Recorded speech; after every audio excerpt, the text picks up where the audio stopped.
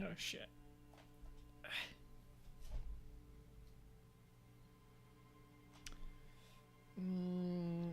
Okay, hey, how's it going? More Disco Elysium. Got ready for another 6 hours of this. Didn't think I'd be starting this late, but here we are. Guess I'm gonna be going until like what? 5 in the morning? Alright.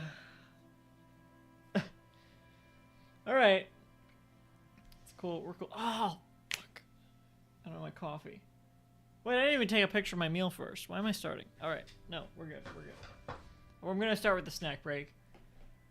The Wii U is shutting down this Monday, so tomorrow I'm streaming Splatoon, and then on Monday I'm streaming Mario Maker, and then that's it for both of those games, because the online services are done, and I don't have anyone to play Splatoon with in person, so that'll be it. I beat it, so. There you go, those are the upcoming streams. Hang on, let me grab a coffee, I forgot.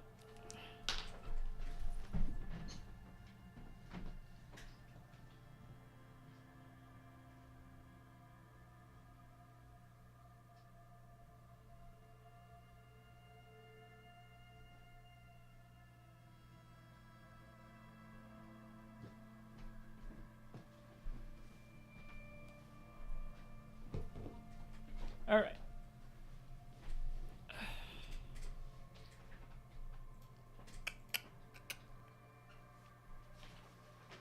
Let's see.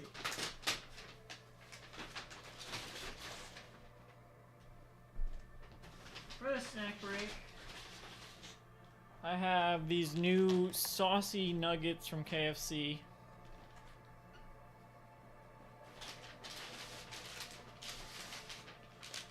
Two flavors.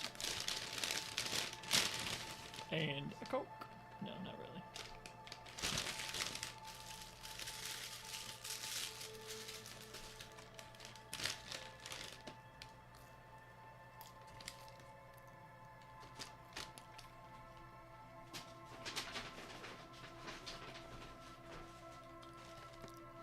And these apple pie poppers.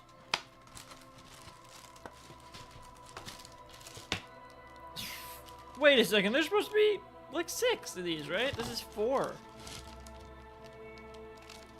Did the DoorDash, did the Grubhub driver eat some? No way is it supposed to be 4. This is crazy.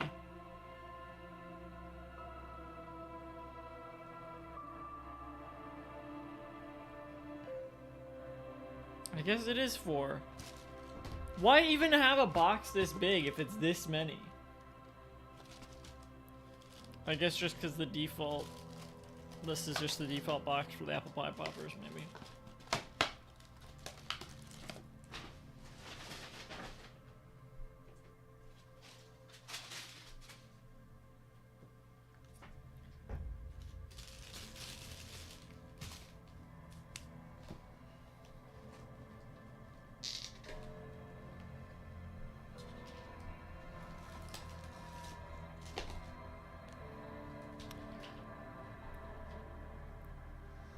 They're really pushing these saucy nuggets, but they really don't look that saucy at all. Like, you can barely see any sheen on that.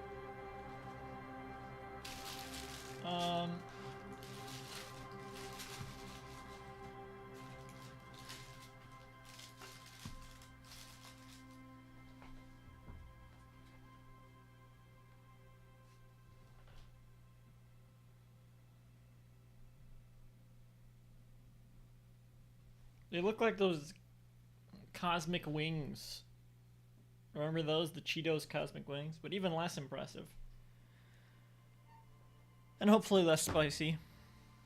I don't have any dipping sauce. Maybe I should have gotten like a creamy dipping sauce just in case. I have whipped berry cream cheese in the fridge. I could get that.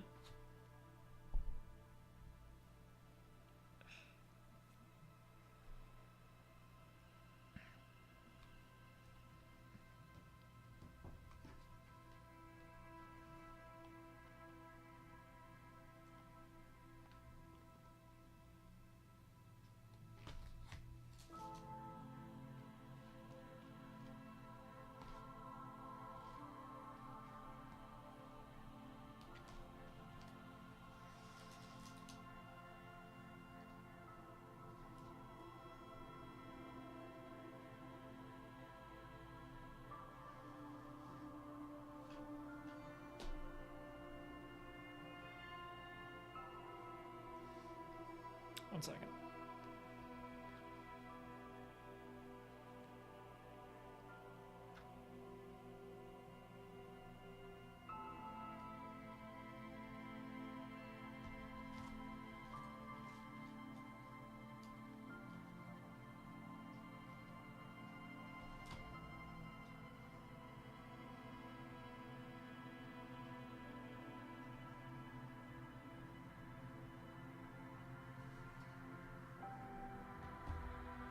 Okay. I have 2 flavors. This one's called Sticky Chicky. I guess it's supposed to be sweet and sour inspired. And this one, they brought the Georgia Gold back. Which is honey mustard. Sort of. It's a little spicier. I remember it's like a honey mustard barbecue. I'm not a big fan of barbecue, but I do like honey mustard. I have had this before. I thought it was fine. Let's see if I still think that.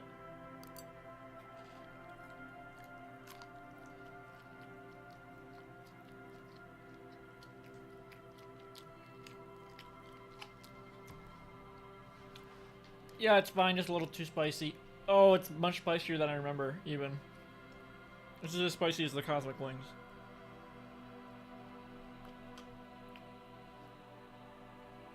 It's as if they made the chicken spicy.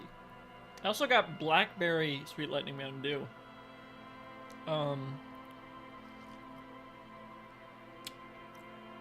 That's an interesting flavor combination. I guess I might as well sauce the Mountain Dew if I'm saucing the chicken. God. This is my dinner tonight. This is going to be a big mistake because I got to eat all these. And it's much too spicy, and unlike the Taco Bell that was too spicy, I don't have anything to cool my mouth off, no dipping sauce, anything like that, just the soda. How about the Sticky Chicky? Hopefully this is less spicy, like a sweet and sour sauce.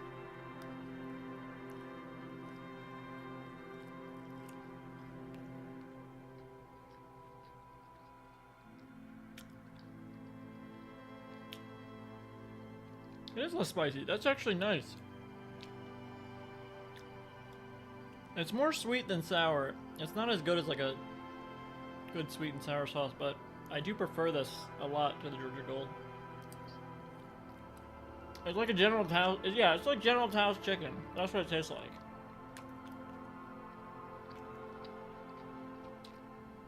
They put a General Tso's chicken sauce on KFC chicken. It's just not a very good coating.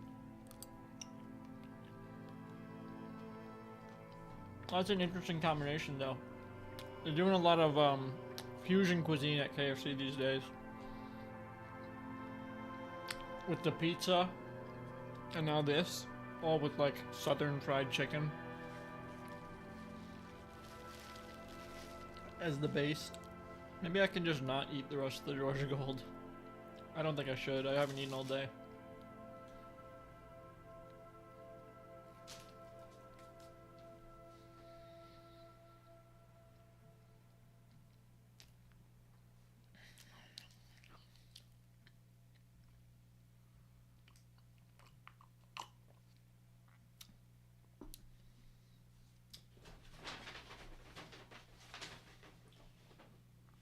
Alright.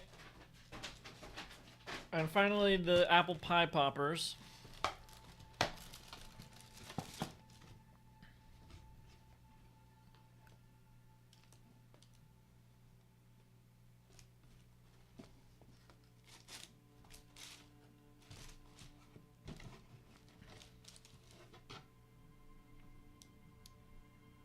Here's one.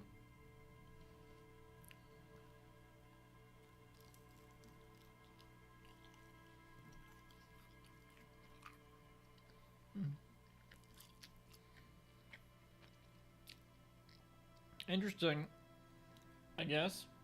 I mean, the cinnamon, this is definitely, I think this is going to stick around because it feels like this is supposed to be their equivalent of like the Cinnamon Delights from Taco Bell.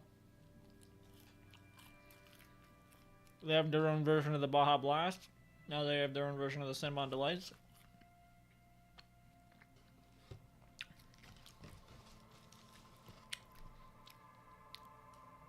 Both of which are sort of adjacent to the theming of their respective franchises.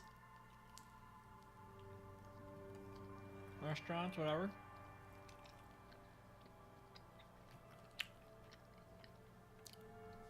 And this is almost as good as that. It's a little doughier. Maybe if they had like a drizzle or a dipping sauce of like some kind of frosting like that, that might give them more appeal. I think it'd be weird to add it now after the fact, but maybe that's what they should have done.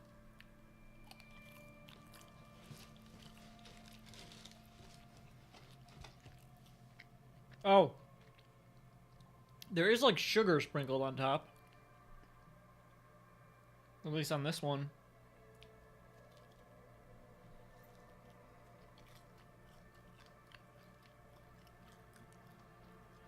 I feel like that's worse, honestly. Having that like sticky crunch on top. It doesn't add much flavor, and it just kind of adds a... not a bad texture, but a dumb texture.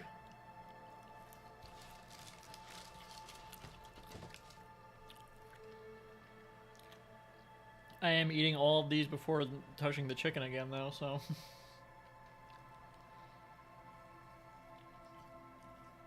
They sure are poppable.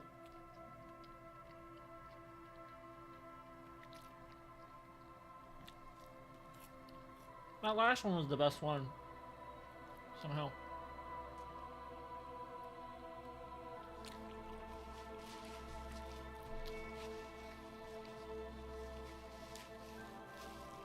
I need, I didn't take a picture of the fucking apple pie poppers. I just ate all of them.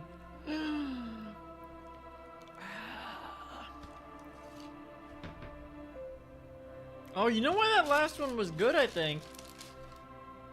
There was a little bit of piece of chicken, crusted chicken in there. I think it sort of rubbed off on there, and it added like a little complexity.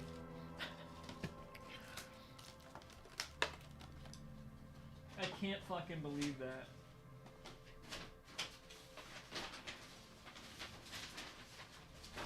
I'm just gonna write it in the post and say I'm not.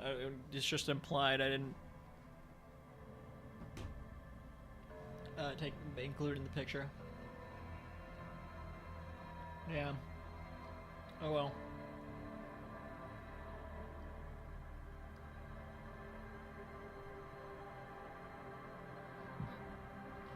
Actually, last time I did this, I took a screenshot of...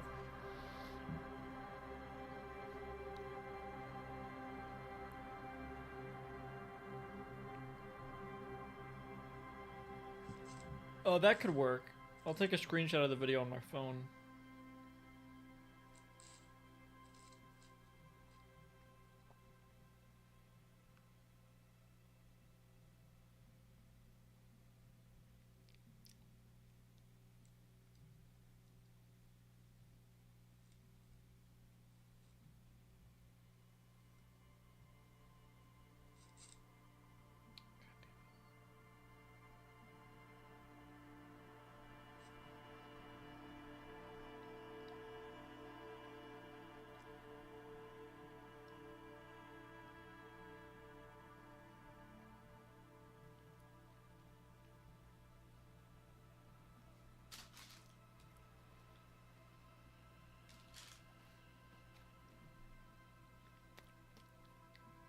What are the biscuits supposed to go with when you order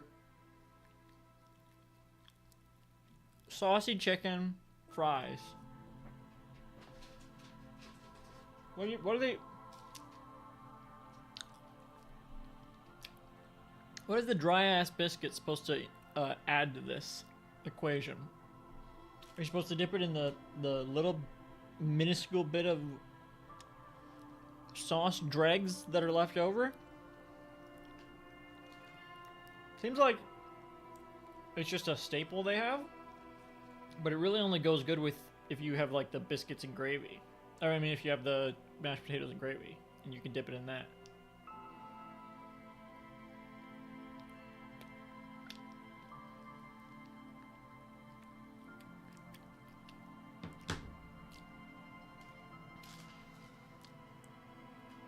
I mean, I guess it could help drown out the spiciness of the Georgia Gold.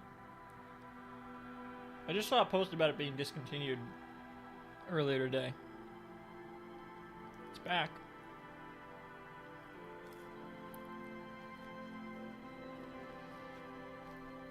Ugh.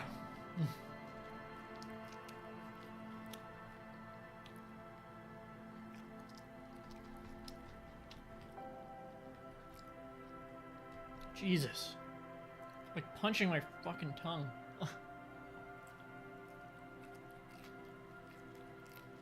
And my throat.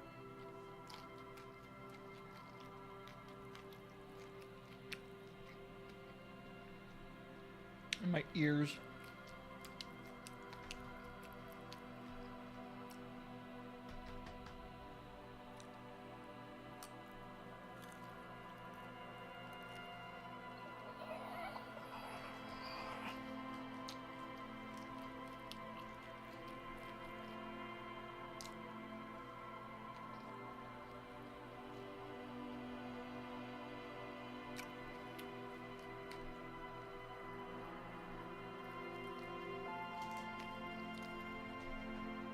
Ugh.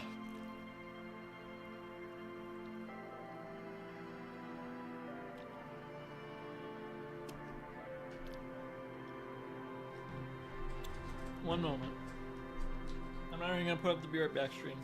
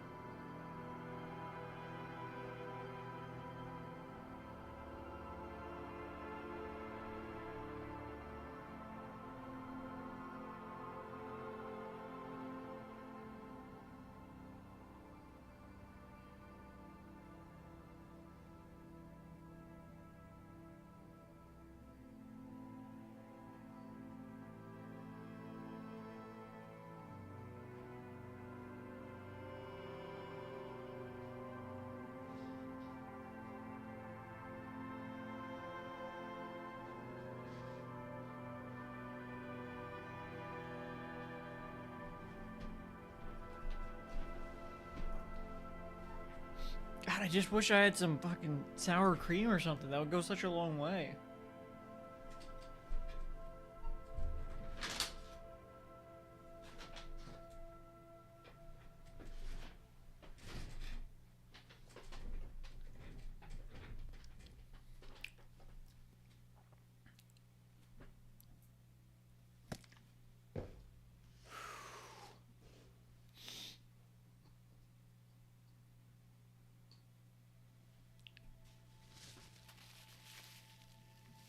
My fucking lips hurt.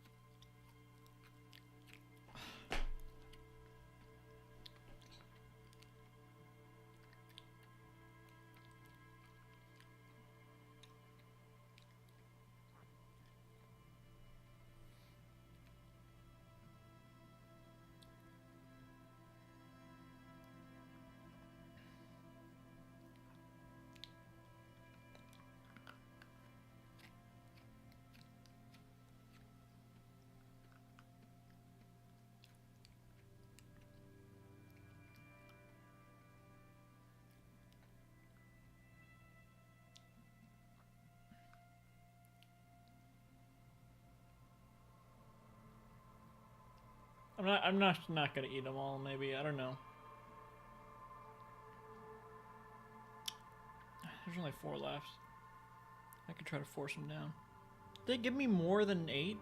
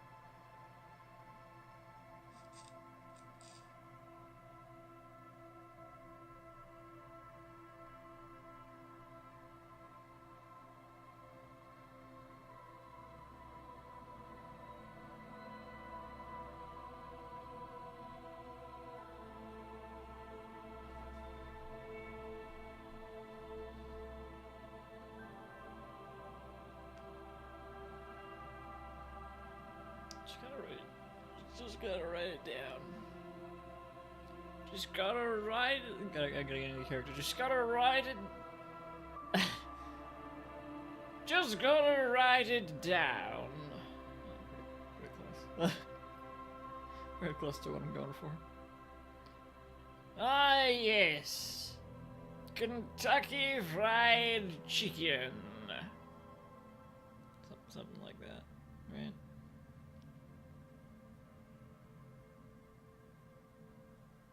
How novel.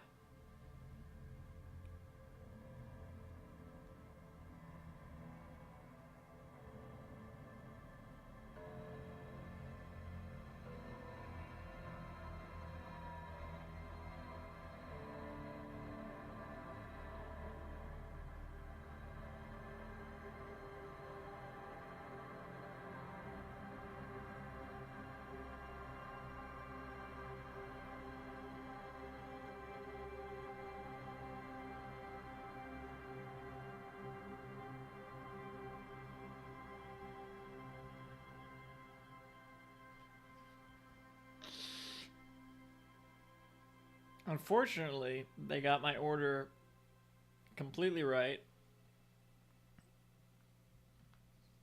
So I can't refund anything.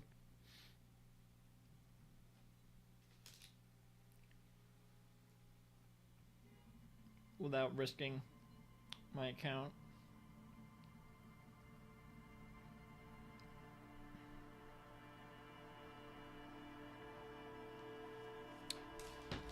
Alright, I just gotta finish this really spicy chicken before I start, because I don't want to be suffering throughout while I'm playing.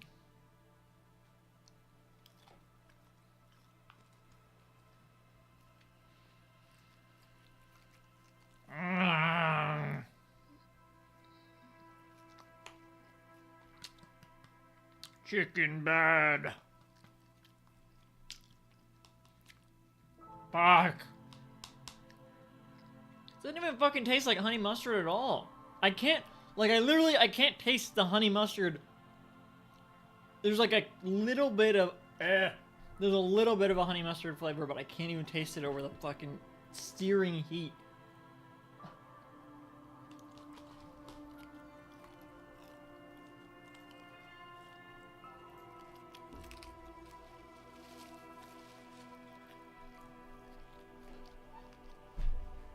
This is worse than the fucking cheese blend from Taco Bell. This is far more spicy than that.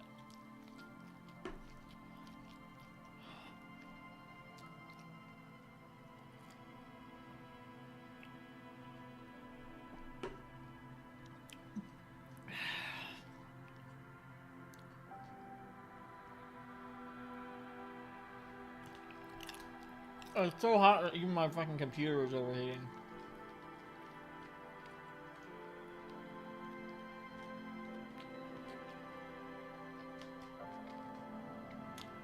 Put me on hot ones. I will cry. Put me on hot ones. I might die.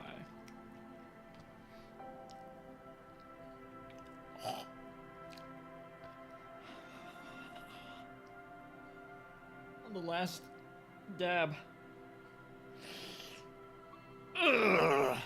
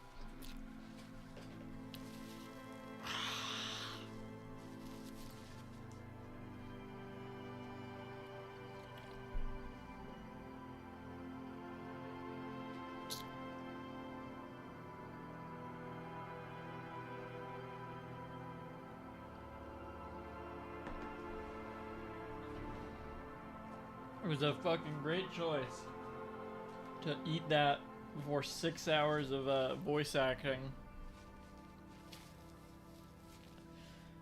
Blah blah blah blah blah.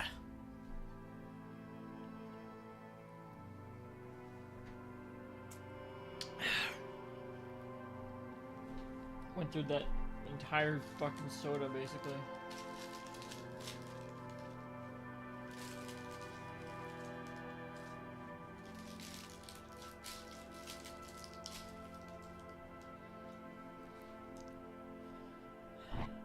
Sorry, excuse me.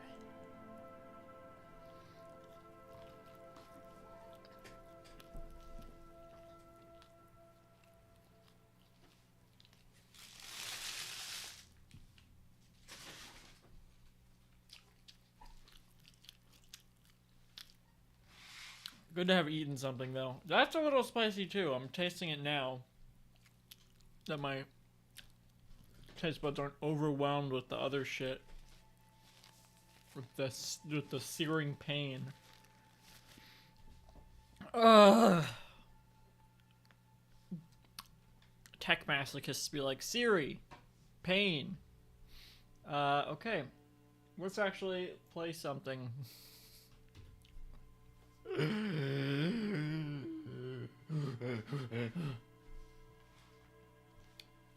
Maybe I'm allergic to spice. Maybe that's what it is, yeah. I'll make that excuse. Blah, blah, blah, blah.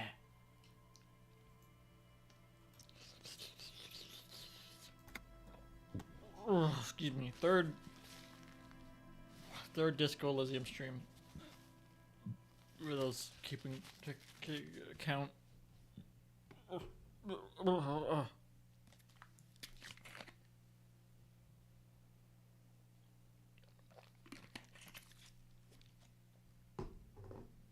Still recovering. Still recovering.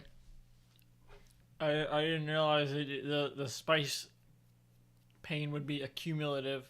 My fucking mouth is gonna probably be burning the whole stream. Okay. Let's go. Fuck. I might have to cancel. I feel really horrible. I should not have eaten them. I shouldn't have eaten more than one piece. If I ate one piece.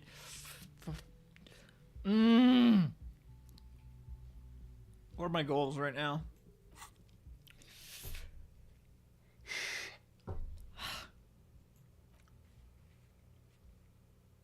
I thought because I handled the fucking Taco Bell that would be fine, but it was so much worse.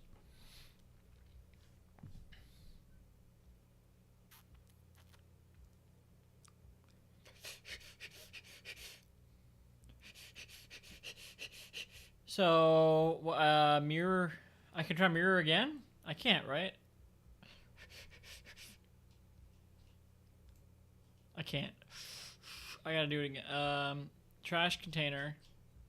Excuse me. Fucking excuse me, Jesus.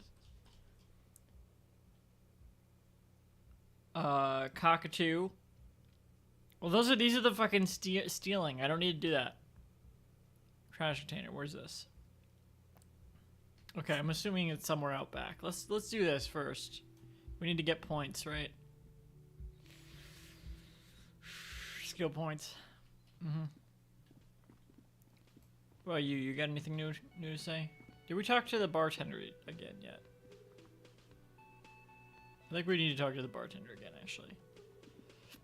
I can't remember why. Cook's back there. They might have something new to say as well. Oh, just... Another thing. Great. Phone line's dead. Phone line's dead. Yes, and the phone company is taking its sweet time sending someone to fix it. He shakes his head and adds. So the phone line's dead. I should have said it. That's pretty strange. Is it true that there was foul play?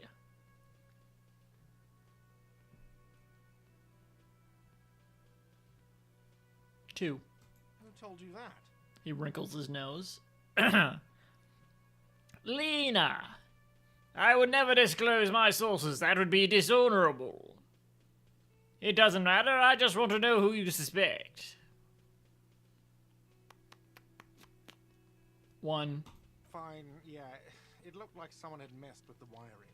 It was shortly after the hanging, but I don't know if it's at all related. Plenty of assholes around here who aren't murderers. Mm-hmm. If you do find out who cut the line, though, let me know so I can forward them the repair. It was me, I did it. Yes? I'm not gonna talk about my bill yet. I got $7. I need like 20 something.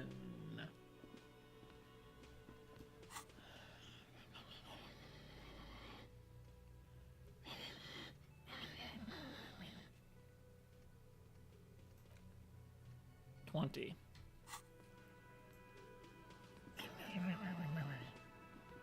The man ponders his cooking utensils and gives you a... Bye-bye. They didn't have much to say ever. And they still don't. They ever art.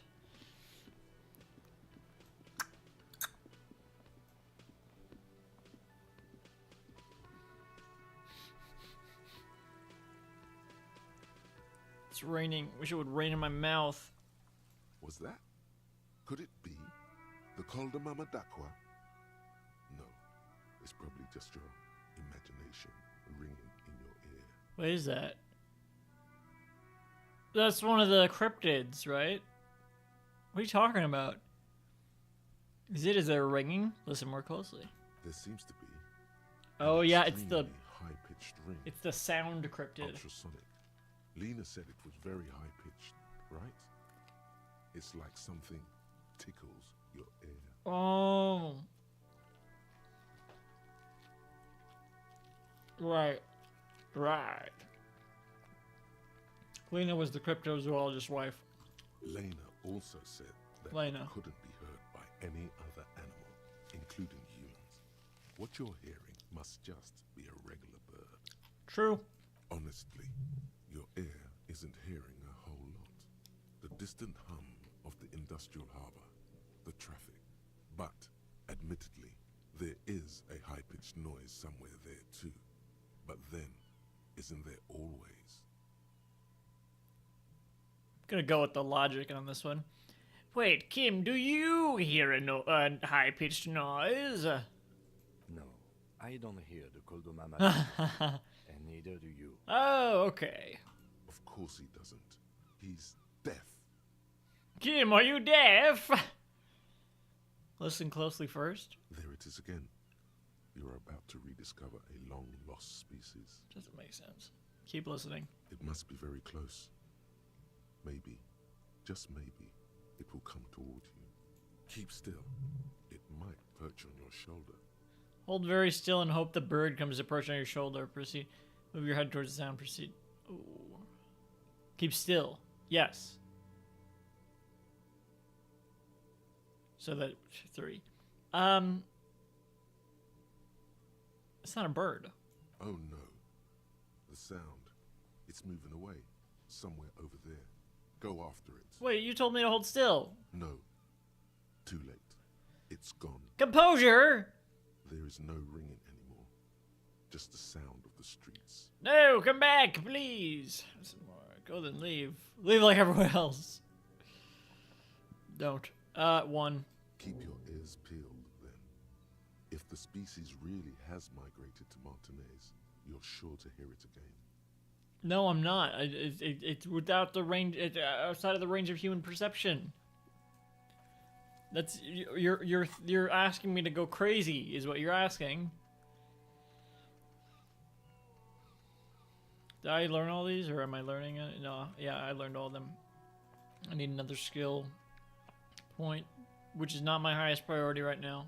My highest priority would be I need a skill point to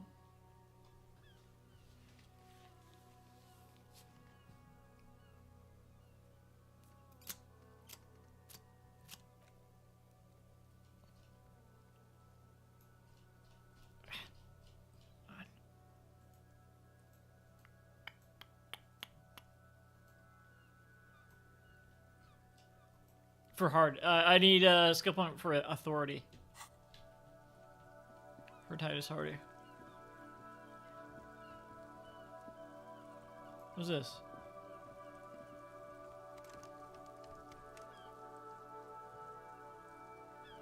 Okay. The tracks are as they have ever been. A bit more worn, perhaps.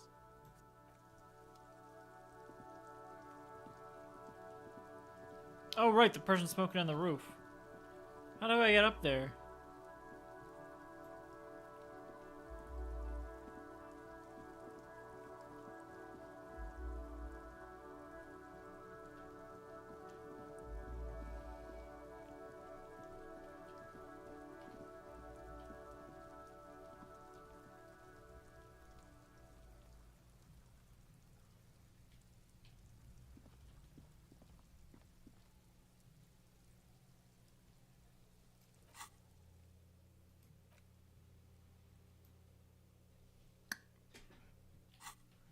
Trash container.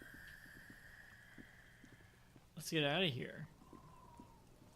You're not going anywhere. Not until this murder is solved.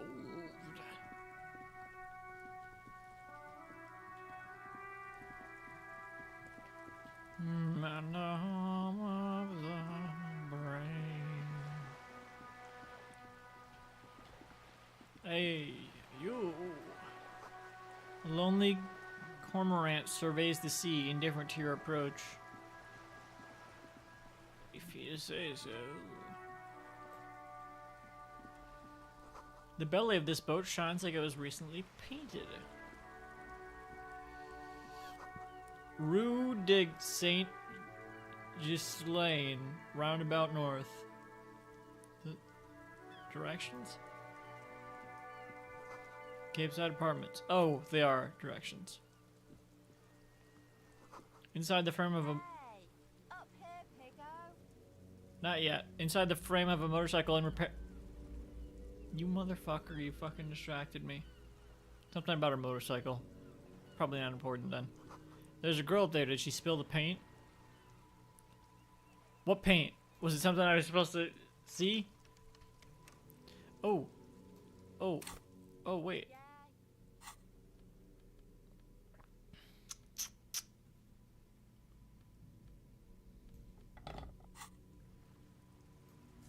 Ah!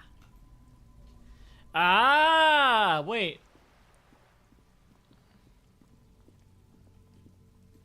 What's this? Is this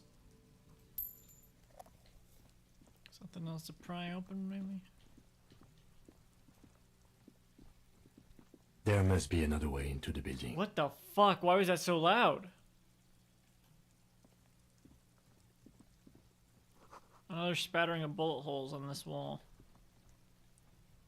What is this? Oh, this is... Yeah, that's... Why the fuck was Kim so loud all of a sudden? Attack! Trying to sneak up on me again. What was this?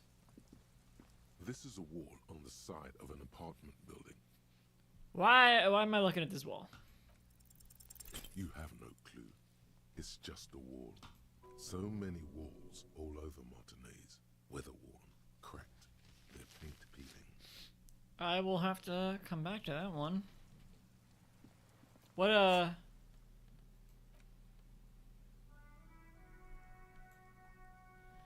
So what's this clothes? Signal blue naval coat. Coat. Wait. A police... Nope. This classic double-breasted coat suits everyone, including you. And if you ever find yourself battling winds at the helm of a ship, then the coat's heavy fabric has got your back, even if moths have left a few holes in it.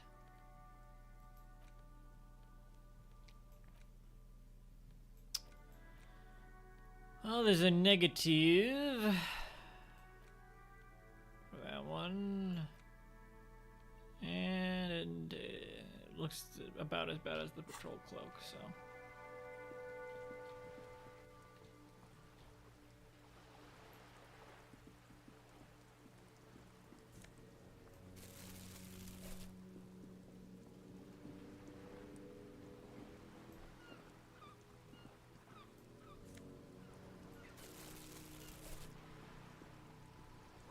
Looks like there was more construction once decades ago. This shit's about to fall into a storm along harbor.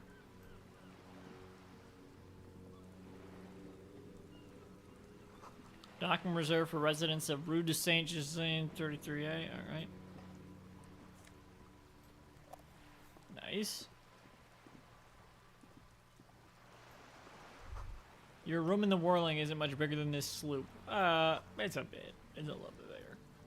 This is worth more than you'll ever earn it in all your life. Well, we're here. We might as well talk to this A person. striking woman leans against the cabin top of her sailing boat, smiling as you approach. Her green raincoat glistens with droplets.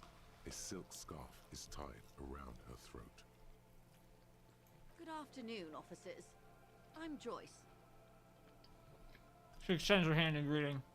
Joyce L. Messier. I represent the board of Wild Pines, the owners of the harbour. Huh. The gentleman must be from the RCM. She steps closer and holds out her hand over the railing. Joyce L. What the hell does that stand for? Am I right? What gave us away? Shake her hand, don't shake her hand. Don't want to be rude. We'll shake their hand. I'm glad to see you here. Her grip is tight and cold. I was dispatched to handle a strike, not a lynching. Anything I can do to assist the RCM in this matter, I will, gladly. Oh, this is the person we need the signature for or something? What is it? We needed to interview them. Alright, cool. That is good to hear, madame. My colleague will take the lead on this This is interview. gonna take some time then. I should let you know that he is recovering from an unusual medical episode. Very unusual. But I can assure you of his ultimate competency. There's a trace of irony in his voice. Mischief, even. The lieutenant is hatching some scheme. Excuse me? How interesting. She turns to you unfazed. I wish you a swift recovery. In the meanwhile, you have my full cooperation, and the full cooperation of the Wild Pines group. We'll see about that. It's hard to get a read on her precise disposition, but she appears helpful. Looks can be deceiving. You're on a boat. But then again, looks can be deceiving.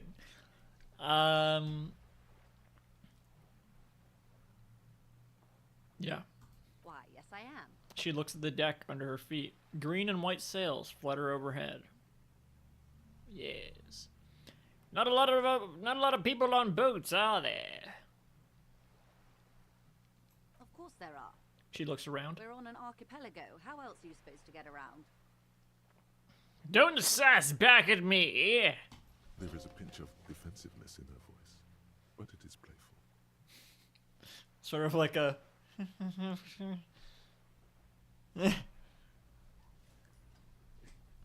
Wait. We're on an archipelago. Look around. What do you mean, archipelago? One. Yes, we are. We are on Le Caillou. She raises her brow. Caillou? I thought we were in Revachol.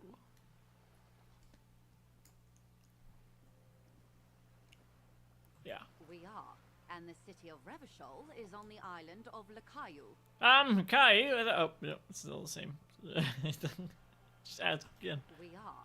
And the city. We are. We are. We are. We are. And the city. We are. We are. The And youth of city the nation. Revachol is Alright. on the island of Le Still, Caillou. I haven't seen anyone else sail a boat around here. I haven't seen anyone else drive a souped-up Capri Kenema motor carriage either. What?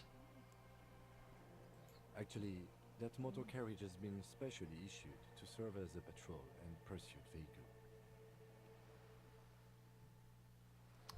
The lieutenant becomes defensive. Oh, they're talking about their car. I thought it was for a second I assumed it was something I was driving around. I don't have a car. It's for crossing long distances in the greater Revachol industrial harbor. It's not a type. Before my memory loss, I meant. Neither is this. The woman. Boy, I mean. It's a machine for crossing long distances in the Bay of Revachol, between the city and the islands. The woman pats the cabin hardtop. Does she have a name? The boat? No. It is called Cor de Lady 19 because that's the type of sloop it is. Don't gender my boat. The word "it" feels strange. Such a beautiful boat deserves a proper name. I mean, it's a boat. Those are the pronouns it would have. Boats don't prescribe to the concept of gender. Cool, but your boat really needs a name. Does it? Yeah, it should have a name. Doesn't need a gender, but it should have a name. Okay. How about Cor de Lady 19? Why? She taps on the side of the boat and it makes a hollow sound. You think you're real fucking clever, don't you? Because it was manufactured in Revachol East by a company called Cor de Lady, and its hull is 19 paces long. How about the sleek fish? How about the X something? How about Dolores? Yeah, let's go with that one. Why Dolores? I don't know. Feels pretty. I just like the name for some reason. Is that my wife or something? My wife.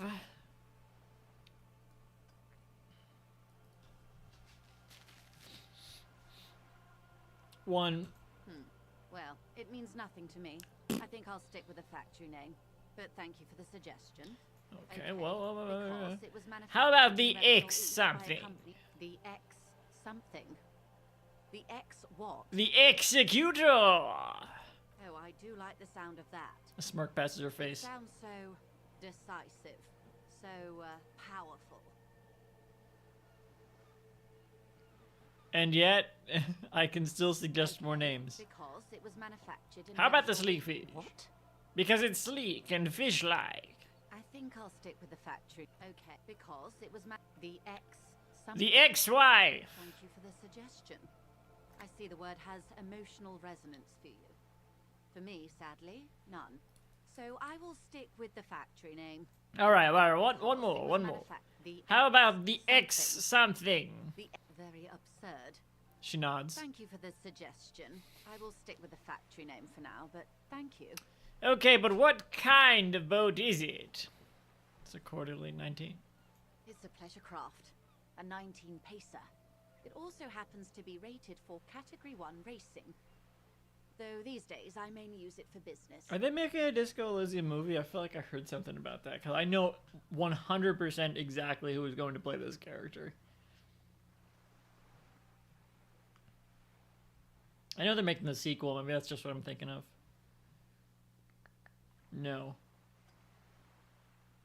Oh, Disco Elysium TV series adaptation in the works from Sonic the Hedgehog producer.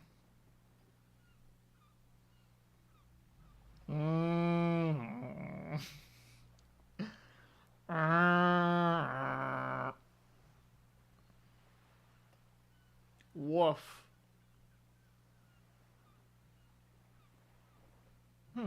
Related celebrities. Dimitri M. Johnson. I don't know who that is. Well, Donnie Yen. F. Gary. Oh, Donnie Yen for Kim, perhaps? I could see that. Yeah. I could see that. Oh, hang on. Fan casting time. So Donnie Yen for Kim. I like that. Obviously, Matt Berry for Harry Monroe. Is that their name? Joyce here. This seems like the most obvious. No, like there's no way this would not be who they cast, and because I can't even imagine they wouldn't accept the role.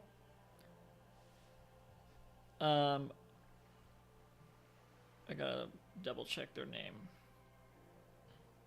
Fiona Shaw. Right? Fiona Shaw from Killing Eve and Andor. And Enola Holmes and the Harry Potter series. I guess they're in True Detective at some point. 3 Men and a Little Lady. I didn't know they were in. Oh, My Left Foot that was one of their big roles early on, I think. Oh, Fleabag, right? Of course, Fleabag. Oh, and the Super Mario Brothers movie. What a change of pace that would be from video game adaptations to be from the Super Mario Brothers. Look, if they were in that, and I think what's that new thing they're in?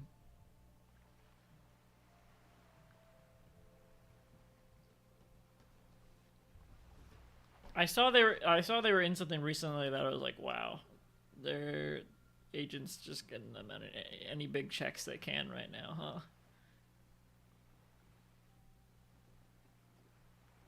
And I was thinking, if they're doing that, they'll do this.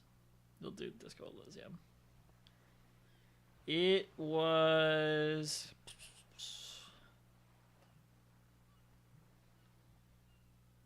Maybe it was True Detective. No, I don't think it would be that, though.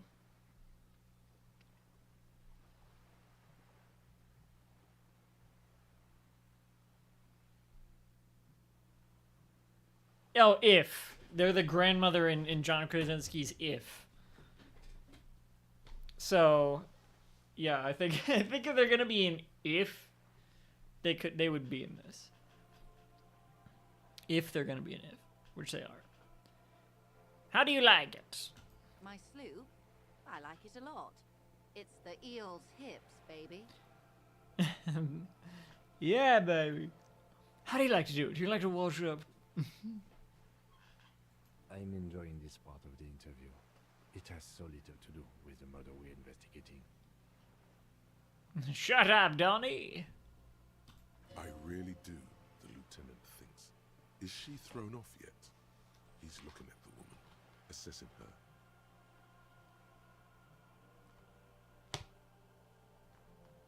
Right.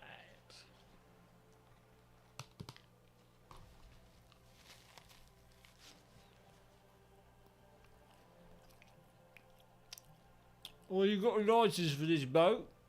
Officer, I assure you I'm a highly qualified pleasure craft operator. Come on then, let's see it. The crowns of her teeth are porcelain, white as the boat's hull as she smiles. Qualified pleasure craft operator. So charming. Where's the damn license? Alright, let's see it. Let's see the license. I just renewed its safety inspection last month, officers.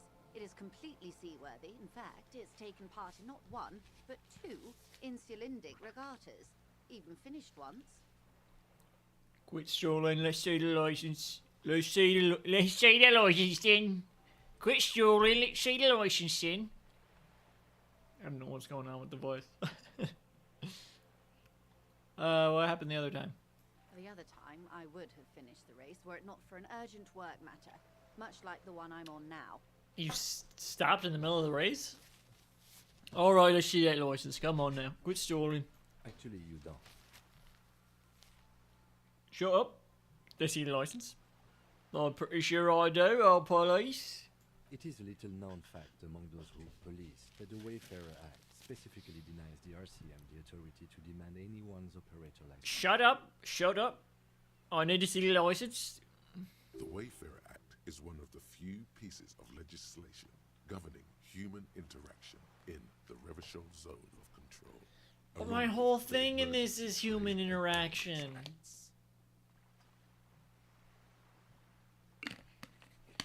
That's all I do in this game. The what now? It's one of the foundational laws in Revachol, designed to limit the authority of local institutions. Part of it prohibits the RCM from requesting most documents and licenses without permission from a coalition representative. Wait, exactly how little known is this fact? I was just being polite. Even school children know the Wayfarer Act. Okay. More like the Anarchy Act, in my opinion. No need to politicize this. Ugh. You may still ask for the lady's passport. Yes, I'm going to need your passport. Of course.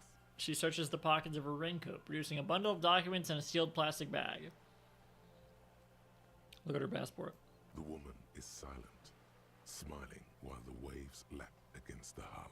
In your hand, under the plastic, a light blue passport saying, Republic of Vespa. The coat of arms has a lion and an ostrich. Seagent. Seagent? The Republic of Vespa, formerly the Republic of Vespa Messina, was once a dual kingdom. An amicable parting Where they do ways duels. produced two constitutional monarchies. Vespa, the richer of the two, is an occidental nation known for its proximity to the Pale. And The Pale. its exotic financial. The Pale! Anything else? It is a stable country, and yet there has always been something ominous about its perfect stability. It's a place at the edge of the Muindi Isola, overlooking the Obisun Isles, fracturing into the great unrest. What's with the question mark? The Pale! Look at the photo page. The woman, born in the year 3 There in they the are. commune of Revachol, Oh, the year. smiles at you, Oh! face adorned with frown lines and crow's feet. The photo is recent. The name reads, Rejoice Leighton Messier. 3? 3? What? What are you talking about? 3? 3? 3. What do you mean, 3? This throws off everything. What year? What year is it?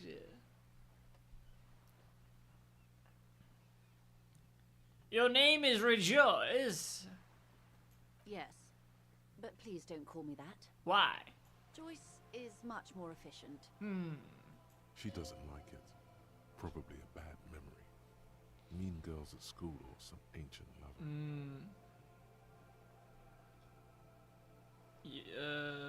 You're from the Republic of Vespa. My husband is. I have dual citizenship. A Vespertine is handier when traveling.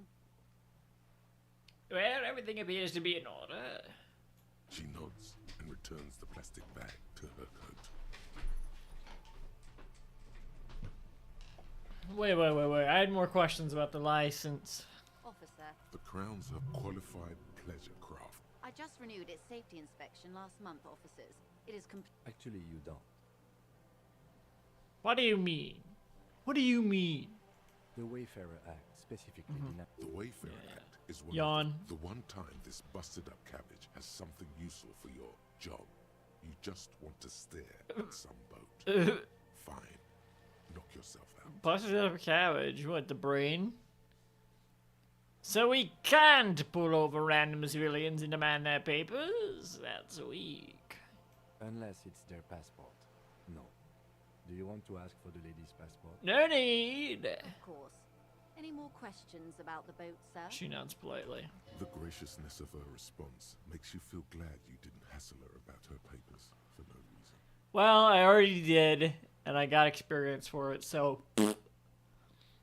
Officer, The crowns of her teeth are qualified pleasure craft. I just renewed its safety inspection last... Actually, you don't. There was more The info, Wayfarer so... The one time this busted up cabbage is something useful for Makes your sense, job. I guess. I mean, Just look at want to me. stare. No need to resort to self-pity, detective. No need? Okay, no need. The graciousness of her I think I have a response handle makes on you this feel boat glad you thing. didn't hassle her. Good.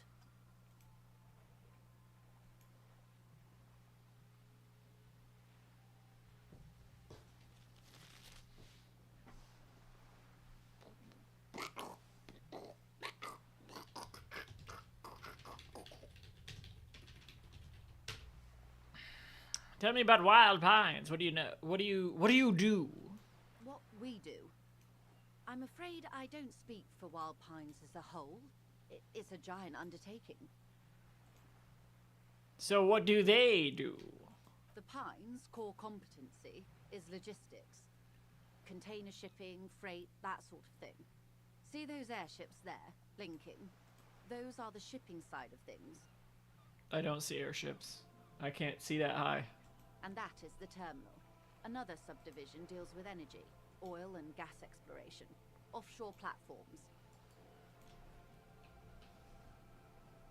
The Wild Pines Group is one of the original Revacholian Indo-tribes.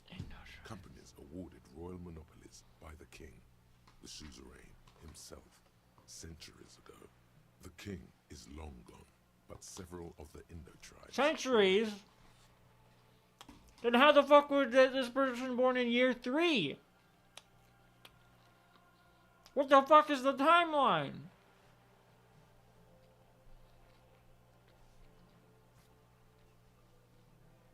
Who are the other Indo tribes? Son-Baptiste, Elysium, an unknown entity known as Brightest Star. You're in good company, it seems. Why, thank you. She does not register the real meaning of the remark. And neither do I. How much money does Wild Pines have? I'm not at liberty to discuss the company balance sheet, but I can tell you that last year, the company booked more than 20 billion real in revenue.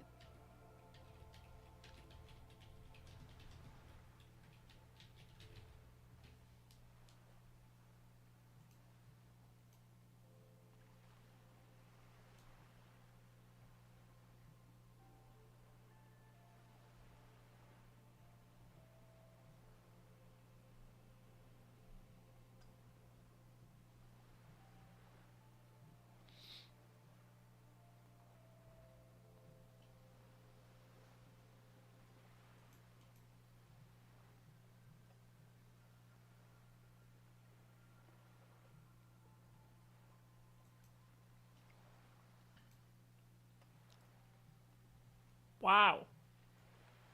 That's it? I thought Wild Pines was supposed to be the big time. Numbers like that mean nothing to me. 3. Yes, past a certain point, numbers begin to seem imaginary, but they are quite real for the 72,000 employees who depend on Wild Pines for their paychecks. What's splashing? A conglomerate the size of Wild Pines is like a shark. If it stops moving and growing, it will die. Then what becomes of those 72,000 families? It is a tremendous responsibility.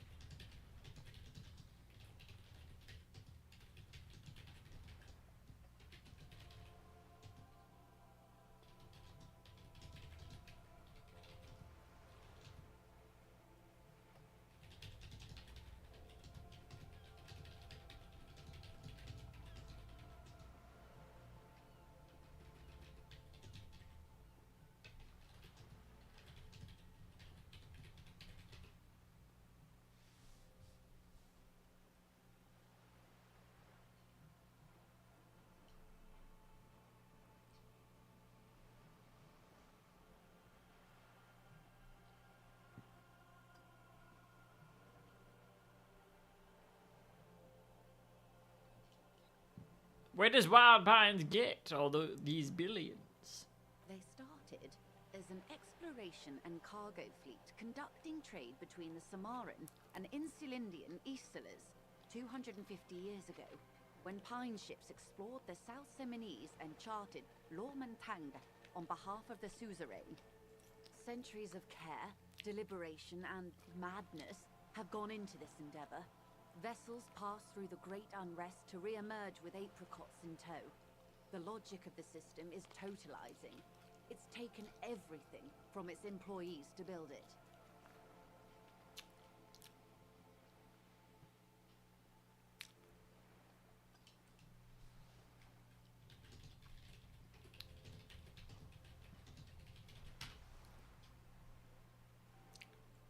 It probably helps to start out with the royal monopoly. You know more than you let on. Certainly it I helped, guess. but most of the original Indo tribes have failed or been absorbed.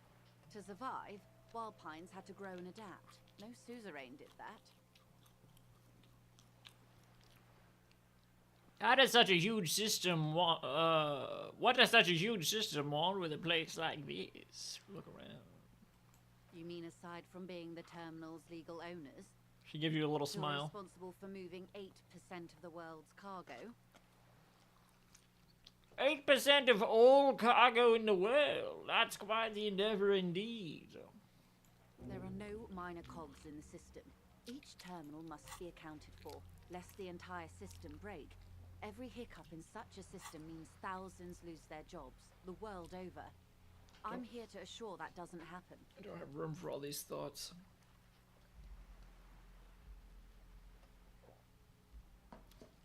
With your help, hopefully, says her warm tone.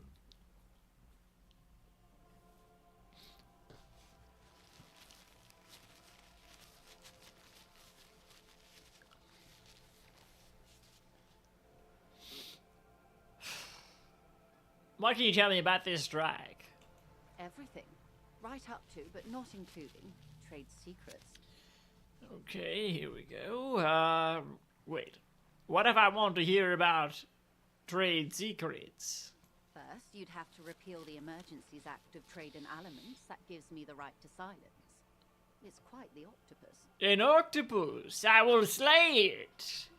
Good luck is only kept in place by the vested interests of half the civilized world, including your own. That's an interesting line read. Good luck, it's only kept in place. Like, there's like a pause there, but instead it's like they read it as there's a like a hyphen. Like, good luck, it's only kept in place by the vested.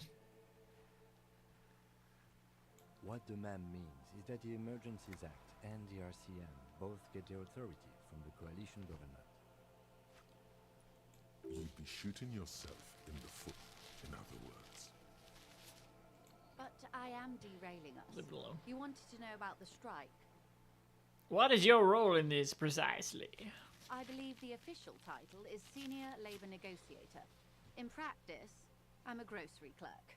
I relay the union's demands to Wild Pines and return with Wild Pines' counteroffer. How is that a grocery clerk? And how are the talks going? They're not.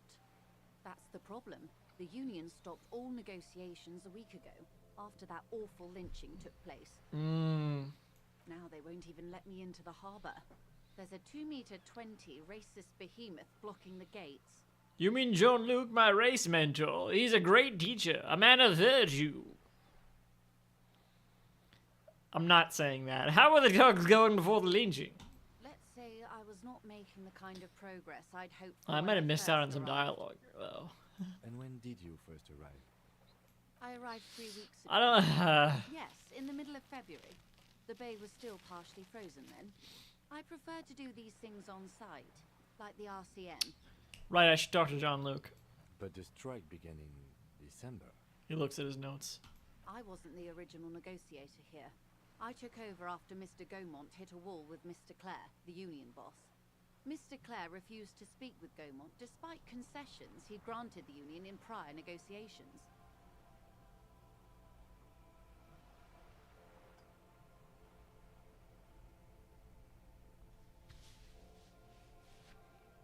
This isn't the first time the union has gone on strike. Heavens no. There have been 2 prior strikes. Both times the union won significant concessions, including overtime pay and a medical plan. This time their demands are more, I guess you could say, aggressive. What happened to this Gaumont? Mr. Clare told him to... how did he put it? She pauses to compose herself. Fuck off, midget. Gaumont is short of stature, you see. Okay then. Cool. Not cool. Sorry, excuse me. 1. Yes. Keep in mind, this is a negotiator Mr. Clare has worked with before, and who was more than fair with him and the union.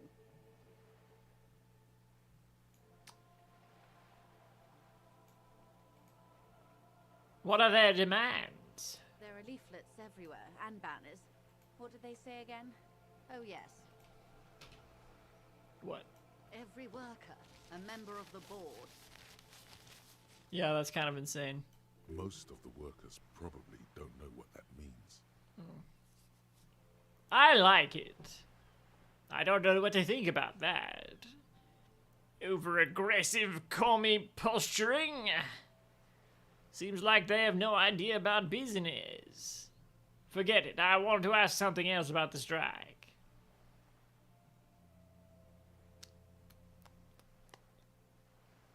4.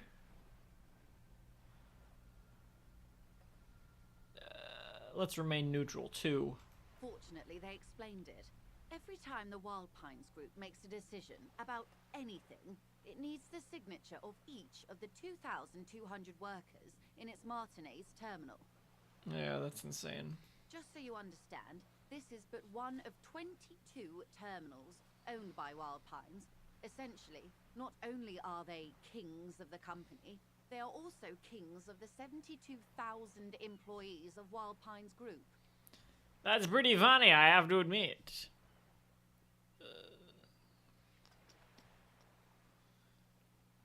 Workers can't be kings. The king is king. The king is dead. Long live the workers. They're having a blast. But how can they afford it?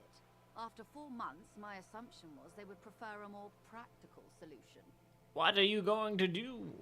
I'm not sure.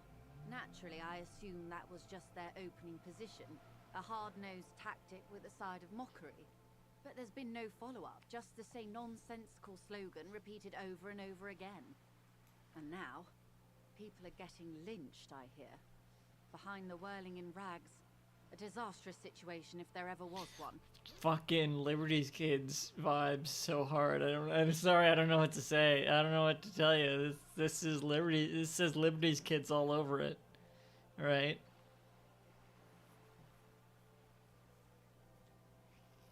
That fucking phrasing, the way they said that, like it's like a story. They like. I swear to God. Excuse me. From whom did you hear about this lynching? The lieutenant looks up from his notes. Who did you hear about the lynching from? I first heard it from the boyar at the gates, the one whose very name advertises his aversion to work. I think he said it was, "Call me mañana." Her reply comes quick. It's also just like the body was just like sitting out a few feet away from here. This checks out. The scabs at the gate. Did you put them there? The scabs? She raised her brow. You mean the huddled masses of Jamrock, come to plead for work where the union refuses to? If they were organized by Wild Pines or its affiliates, then it would be a company secret. I could not share it with you. Not right now, at least. It's implied. She's open to discussing this matter with you at a later occasion. Okay. What do you think of Everard? Everard Clare is a man of the utmost integrity. If you can say one thing about him, it's that he always puts the interests of the workers first. Really? Of course not. Oh. Everard is fantastically corrupt. Okay. I imagine he has a thick, viscous goo where you and I have blood. That's Everard, all right. He's not that bad. Everard is a hero of the workers' movement. I'll go with 1. He is the most corrupt individual I have ever seen, and I deal with men like him for a living. If there is anyone more venal, more irredeemably nepotistic, then it's his twin brother, Edgar. Twin. Be funny if they're really skinny. Wait, there are 2 of him. Yes. They're Edgar looks multiplying. exactly like his brother, except for that lazy eye. He also talks exactly like Everard does. Oh, and when God. one's term as foreman is up, the other takes over. It's how they circumvent the term limits, you see, with a funny little switcheroo. While in office, they've embezzled God knows how much of their workers' dues. What about the union itself, outside the Brothers Glare?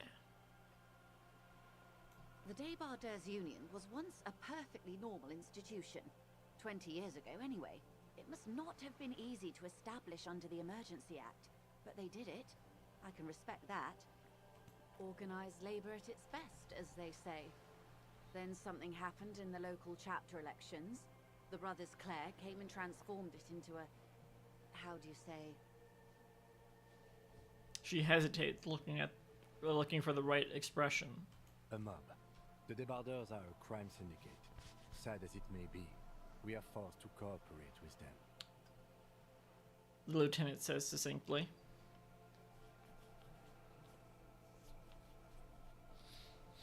My nose is probably gonna be fucked up all stream. I'm assuming because of the spicy food, I don't know. Or maybe I am allergic to something, I don't know. Refreshingly honest, officer. She nods. The company has tried appeasing in the past, but I'm afraid our concessions have only emboldened Everard and his brother. And your opinion, detective, if I may ask? I'm a curious and talkative person, you see. Would you say the Debardeurs Union is... I don't have any fucking opinions. But if you insist...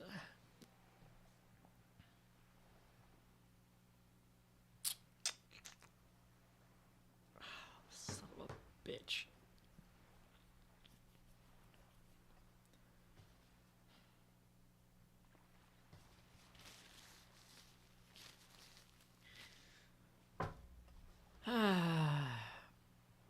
An effective advocate for the rights of local working men. A giant leech sucking the life out of Revachol. Basically, a socialist mob. I prefer not to have an opinion on these things. I don't know what what unions do. No, I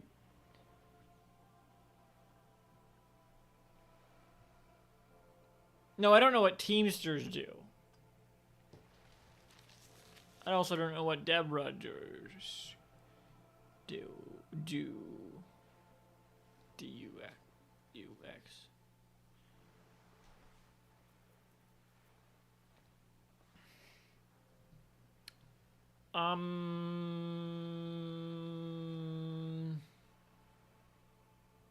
I guess I'll go with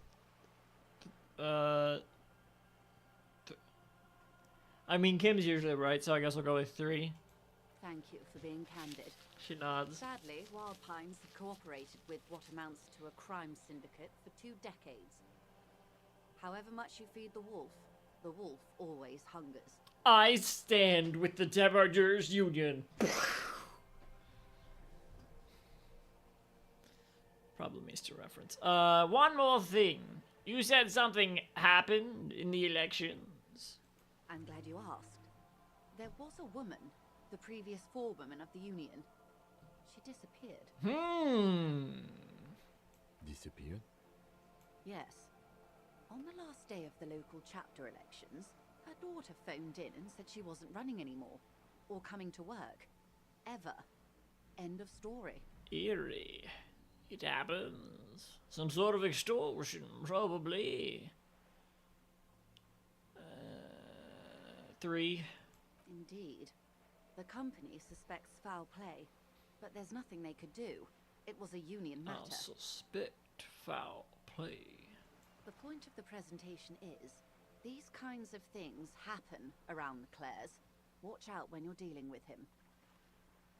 Thank you for your concern, ma'am. We'll be just fine. That's all I need here. Let's change the topic. Of course. How else can I help? She passes the thermal cup between her gloved hands. By the way, I've talked to Everard Clare. You have? I didn't. And how did you like Mr. Clare? I didn't. He's a beautiful man, beautiful and just.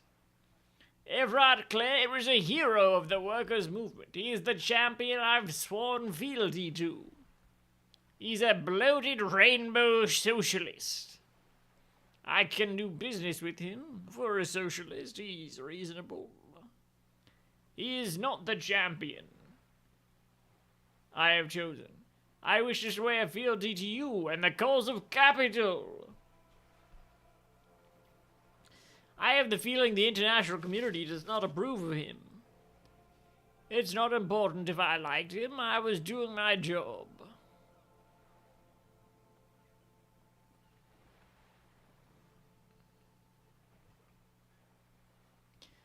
I'm gonna go with 1 because I didn't, but I don't have any strong opinions.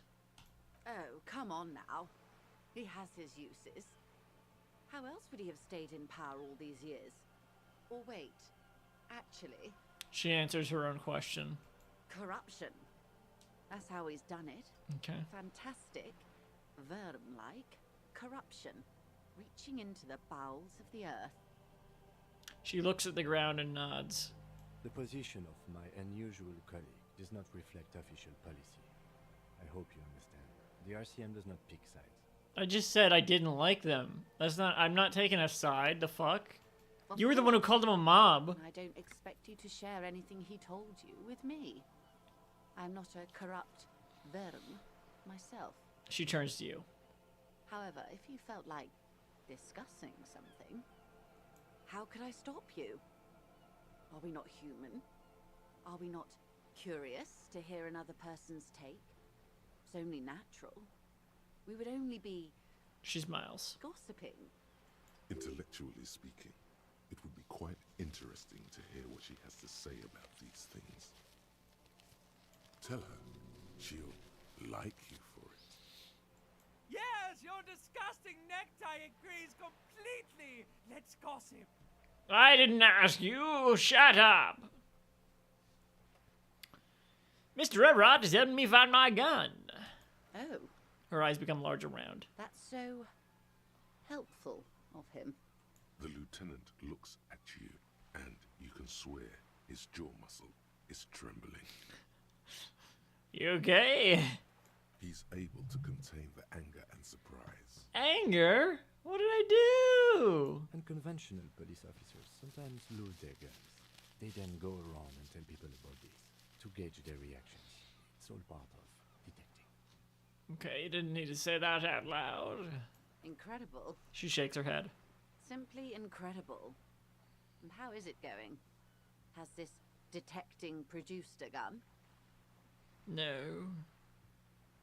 Mr. Everett says it's almost ready to be found soon. Mr. Everett is helping me find my gun.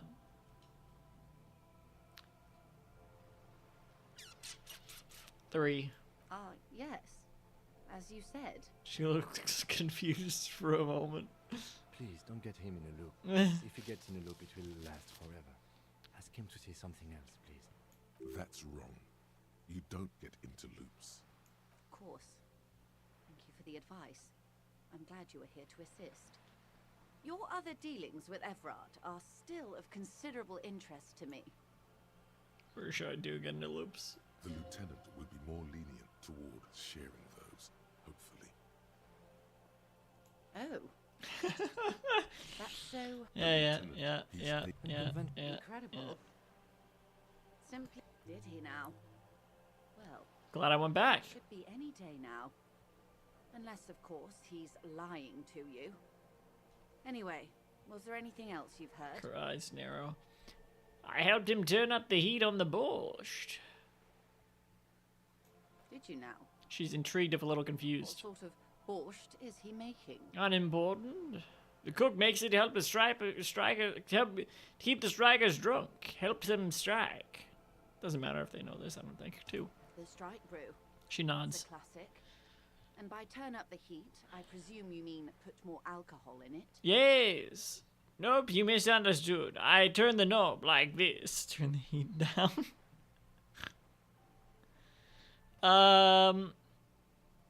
Yeah, we'll go with 2. Beyond curious. I will What? choose to interpret that as you turning the alcohol in the strike brew down. For the sake of our professional relationship. Is that what I did?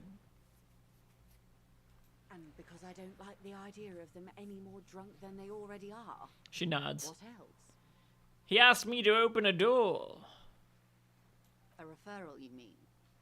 I take it this was for someone in the RCM. Don't answer that. She waves her hand. Yes, a referral. No, I mean like a real door to someone's house. Oh my. A real door. The lieutenant does not say anything, but you hear the nylon of his jacket rustle as he looks at you. Shit, maybe I shouldn't say this. I helped scare someone from Mr. Clare. It was nothing.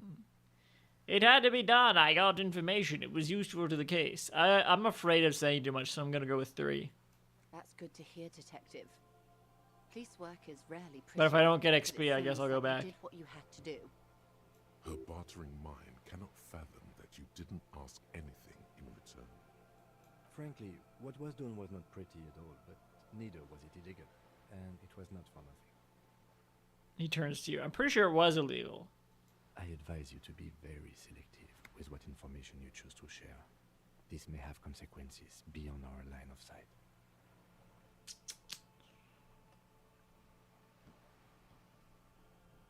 The Union's militant wing organized the lynching. Everard said the Wild Pines sent mercenaries after the Union, and now one's dead. The man whose door I opened planned to write an article into a local paper.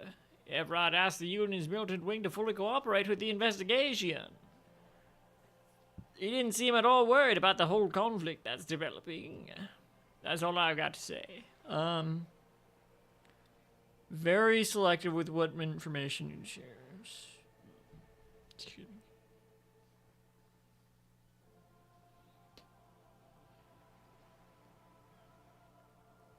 Bartering man can't fathom they didn't ask for anything in return.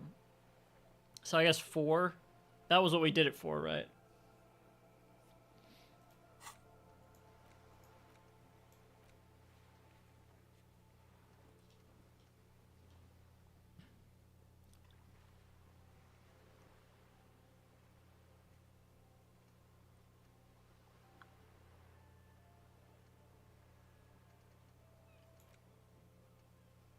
Oh.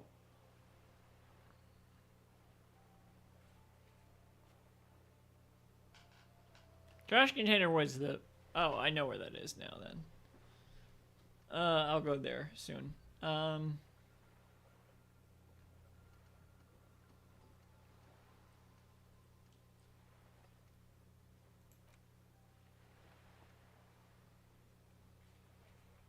Info on the case.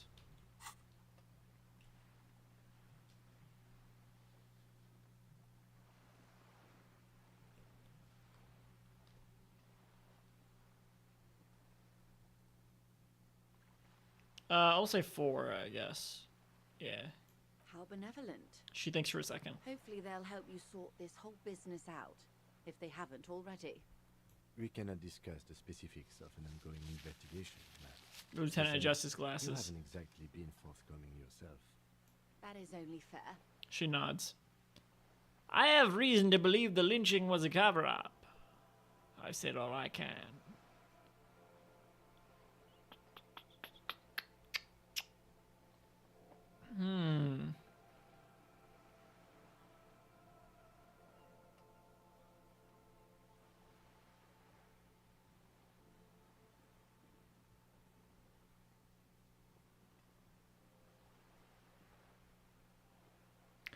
I feel like this is known enough information by now that we can say this. Oh my. Very interesting. So the militant wing is protecting one of their own. Her mind races to the conclusion that most benefits her interests. That doesn't mean she's wrong, though. It looks like you may untie this knot yet. Her eyes smile and a tingle runs down your spine. There's something in you that really likes the way she's looking at you just now. I should have saved my morale healing. Also, what?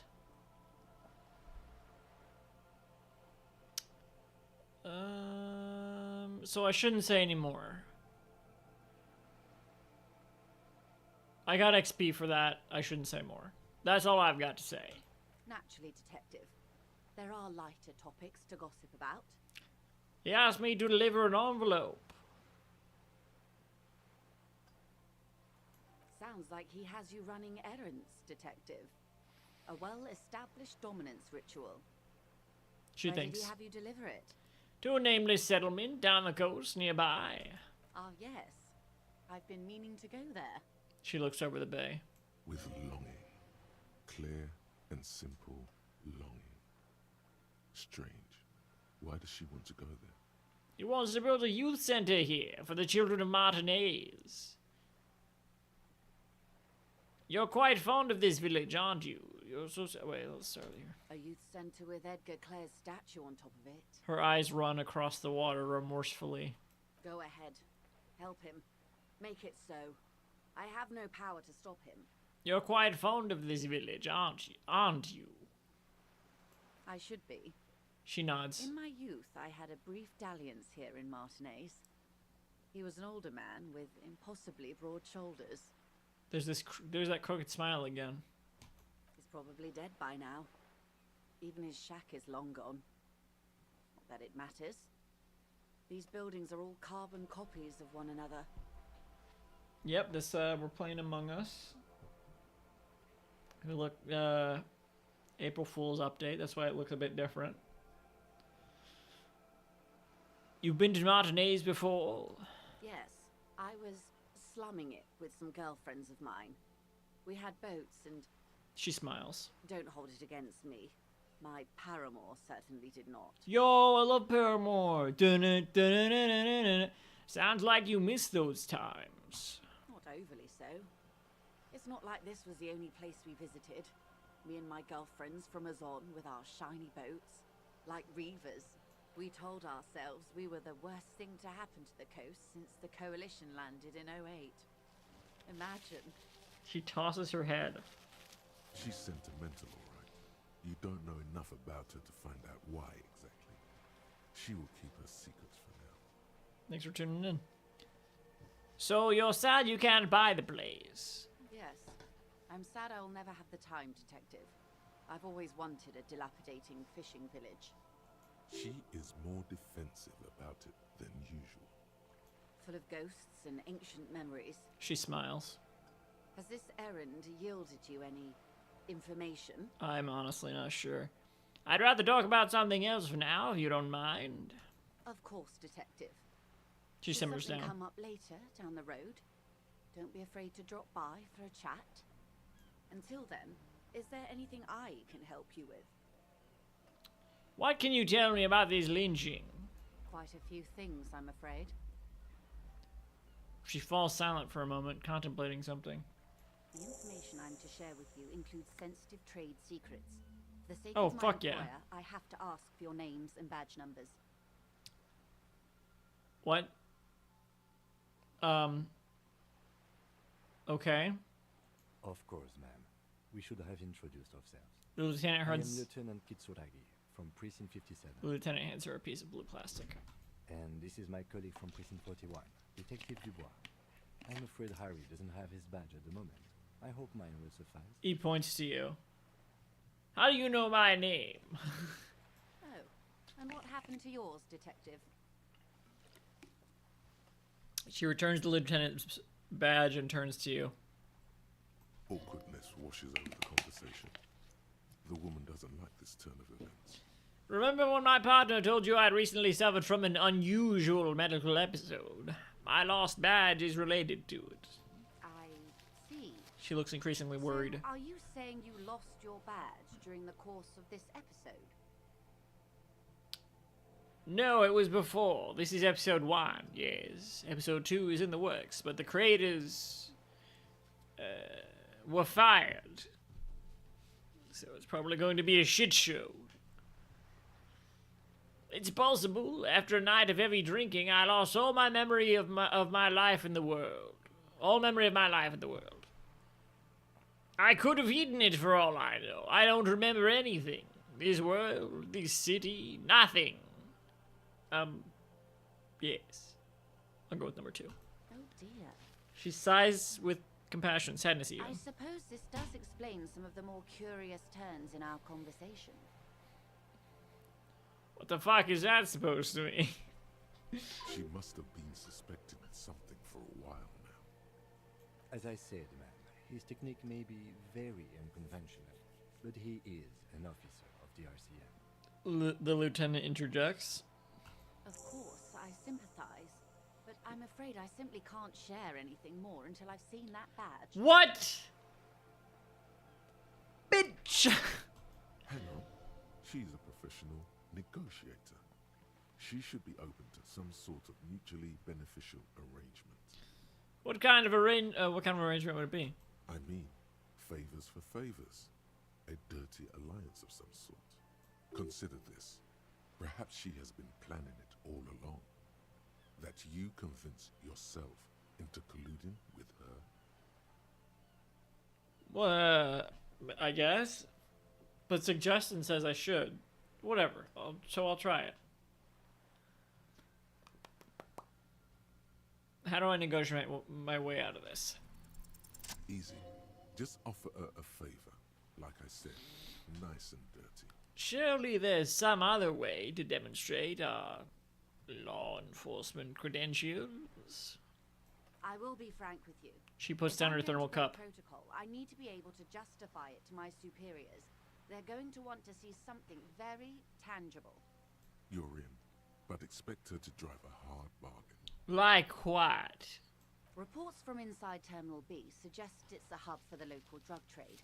This is an open secret in Martinez.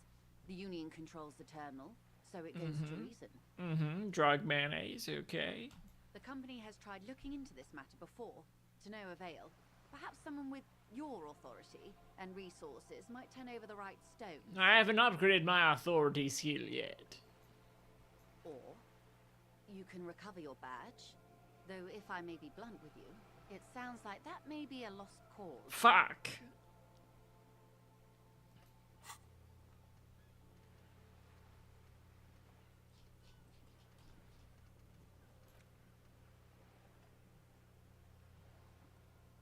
Yeah, probably. She picks the cup back up also. Detective, a word Lieutenant, in private before we continue. oh, Lieutenant closes his notebook. Excuse us for a moment, madam. What? This is not going quite as I hoped it would, Detective. The lieutenant's voice is hushed. Yeah, I can barely hear them. How did you hope it would go? Honestly, I was expecting you to use your unorthodox technique to keep her off balance, and not volunteer us to be her henchmen. Oh, so we're henchmen now. Really? I thought it was going so well. One. This woman is running circles around us. She might have known about your misplaced badge all along, or she's simply an adept improviser. Either way, we've played straight into her hands. He doesn't let it show, but there is a limit to how much the consequences of your unprofessional behavior can cost the investigation. What is it costing? We're fucking finding shit out. I fucking found the bullet, so fucking relax. I'm sorry for putting us in this situation. I'll handle it. Her proposal was likely part of our design. This is all. It's all is. Olives. I'm hungry. Why do you propose that we don't? What do you propose? That we don't investigate the drug trafficking?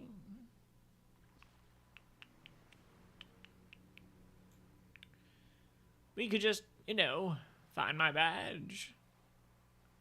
Let's get back to it then. I'll try number 4. Oh, that would be fantastic, but He nods we don't have slowly. the time. The world is large, and your badge is 8 by 6 centimeters. He nods slowly. The situation might have changed drastically by the time you locate it. Time is of the essence. You could request a new one from your station, but that would literally take months. What do you propose that we don't investigate? No. If there is reasonable suspicion, we must investigate. Otherwise, she could claim we are siding with the Union, or that we are on their take. We'd never hear the end of it. I just got reminded. I should turn up the graphics. I feel like the graphics have been pretty low this whole time.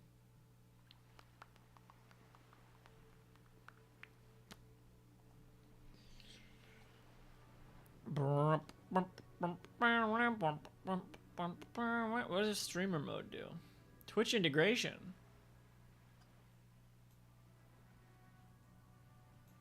What would that do? Hang on, I gotta look this up.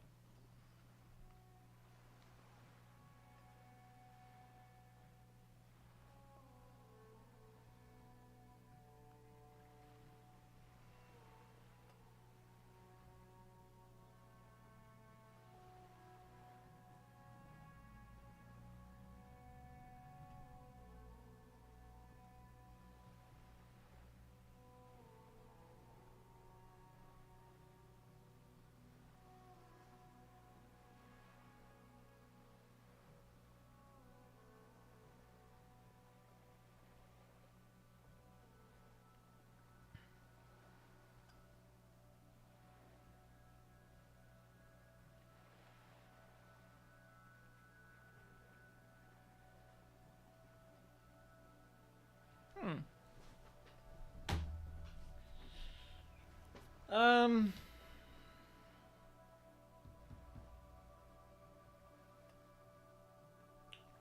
Okay, give me a moment. I'm gonna set this up.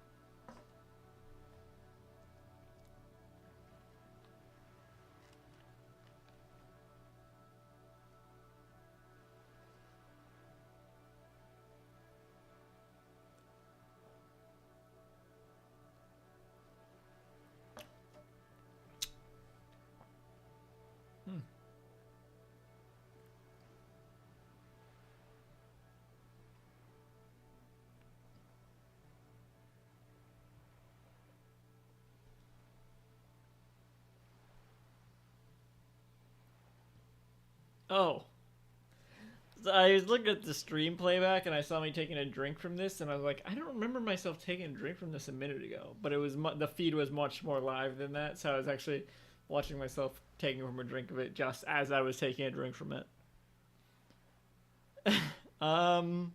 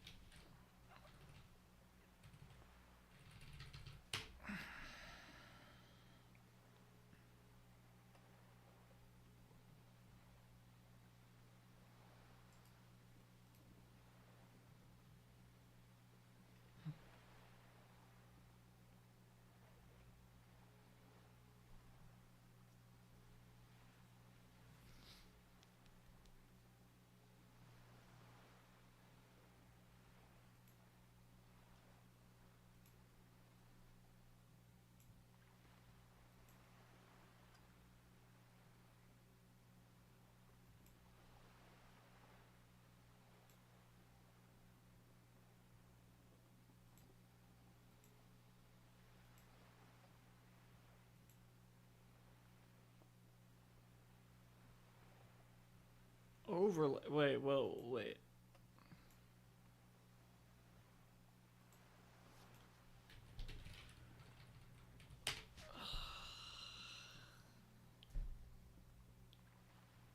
Overlay.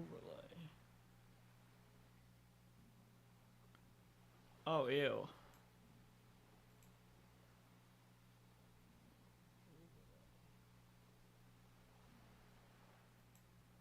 Oh, ew. Nope. My bad. how is this visible? Where is this visible? I'm trying to figure this out.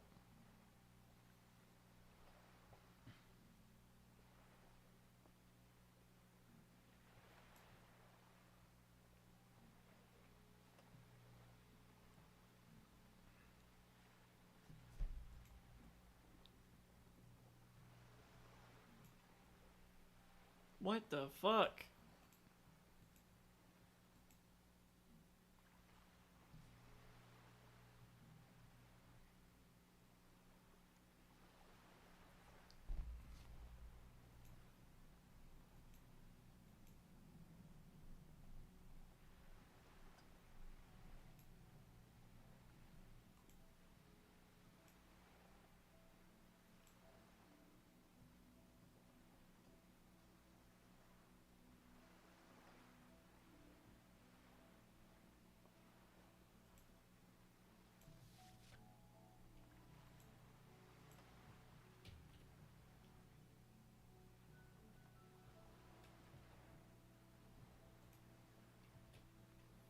It's not giving me a key, it's just blank.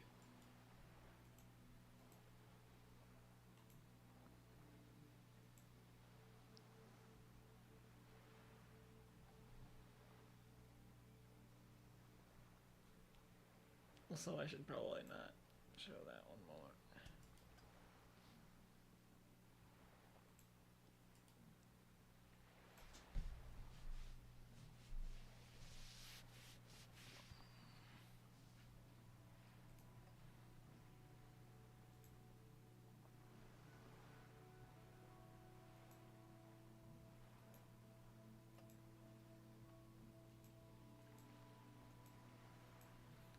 So it's only it can only be an overlay. I don't know what that means.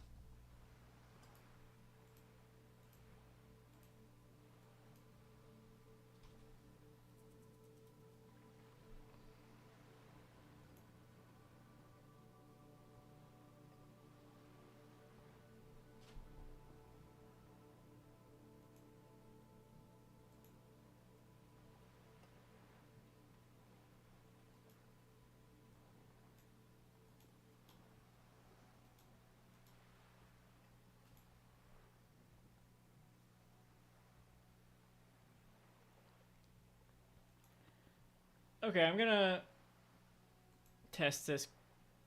No, I can't yet. Wait. I need the tokens still. How the fuck do I do this?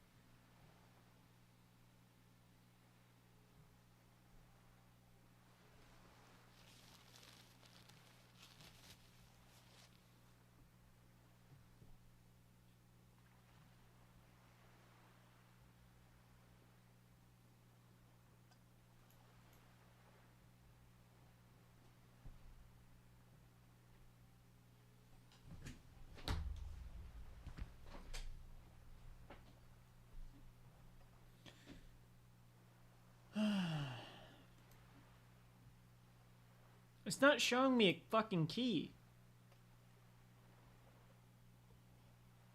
January 26th, someone said, oh.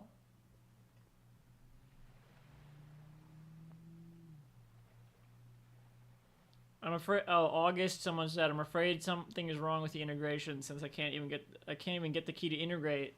I can't even get the key to integrate it. Anyone else get the same issue and maybe even solution? I also tried but don't get a key. I even write on an email address. See it on the Twitch integration, but I don't get an answer. On their own Discord channel, I try it also, but nobody seems to care. That's I call support. Friend can't get it to work either. It looks like it might be an X feature. It's definitely dead as far as I can see. Well, great. So much for that. Under new fucking management. Oh, yeah. What a waste of time that was. Okay.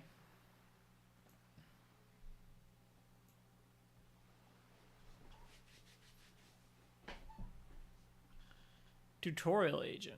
Wait, what?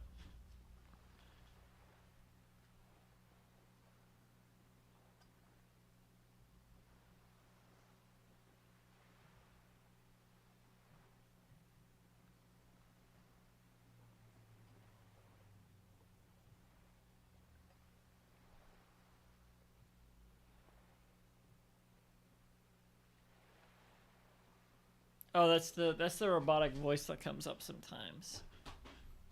I'm fine with that, I guess. I'm just looking for the video quality because I feel like it's not all the way up, but it looks like maybe it is. Environment effects, high. Anti-aliasing. I don't know what that means. Dynamic shadows on. Shader quality, brilliant. Gamma correction. I feel like the character models usually come in a larger detail than I'm seeing them.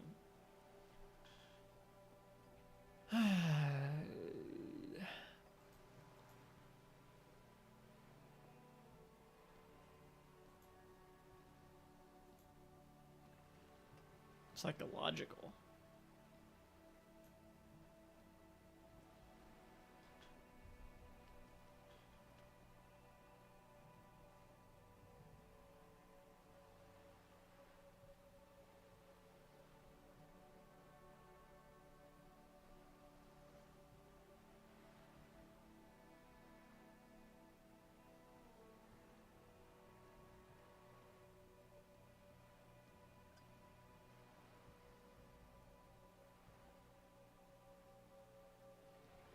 I see. Those are referring to... These other two modes are referring to the narrator voices. Sort of, you know, the narrator and the...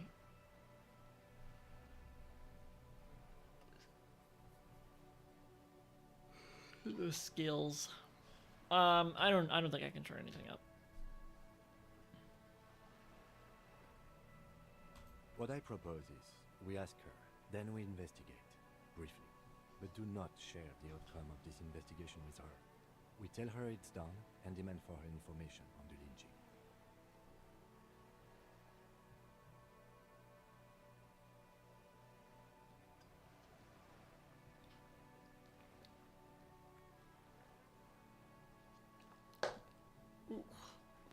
Oh.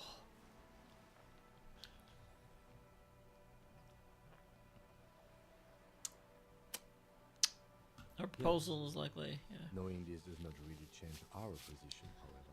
Part of our design, yeah. Well, I got extra XP for it, so... I'm sorry for putting us in this situation. I'll handle it. I'm sure you will, Detective. Let's get back to her, then. Yes?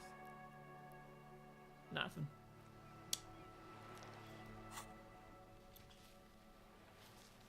What tool? I'm sorry. What do I have? Oh. Yes, I should upgrade authority, but I will hold off on that for the moment.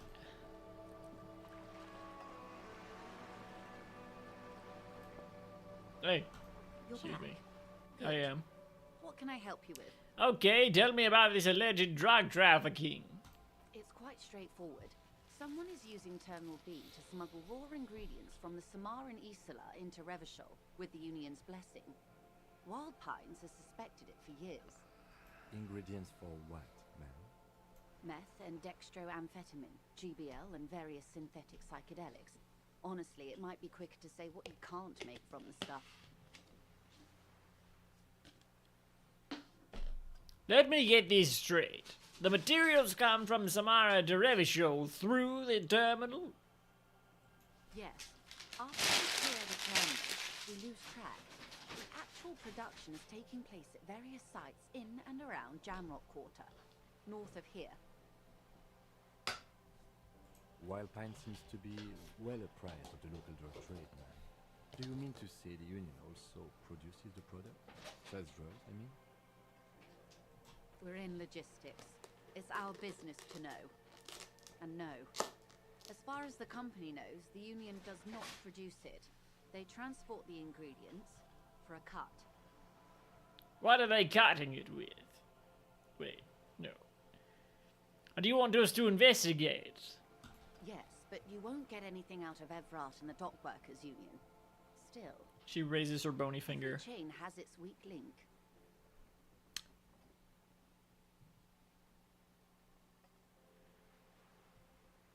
That really talkative person. The handoff.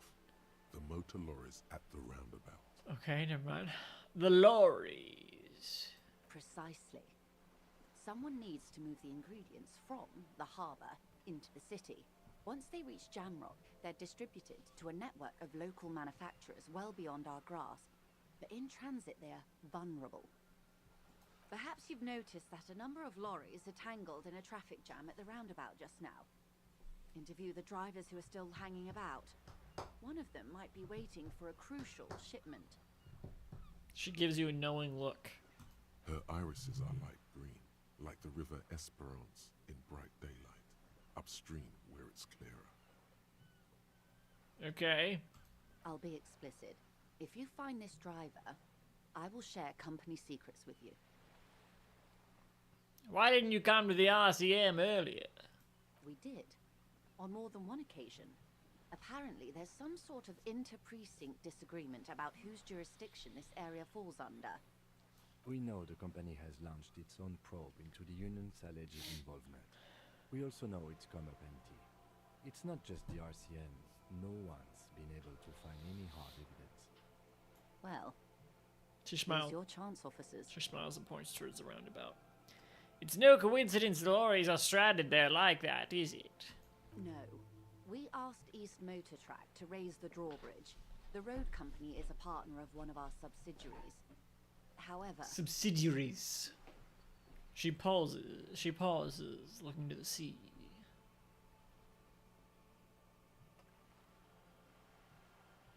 this is a limited time opportunity. Once the complaint has been processed by the Trade Committee, they'll have no choice but to lower the drawbridge, and the operation will continue. She looks north. Thousands of litres of raw ingredients will pour onto the streets of Revachol. Not the east across the river, but the west. The vulnerable, the weary. Well, at least this solves one mystery. What was that? Oh, what caused the...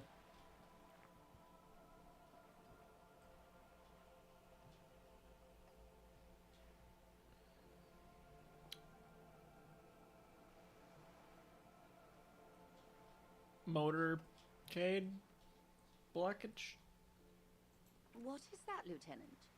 Why I had to call East Motor Track and beg them to open a drawbridge for me. I'd wondered since I first drove in, on my motor carriage. I am sorry for the inconvenience, Lieutenant Kisaragi, but we need them trapped here. This is a unique opportunity. I'm sure you understand. What proof do you have that the Union is involved? How do you think they're financing this strike? There are thousands of unpaid dock workers going strong for the 4th month straight. How many hours have we been at in this conversation, in this dialogue tree? There was a shakedown of local businesses preceding the strike. Many were squeezed to bankruptcy to fund it. With all due respect to these desert cacti, the contents of a few cash registers cannot provide for 2,000 Almost two, men. I think. The local businesses can scarcely provide for themselves. So you think the strike is being funded with the source ingredients for drugs? Drugs. Precisely. Smuggled out of that very gate at night, most likely, then loaded onto lorries and Drugs? driven to Jamrock. You simply need to find one driver who will open up to you. It sounds like she tried looking into it. I think I know who. Though she's clearly not the type your typical lorry man would confide in. We already have some suspicions that one of the drivers was present at the lynching. Do we? The two might even be connected. Or not. Though, if you have evidence to the contrary, I'm eager to hear it. As eager as I am to share it, Lieutenant, once the job is done. Okay, I made up my mind about the smuggling investigation. Yes? We will take this case, probe the drivers, see what it yields. There's no way we can take this case. Oh, well, we already talked to Kim about it, so. Excellent. According to my reports, there are at least 3 lorry drivers lingering near the roundabout. Hopefully one of them will know something. She takes a long sip of tea. I guess we've only talked to one of them, so I don't know. It may come to nothing, or it may just blow the case wide open. I can keep the drawbridge up for a few more days at least. You should have the time you need. That was, that one did have, like, an extra thing to challenge them on, though, with a skill. In the meantime, Roll. let me know if there's any other way I may be of assistance. I can't remember if we passed it or not. Do you know something about these tattoos? Show her the photo. What photo? What? Oh, of the victim. That's the man who was Elysium. killed. She almost takes the I'm afraid photo, This is a discussion for once we've cleared the lynching question. but then stops. So you know something about the tattoos? Better not tie the fourth day to the bat's day on this. I hope there is something else I can help you with. She wants to answer the question. Protocol keeps her from it. That's the man who was killed. Why? I'm How afraid is you this a looking at the discussion photo for tied once to the we've cleared lynching? Better not tie the fourth day. Oh, fine. She wants to answer You the seem question. smart. I need someone to give me a lowdown on this reality we're in. This reality. She pulls her hood closer around her neck. It's related to that medical episode. I have trouble remembering even the most basic terms of reality. No time to explain, just give me the lowdown. Actually, that was not a good time for a reality lowdown. Maybe later. It's not, but let's go with number 2. No, but please. A little context. We're not in such a hurry. Yes, we are. Let's go. Come on. Find one. Ah, yes. The episode. Sounds like an acute case of encephalopathy now that I think of it.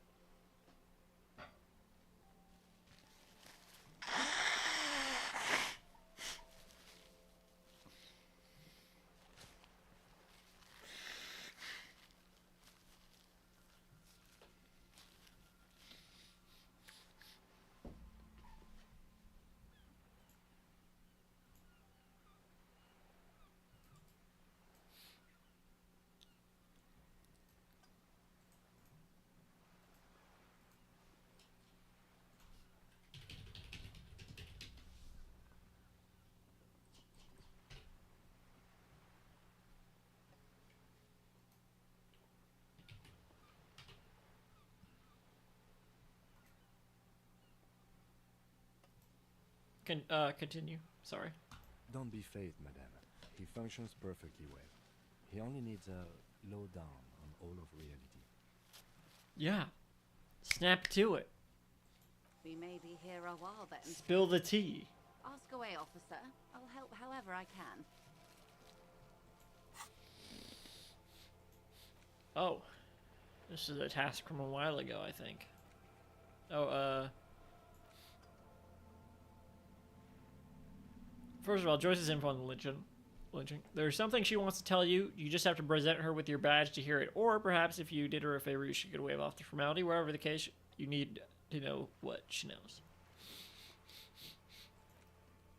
Someone's using Terminal B to smuggle raw ingredients of drugs into Revachol. Joyce said there are 3 drivers at the intersection. Talk to them. One of them must know something about the drug trade. Interrogate the drivers around smuggling.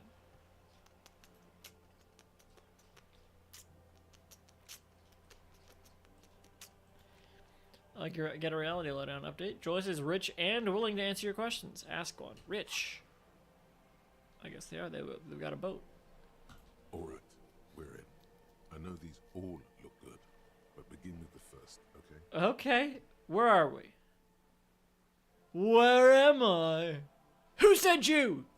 We're in Martinez, baby. Yeah, baby. Baby. A casual term of endearment popular among the 50-plus crowd. It's a disco holdover, pay it no heed. Holdover. That's interesting.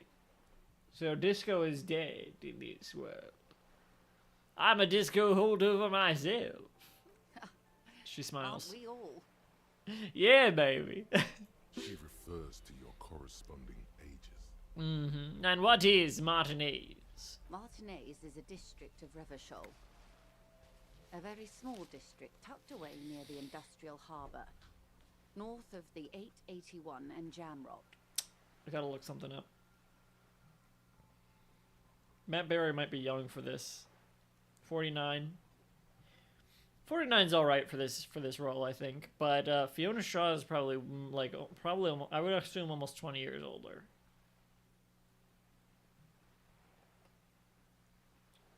$65. So like 16 years older. So that's pretty close. To 20, I mean.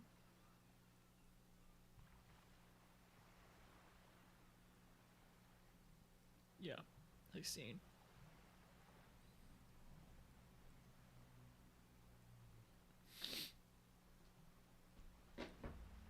But it could work. Put some extra gray in the beard, and I mean the character's supposed to look extra disheveled. So if if they added some like extra dishevelment, that could age Matt Murray up a bit.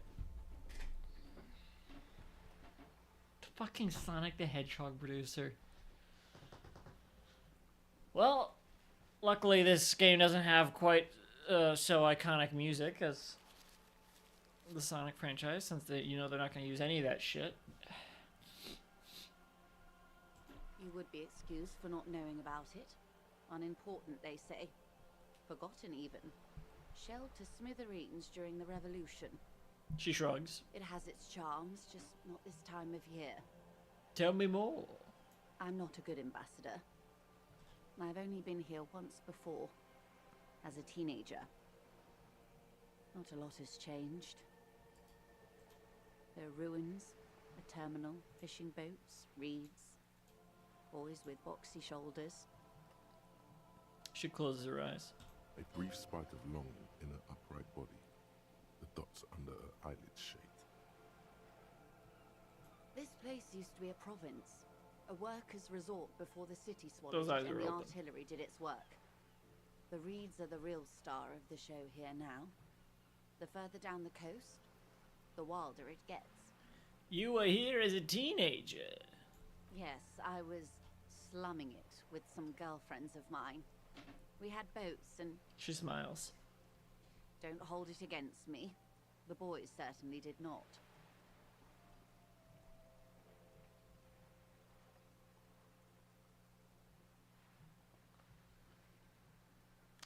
You've said this already.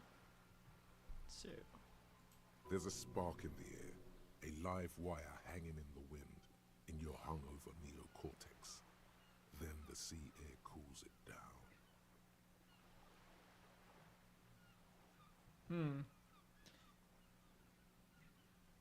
You mentioned a sea. What sea is this? It's not really a sea, it's the Bay of Revachol. And the bay feeds into the ocean. Are we near the ocean? Yes. We're on an island in an ocean. The world's largest body of water. The Insulindic. What the fuck is this alternate history? Known to the early Revacholians as Les Immensités Bleues, the blue immensities. Vast, lukewarm and unknowable, flowing in and out of sight. What's the name of this island?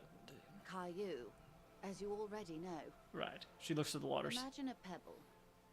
A smoothed over pebble amidst a great blue sea. Misshapen, cracked. The cracks are the river Esperance.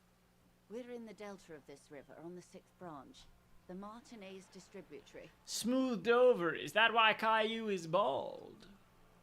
It is clear this pebble is of enormous value to her, and to humanity at large. Okay, that's Martinez. What's Revachol? Revachol? Revachol is what you call a city. What kind of city is Revachol? Why didn't we ask the nice cryptozoologist spouse? The great kind. As if it's self-explanatory, beyond patriotism. What makes Revachol so great? And how can we make Revachol great again? History detective. They built this city to resolve history. Our part in it, at least. Our centuries. Okay, who built this city? The nations of the Occident, or migrant workers from Seminine and Ile Marat, depending on your creed. So, would you say they built this city occidentally?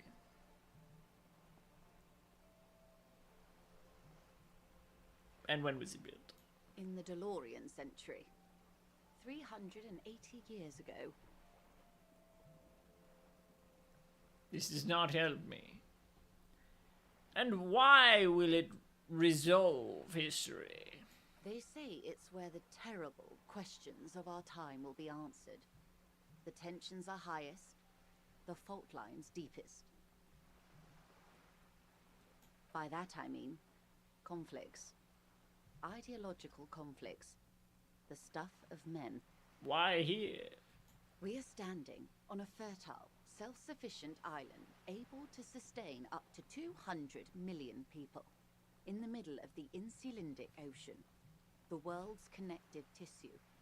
She That's smiles. where the money is.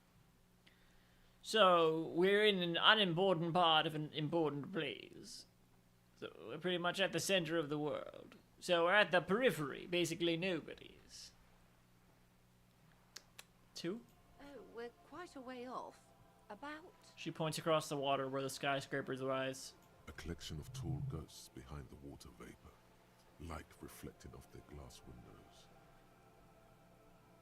Ah, 22 kilometers from the center of the world. That soldering iron is the bank of the world building. The bottom floors are Insiacom. Coalition government, Insulindian Mission Command. I don't suppose we'll be going there.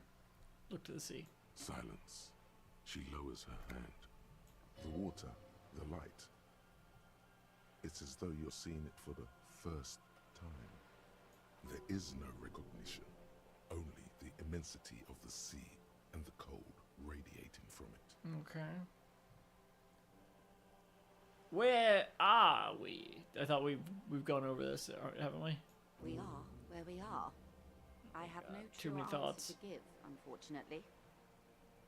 She watches you closely as you scan the horizon. This is one thought you need to complete. Where are you? Okay, well, I need to do the fucking other skill thing Was first. there something else you wanted to know? I remember something Authority. about a lowdown. This has been informative. Thank you, ma'am. I'm sure my memory-impaired partner has many more questions to ask, about even more fundamental aspects of reality. He turns to you. Might I suggest not asking them all right now? Madame Messier will be here later too, and tomorrow. Isn't that true, ma'am? Absolutely. My commitment here is long-term. But I want to know everything now. But I won't I be lazy if I don't do it all now? You're right, Lieutenant. I'll continue later. 3. Oh, of course not. You are already diligent for getting this far, and diligent boys remember where they left off. Oh, I am a diligent boy. He shakes his head. Indeed. I'm always at your service. Well, I should try the dice roll ones at least. Right? Well, actually, I guess it doesn't matter.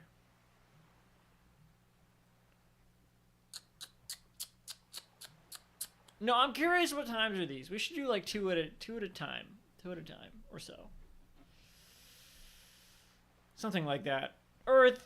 No, I'm gonna do the first 3. And then next time I talk to them, I'll do the next 2 or something.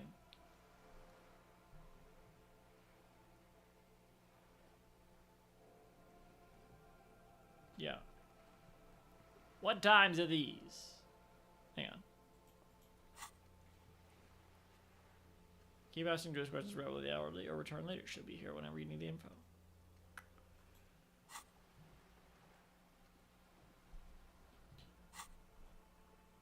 These are unimportant times, Detective. You and I were born after the dust had settled. 1,000th of a second too late.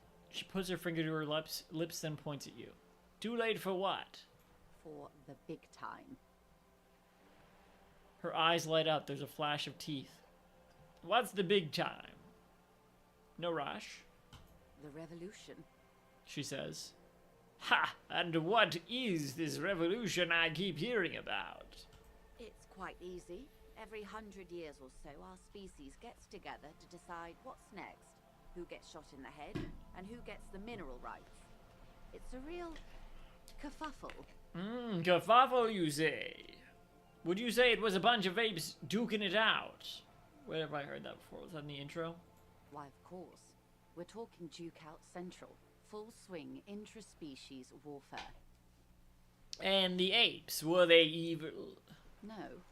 I would say the apes were neutral. She looks at you, her gaze sharp. Why this person's like weirdly understood? I feel like the game is pointing me towards a connection with this particular character. And they seem to understand me better than most of the other characters as well. Me meaning Harry. They seem to understand Harry better. Their eccentricities. Like, what the fuck are you talking about, apes, Harry? But they're like, yes.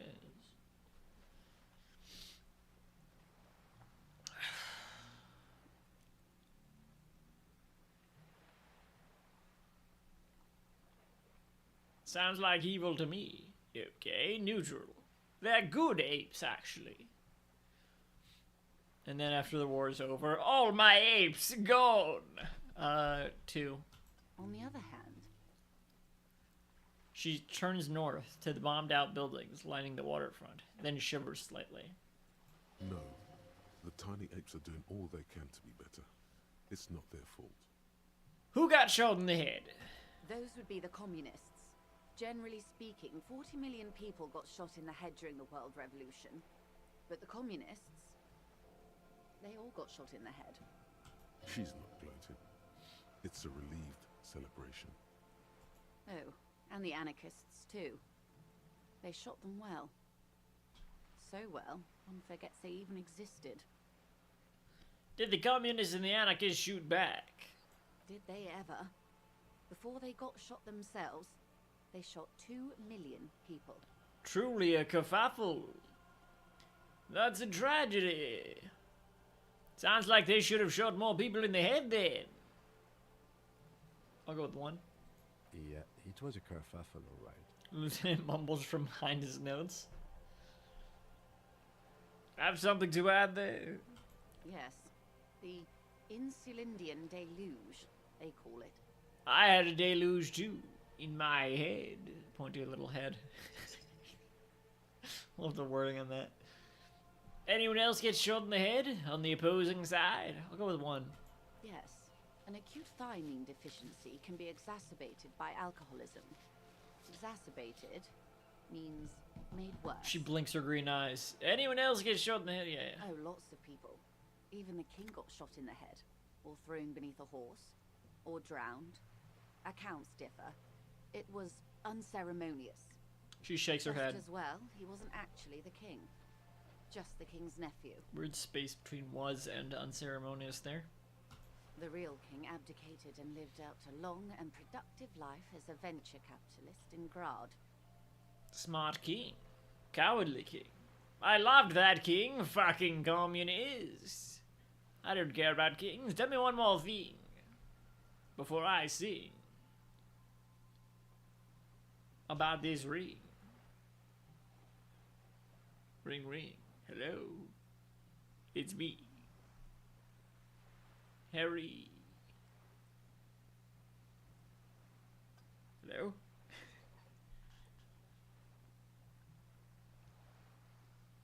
Two. I prefer the term risk-averse. King Guillaume was nobody's fool. King He Julian. was disaster brewing. So I he like lost to his life, move and in his nephew Fricelle got shot in his place. I see. Him and tens of thousands of his wonderfully fascist kingsmen. It was a wild time. Was Fricelle the one with the statue in the town square? Who got the mineral rights? The liberals got the mineral rights. And by mineral rights, I mean everything. Ah, the mineral liberals. I'm the mineral liberal operator. Okay, and my liberals, you mean? Jesus, Marie, they're liberals. Liberals are usually middle-class people, Detective. Or the remaining gentry. The beneficiaries of the pre-revolutionary arrangement. Some were rich enough to stay with the Constitution, with monarchy. Big mistake. Others bet on the revolution. They were called the ultras, or ultra-liberals. They fared well. How did the liberals win it all? They didn't win so much as survive. We were the last ones standing when the war ended. Everyone else got shot in the head, remember? She's one of them. Of course. You're one of them. If everyone got shot, who is there to surrender to? To foreign intervention. The coalition. Those people really took the mineral rights. Wait, you just said the liberals. Oh, they took everything. The liberals took everything that wasn't nailed to the ground. The coalition took the ground. She stomps The her. ocean, the laws, and the people. She stomps her rubber-booted foot. This is fucking way too much for me to understand. Who are the coalition? But it's still more clear than Dune. I'll say that. Yeah, I haven't. I've been lucky enough to find enough health and morale points that I haven't died or anything yet. I'm on day 2. Maybe I haven't gotten anything really dangerous yet, or I've just been careful. But I haven't. I mean, this is my first time exploring this part. I really haven't. I don't know how big the map is in total, but like, I feel like I haven't gone that far out because I've tried to expend is that the right word for this? Every dialogue option that I can or feel like I should. So I spent more time doing that than really. There's like a shop near the whirling rags that I still haven't even gone in. Oh, for sure. I have no idea what they're talking about right now.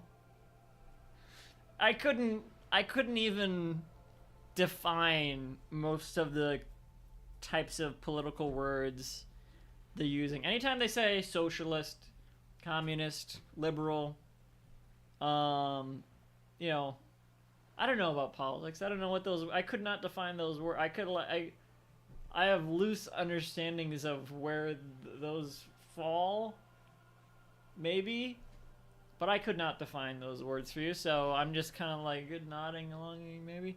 But as I said, I mean, the denseness of this world building sort of reminds me of Dune. It's not really similar to Dune probably, but just as someone who hasn't read a lot of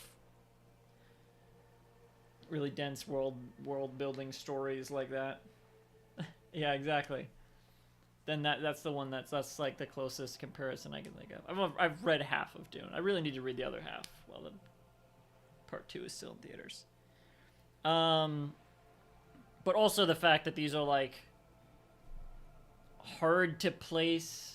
The worlds are hard to really like place, but they're clearly rooted in our societies. This more so than Dune, but Dune references like earthly religions and stuff like that, and other Earth customs. This is probably on Earth, whereas Dune is not. But like, I don't know, that's another sort of similarity with their world building. Who are the Coalition? The Coalition of Nations. Grad, Mesk, Vesper, Messina, Oranje, and Sur-la-Clay. The armed center of the world. They landed here and ended the revolution. Wait, there's 5. It was the moralist thing to do. There is bitterness in her voice, tempered with understanding. She is critical, but ultimately understands the cause. Moralist. The moralists believe in keeping everything exactly the way it is. They believe in mineral rights and not shooting people in the head. Right. Yeah, I don't know what mineral rights means. At least not in the same manner and What volume minerals? as the others do. They are the long-standing provisional rulers of Revachol now. Spice? The coalition government. This is their zone of control. Oh. They embolden the RCM with crumbs of the same law they took.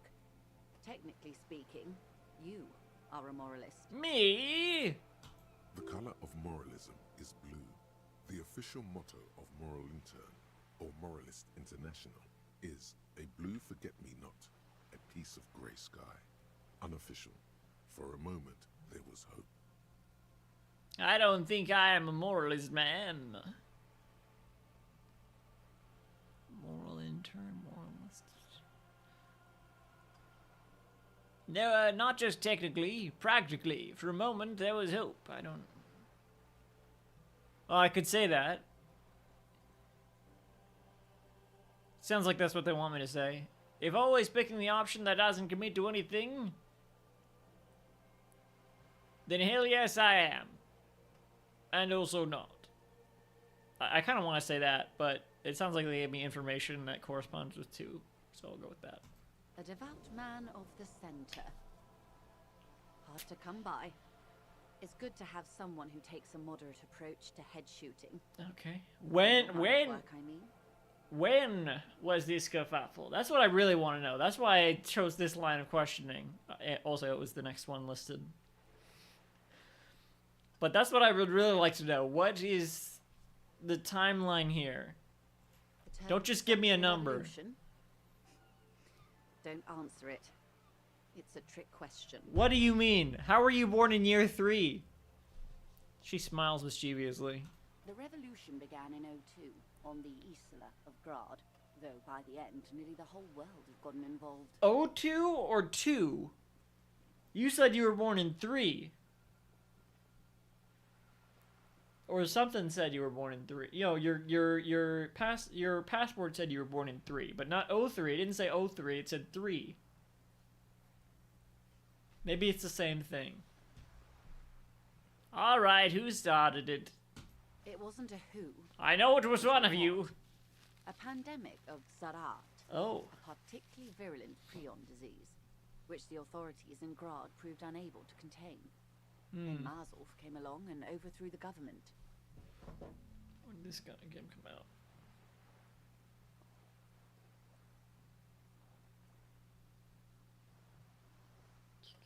...2019. Wow.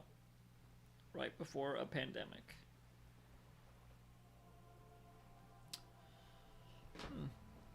When did the Zarath do? What did they do? It made people overthrow their governments. Wow, really? Of course not. It was a highly infectious microorganism that destroyed brain tissue. The actual causes of the revolution were material. The pandemic only provided the spark.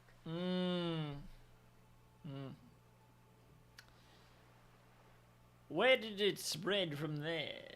From Revachol and Grad? Not far. The world managed to cauterize itself. Marzolf's government was overthrown in '08, and the coalition crushed the Revachol commune 2 years later. It was the end. Well, this does give us at least a little bit of a timeline, because we know it's 51, or even if the calendar's out of date, it would be around 51. I think that was the year, 51. So this stuff happened like half a century ago. What game next? Why? You and I, officer. Our lives in the zone of control. She spreads her arms, raincoat flapping in the wind. Yeah, but you were born in 3, right? So that must mean 03. Something tells you her life and yours are not that similar. Maybe it's because she has a boat and you have that necktie, a pair of pants. Oh, I can change. Let me just... I can change, I swear.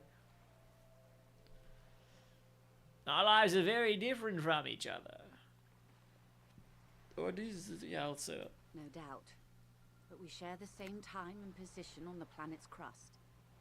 That counts for more than you think.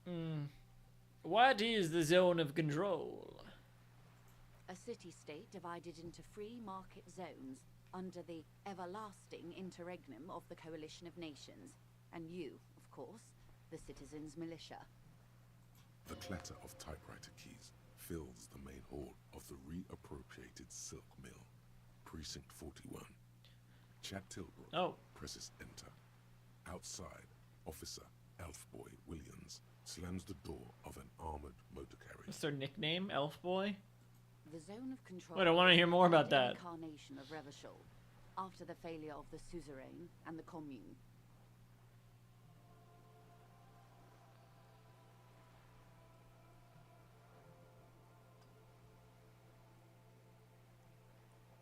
Why did they...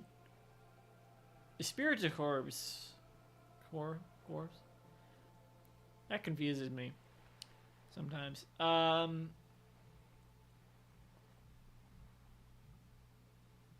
Okay.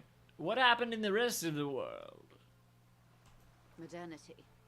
They developed the marvels of the inter-eastlery communication. Telematic milieus, radiation, colored plastics. Meanwhile, in Revachol West, So... the aftermath continues for the 5th decade. That's interesting. Last week, when we came across the coin-operated viewer, I was trying to find out when that was invented in real life, because as a sort of source of reference for where, like, okay, whenever this was invented is sort of a source of reference for, like, our timeline was still on track at that point. Like, assuming this is an alternate history of some sort. Coin-operated viewers, since they exist here, would have had to have been invented already before this timeline diverted into the world that this story takes place. But it doesn't sound like that's the case, because things like radiation and colored plastics were invented after stuff that didn't happen in our reality anyway. So maybe that was the same thing for coin-operated viewers. Also, I still could not find any information on that. So, yeah, I didn't really look very thoroughly. The history of coin-operated viewers is a mysterious one in real life. There's no history of it in this. Although I'd be interested to know, I guess.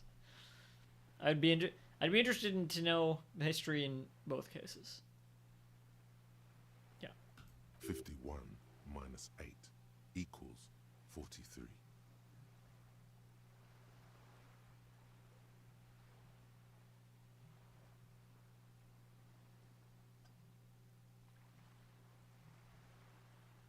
What?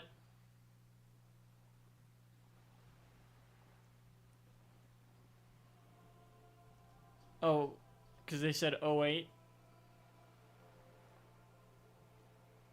Overthrown in 08. But there's, no, 10. Right? Whatever. Wait, you're saying it's been like this for 43 years. Time flies. Been like what?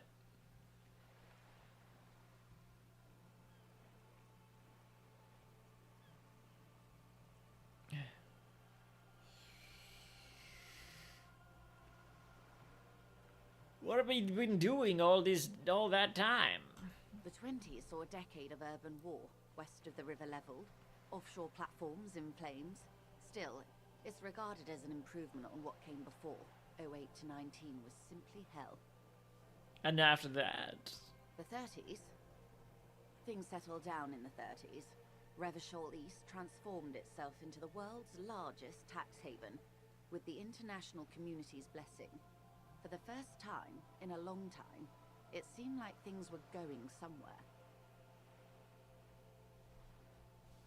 I wish I had gotten some sort of idea of the timeline here before I was hearing like references for years before, because I was like, oh, it's 50, it's 30. Wait, was it? Or wait, you what?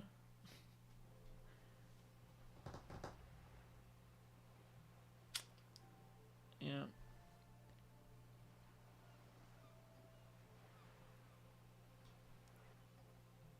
I mean, it's interesting. Disco is already sort of dead here in 51 in their timeline. And I'm assuming it's not even like it's not even like 2003, 2008 they're talking about. They're talking about 2001. They're talking about 01, 03, 08. Which is to say, probably just 1, 3, 8, because they said they were born in year 3. So I'm assuming there's no numbers before that. When it says 08, they're just talking about 8. But that's weird to say it that way, though. Especially, they're putting commas before, or apostrophes before 19 and 51, too, so... I don't know what to think. I don't think it's like 2000 though, or 19. I think it's just... Why would their passport just say 3?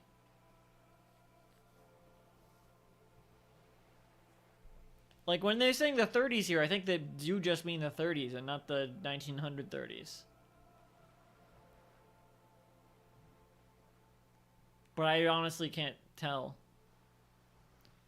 First time in a long time, it seemed like they were going somewhere. Were they? No. Oh. It was a market mirage fueled by cocaine and quantitative easing.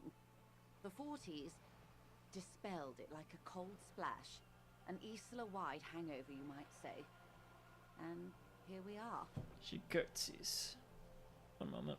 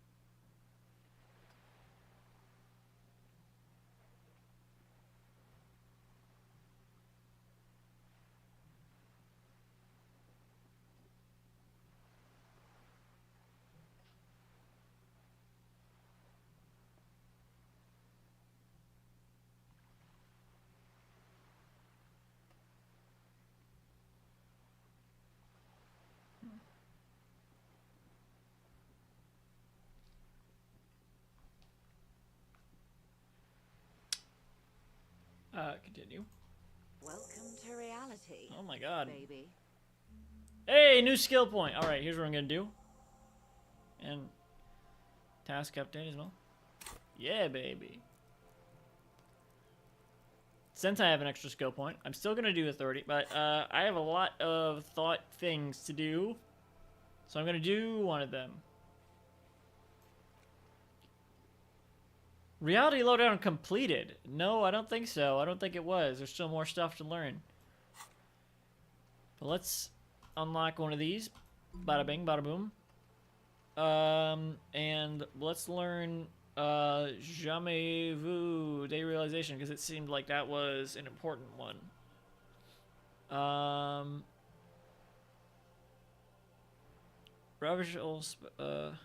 Revachol Special Administration Region Lekayu, the Insulated Ocean Coalition Government, Insulating Mission Command. Wait.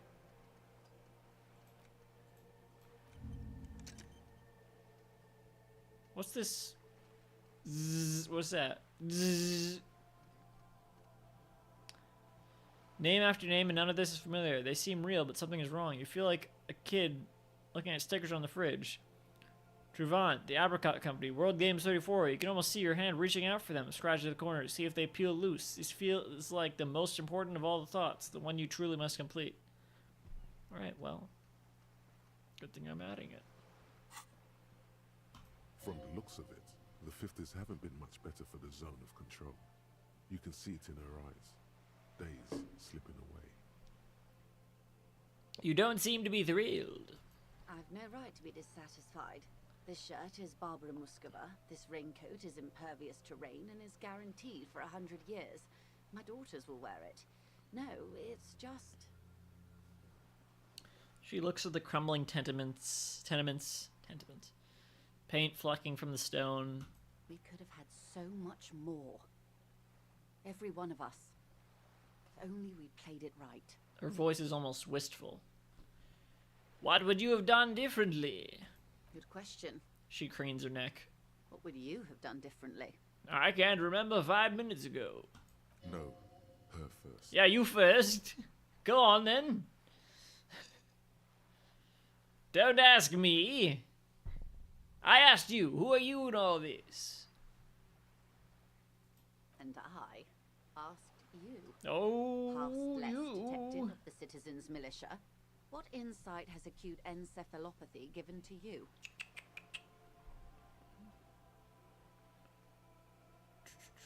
I would have sought a medical solution. Sounds like Satarath drove those people mad. I would have killed more. 400 million, if that's what it took. I would have made off with the mineral rights. I don't know what I would have done differently. So, there.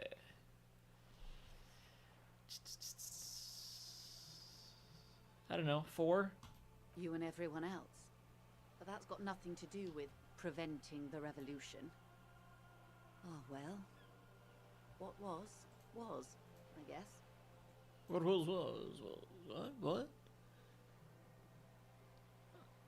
Hang on. You tell me. No, her first. 2? So a quarter of humanity simply She lost their calculates. minds. And how would you stop a prion, a complex folding protein, unlife, with a technology 50 years ago? With some hygiene, motor social care, and perhaps a little research program. Liquidate the rabid, brown-invested dogs who want to kill everyone with cleansing artillery fire.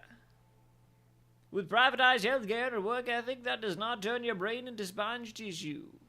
Okay, maybe it's impossible. What happened had to happen, and always will. I don't know, 1? Good hygiene. Really. A very moderate solution to an extreme problem. It's those sort of half measures that doomed the authorities in Grad.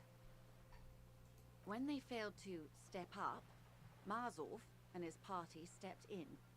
In this particular case, maybe a more robust state response might have been appropriate.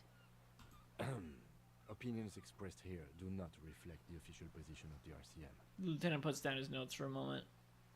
I'm just trying to fucking find out shit, Kim. And what is your official position, Lieutenant? She turns to him. My position, ma'am? My parents got ripped to shreds in the revolution. I would have gone the same way. I was saved by being 2 years old. That's my position. The abattoir. Understandable. She nods. I don't know if there's anything else for me to get out of that. I think it was just a healed morale point. That's enough about the times. They are what they are. Who knows? An afterbloom may yet come. Anyway, enough sentimentality. Is there anything else you want to know? Not so fast. Who is she in all this? Ask her who she is. She owes you an answer.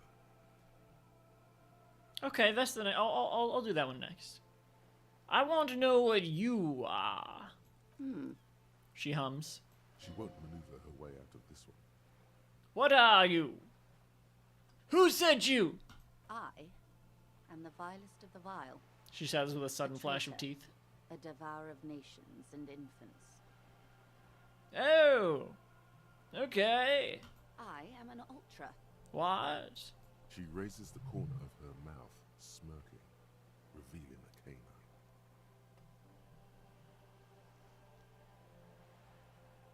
Like me. Wait, what's an ultra? Dios mio! A liberal! Cool, I liberate pretty hard myself. Wait, no, it was more like this. Instead of whatever. What is an ultra?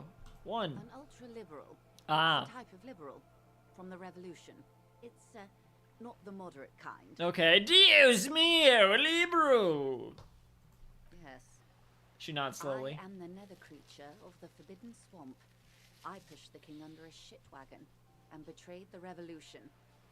My kind surrendered the nation to financial colonists. I can see you thought our kind were all extinct. After all, no sane person identifies as this anymore. Not in broad daylight. She looks into your eye. I can see we're not so different, you know. Tell me, now that I've uncoiled myself, do you find me frightening? No. In her green eyes, you see a mixture of truth and self-satire. Decades Well, of obviously. guilt and pride. Forgive her, but only because you like pearlescent teeth and those light green eyes. It's interesting that there's something going on here, but... You're a monster! I forgive you. I forgive you, but only because you're charming. Sure, 3. A devil, who being of great charm and Why is it guile spelled that way? sneaketh into the homes of the godly. She pronounces? Beneath her waterproof raincoat and silk shirt Ah! is a body imbibed in numb 12 perfume. You are suddenly and intimately aware of it. Vile devil! Shake your head slowly. Wanna fuck? I'm not saying that. I don't know if they want me to say that. I can't tell if that's... It says intimately. I'm just gonna say 1. I hope we're able to continue as friends, despite my scaly bulk and my intimidating liberal credentials. This was not the plan. I mean, all Kim's along. right here. When the dust settled, the liberals were the only ones left to clean up the mess. By virtue of their survival, they were handed enormous power to shape the future. I mean, maybe something would have come out of that other than... This was all our last generation managed. She turns her gaze to the Delta. Would you have done something differently? With due respect to our overlords, the eternal caretaker government that keeps Martinez a monument to the efficacy of its artillery, I would not have relinquished sovereignty to the coalition. Not here in Martinez, and not in the Stella Maris or Delta Beachheads either. If not for my own sake. She realizes her small, cold fists are clenched. She loosens them. then for my daughters. We had an obligation to defend our sovereignty. We should have burned the whole Isola down rather than let them have it. Dark orange flames reflect in her like the audio green cut off there. eyes. An oil fire on the ocean. You're a smart woman. You're a patriot. You have daughters. Oh. One. Perhaps Her earrings chime as she nods. my intellectual vanity will be my undoing. You're no dummy yourself. So am I. No, or intellectual vanity would be my undoing.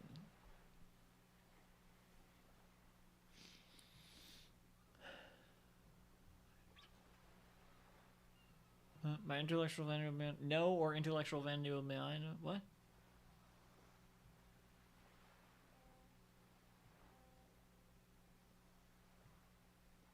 One? A smart boy getting smarter. One basic One basic term of Oh. reality at a time. You're a patriot. Wait, let me try the other one because I don't know if You're that no was. dumb. And the crown on your head as you lay in the casket. Oh. Oh, you're no different. No, or intellectual vanity will be my undoing. In the corner of your head. Okay, whatever. You're a patriot. Yes, I suppose I am. But I wouldn't be a patriot anywhere but here. Seditious talk, man. The lieutenant puts down his notes and gives her a look. You have daughters. Yes. Whatever else I am, I'm also a mother and a wife. She closes her eyes and opens them We again. return to reality. Hang on, I want to ask if they want to. She won't maneuver her way out of this one. I Nothing.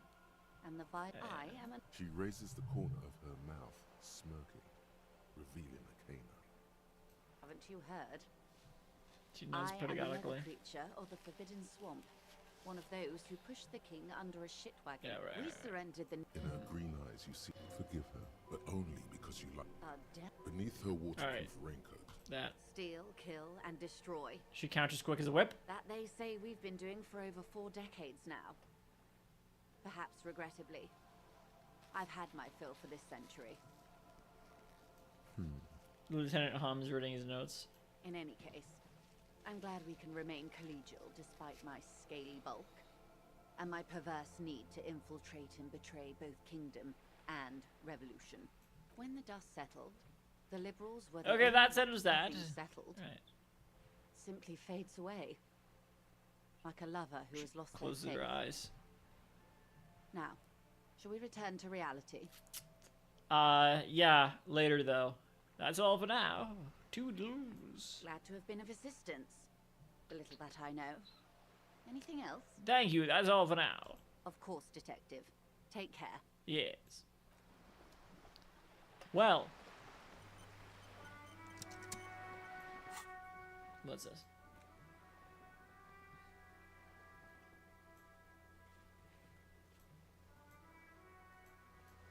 Can I look at the...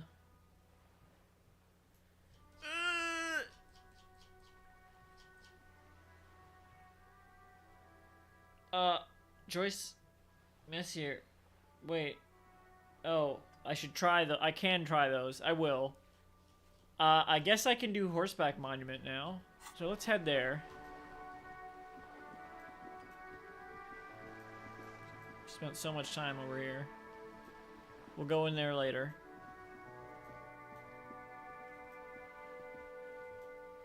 Hop, hop, hop, hop, hop, hop, hop, hop.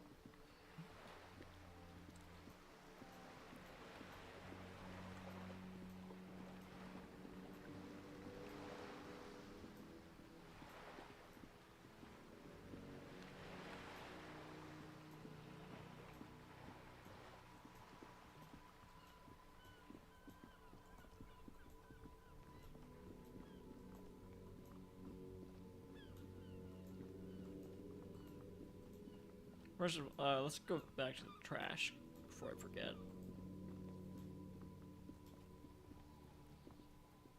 the trash container stand. The smell of rotten food rises to greet you. You see soggy cartons, dirty rags, and organic waste. The container sounds a muffled gong. Put I want to make sure I'm wearing gloves.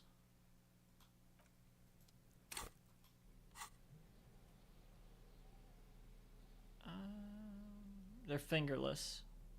Let's switch them out. And, you know, drop this. Drop these for a minute. Just The fuck trash it. containers. The smell of rotten food rises to greet you. You see soggy cartons, Oh, right, I dirty need to rags, and organic waste. turn down the heat after this. You see, you've done this before. The movement? No. Searching for evidence in a box falls into pieces in your hands. You see, you've done this before. No. A box falls into pieces. Not much to see here anymore. There's nothing more of interest in this sludge of peels and meat. Isn't there? You see, you've done this before. No. A box falls into the container sounds a muffled gong.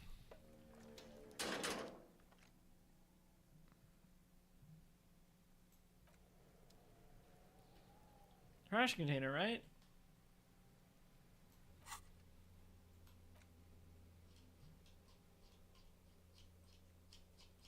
Yeah, trash container.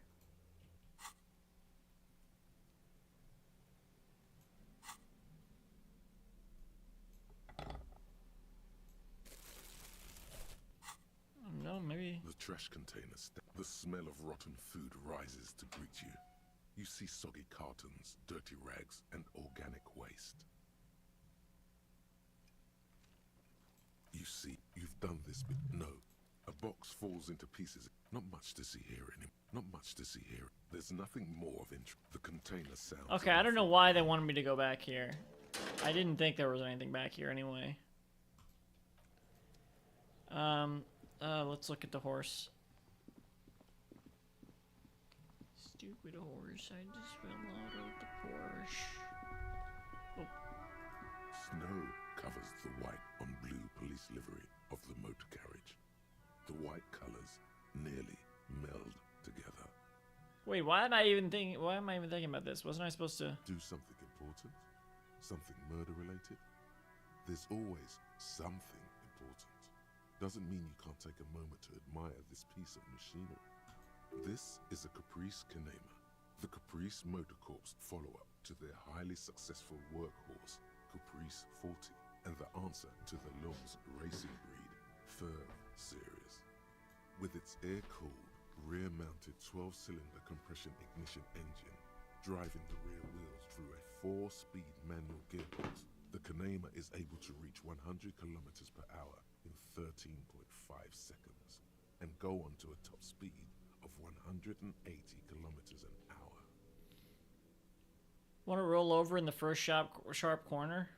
The high center of balance is offset by a large battery bank mounted at the bottom of the cabin, feeding all the auxiliary systems and making the Canema effectively a mobile power plant.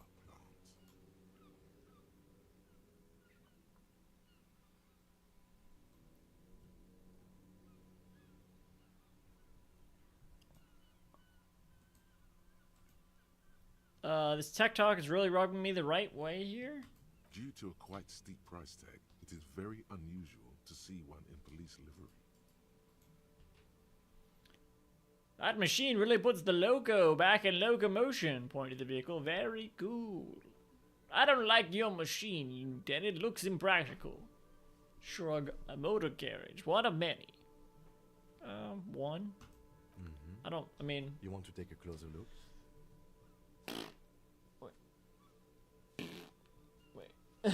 Wait. Boop, boop, boop. There you go. What's it backing there? Point to the engine. Fine machine. Run your hand over the smooth metal surface. Okay, let's move. 130. I reckon that's a 7-liter V12 there. That's what? 7-liter V12. Whew, Mama's serving some serious macaroni.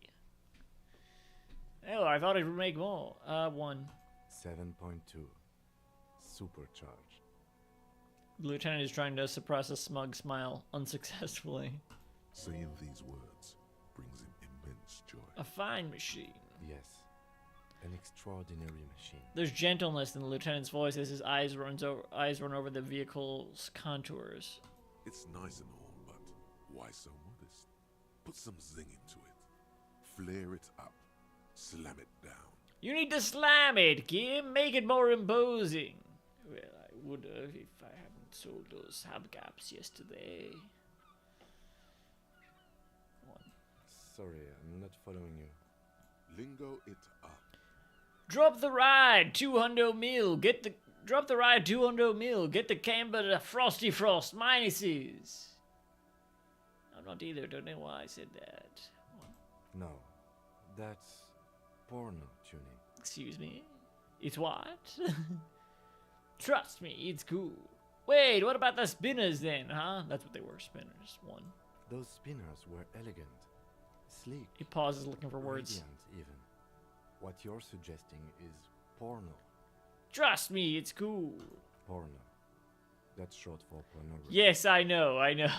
The sole purpose of pornography is to stimulate one's visual sense to evoke sexual arousal.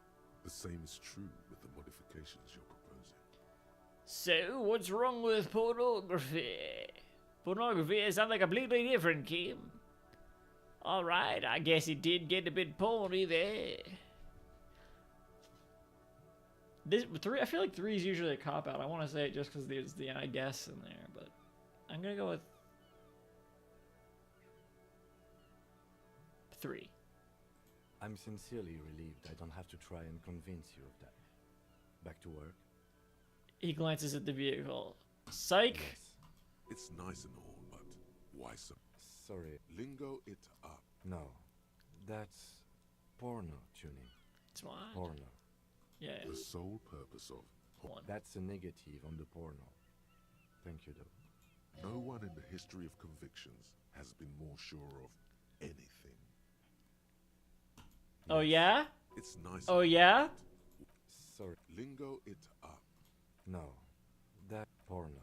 The sole purpose of 2. pornography. That's a negative on the... No one in the history. All right, of wait. It's nice and Alright. all, but why so much? Sorry. Lingo it up. 2. Well... Fine, Maybe- 3. Okay, let's move. Well, why the did I do that wrong? I don't understand what the point of that exchange was. I must have done. There must have been something else to that that I didn't understand. That I missed. Missed. Maybe I should ask Missed. Since they've beaten the game. Change those gloves, pal.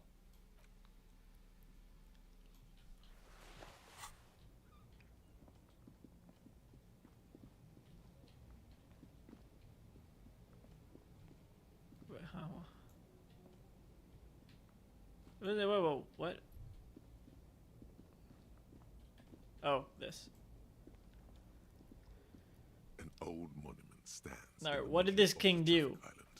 Pointing even by the standards of the Philippian kings, old sumptuous Philip was known for his profligacy. In what way?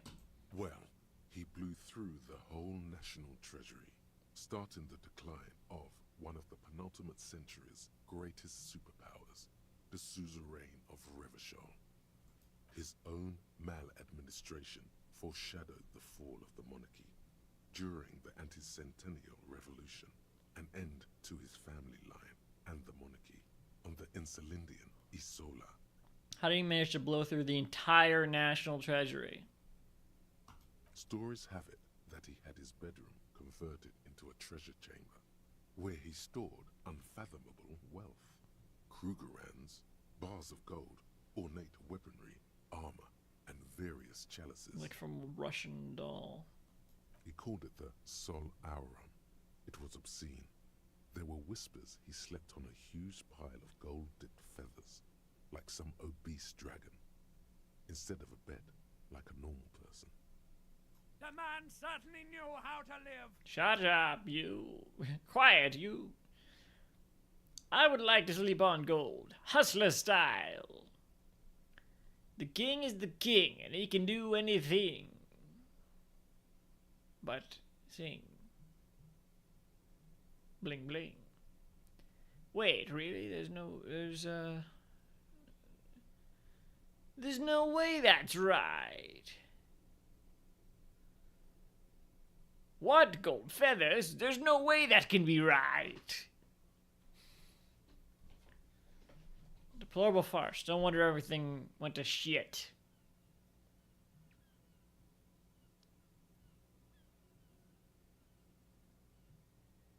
Three. But wait, you haven't even heard about his fabled cocaine addiction. The what now? You see, old Philippe wasn't just good at squandering the national treasury on gold and ceremonial weaponry. He was also a prodigious snorter of nose candy. Not just any nose candy, though. We're talking Royal Philippian Blow, allegedly twice as potent as the stuff you find nowadays, and purple. Philippian cocaine was purple. Okay, what is nose candy? This is a lot to process. So he was addicted to nose candy, a bloated druggie. Okay, where is he buried now? 1. Cocaine. Okay. 2. His Majesty's courtiers said it helped him connect with the higher realms. And 3. That's what the revolutionaries said 150 years later. Right before they emptied out the royal mausoleum and dumped His Majesty's mortal remains in the Elysium Bay. Then why is there a statue to this person? Okay, where is he buried now? Beneath the cold waters of the Right, Elysium well, Bay, yeah, right. thrown there by the revolutionaries after they cleaned out the royal mausoleum. What happened to the statue? The original was blown apart by communards, then further damaged during the landing of the coalition's airships during the turn-of-the-century revolution, when Martinez was leveled. Most historians think the coalition's hasty landing may have ultimately saved the statue. If the communards had more time, they would have reduced it up to even finer pieces. Who restored the monument? Some years ago, a group of liberal, artistically inclined individuals, designers mostly, thought it would be ironic to restore the statue of the most wasteful ruler of Revachol in the poorest part of the city. The statue is supposed to capture the moment it was blown apart, like an instant frozen in time, a rare butterfly trapped in amber, floating on a sea of shit. That's brilliant. So funny and nihilistic. That's such a bad idea. I really don't get art. 1. People in Martinez tend to disagree, as do many I mean, I like that it's prominent captured. and thought leaders with more nuanced social awareness than the young ironists. I like that it's captured in, like, well, it's blowing apart. Philip III, the squanderer, however, with his bronze face up in the air, doesn't seem concerned about what the hoi polloi think of him in death. Something with great kinetic energy seems to have impacted the Kurak. Someone shot him in the heart. Right, no, The monument it's stands alright, high. leave.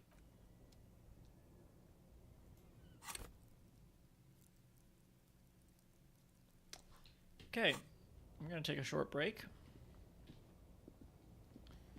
And when we come back, we're gonna talk to... We need to talk to some of the people on this over here. And maybe we need to go in the shop, and hopefully we can do all that later in the stream. But first, I'm gonna finish my questioning of the... Well, I'm gonna try again to use authority on Tony? Titus. So I gotta upgrade my authority, first of all. Bada boom. And we will talk to them again. Be right back. Or in a little bit. A few minutes. Sometime. Okay.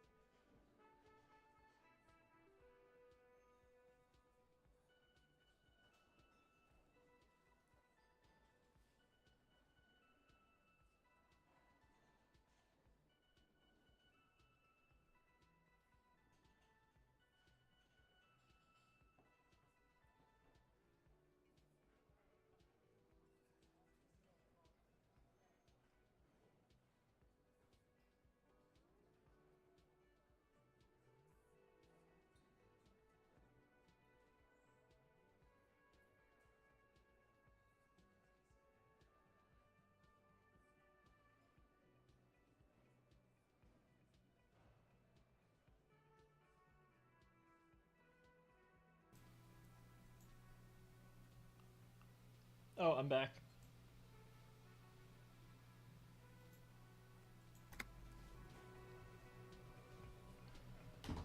Hello. Hello. Yes, I know. This is what I'm about to do, so. Upgraded my authority. Because anyone's tuning in. Upgraded my authority. And now we can, this is a big deal, I think. I forgot to turn on the heat. That's the whole reason I got up. One moment.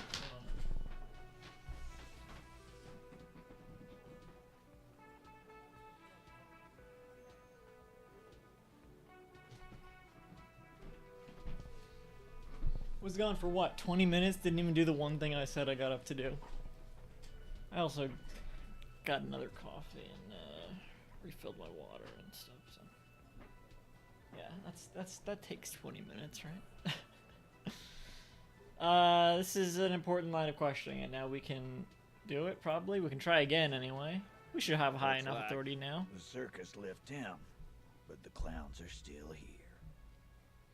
Titus does not look particularly happy to see you. Alright, establish authority. Wait.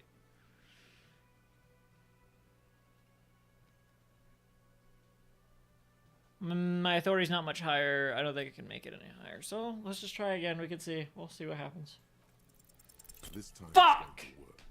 You already ruled out the first bad option that didn't. It's true.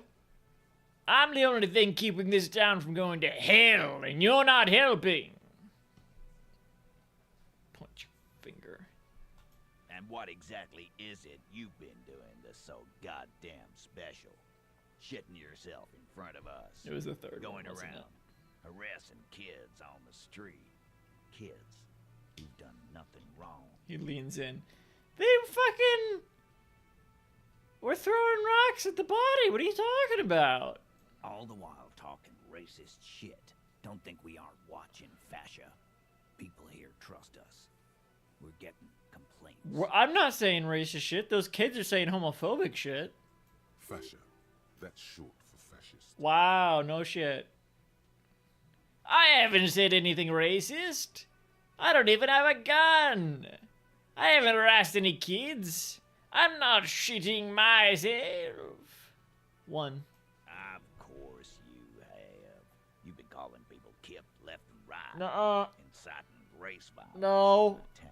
No, absolutely not. Holly said they've been trying to set up a race rally, whatever the What the fuck that What are you talking about? Trying to get the Kips out of Revachol before the economy goes to shit. No, absolutely not. That's a lie. There is no race rally. I'm not a racist. Just look at my partner. I'm not racist. All I care about is Revachol and its people. And if some foreigner thinks. One. Sure there is. Holly said they're bulk purchasing confetti. Ribbons too. And loudspeakers. Nope. He And shakes his head. fireworks. Carly works at the carnival shop, you see. Nah. Get the fuck out of here, you racist carny. Titus points at the door. No race rally in my town. You're right, because there is none. What happened? We got absolutely wiped.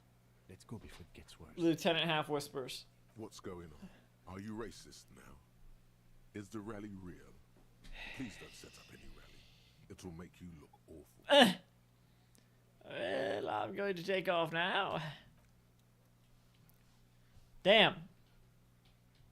Gotta raise that authority again, I guess. I know it can get us some extra experience points though. Speaking of racism, I keep getting healed morale, so I'm gonna keep that up for now.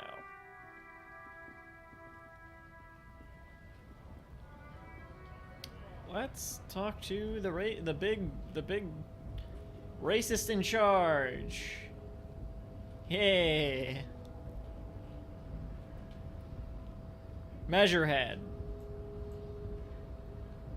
The unpromising race pupil returns. Know anything about this mug? We had the mug before, right? Why didn't we show them then? He does not so much as glance at the object. Wow. Yeah. Cartoony stereotypes are probably not their thing because they're so serious about their racism.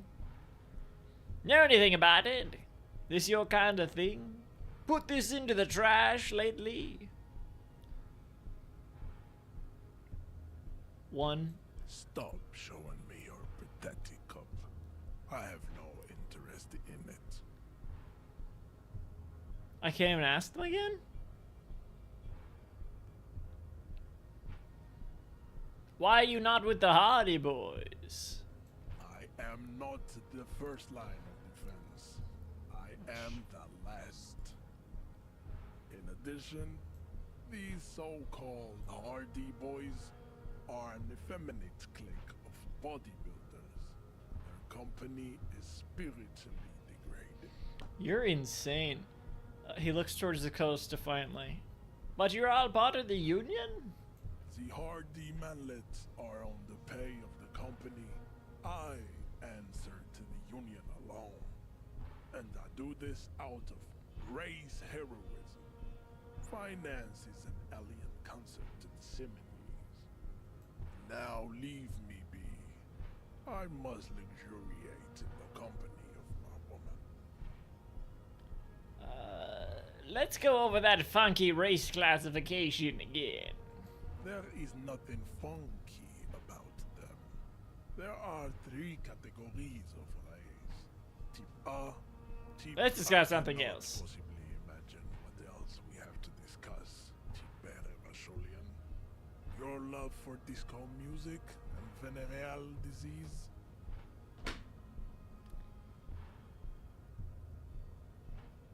Right. I think I know what the race Enigma is. And Oh. It's shit. I just wanted to get into the harbor. Paradoxically, you plan to supersede the Occidentals with their own race theory. This racecraft is what rich people want us to do while they get all the money. It's just something you shock people with, liberal and progressives people. It's whatever you want it to be. It's a free association language exercise. Degenerate, race hero. I don't know about the rest, but it's clear I should stop drinking the ancient Illimerian mind poison algae. This dump is ready to be superseded by the Areopagite superstate. I can serve as a clerk in your administration. Maybe you need a cop.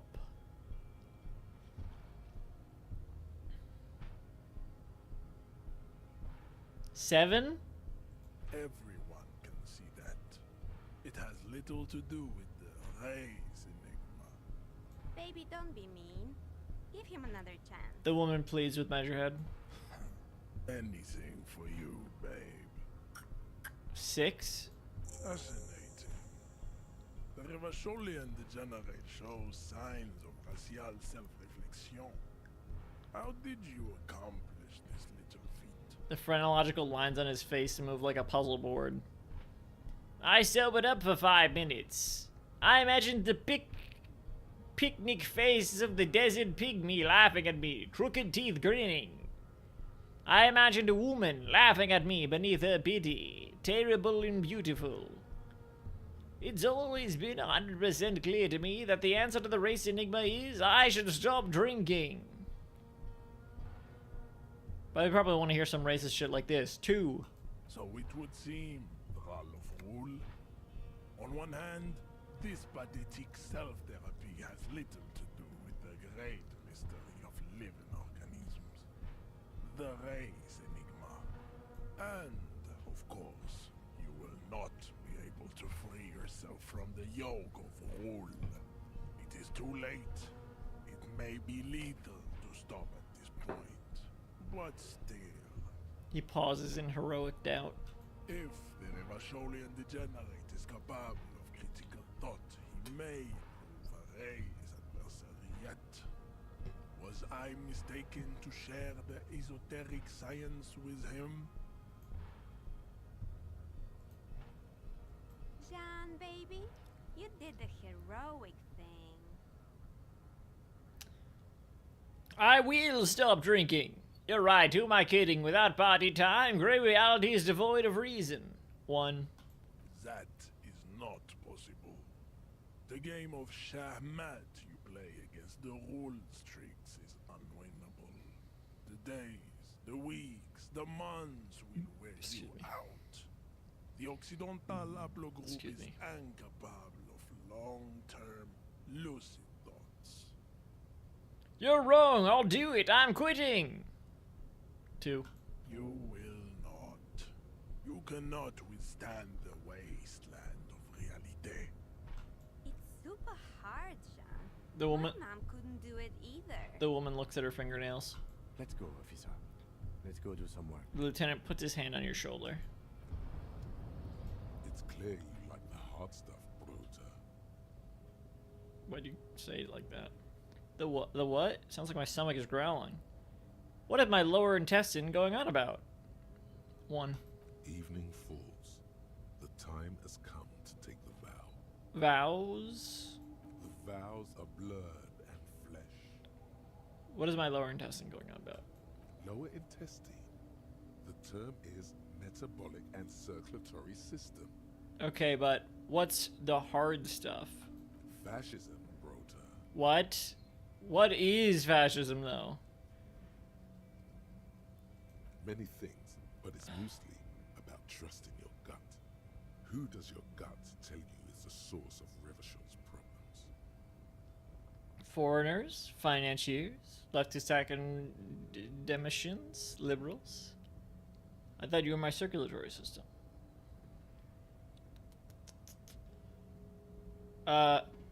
Fascism, right? So I guess foreigners. Wait, yeah, I thought you were my circulatory system. Quit stalling, Bruta.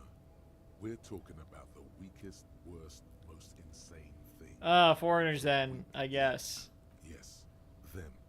But also... Also. Women. Oh. Woman. Woman. Women. Men of war. What? You don't like them. They're insane. Their idiocy needs to be scrubbed off this world with rubbing alcohol. Women need to go back to the fucking kitchen.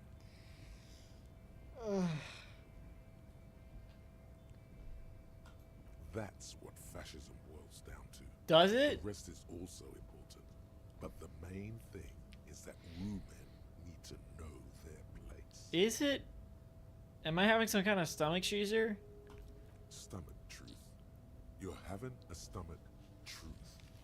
Why am I getting this? Because you've said the hard things that others won't say. The good things. Stop with you've said that. them many times. Fascism sounds so bad, though. What if we called this something else, like traditionalism? Okay. Yes. Let's call it that. Good thinking.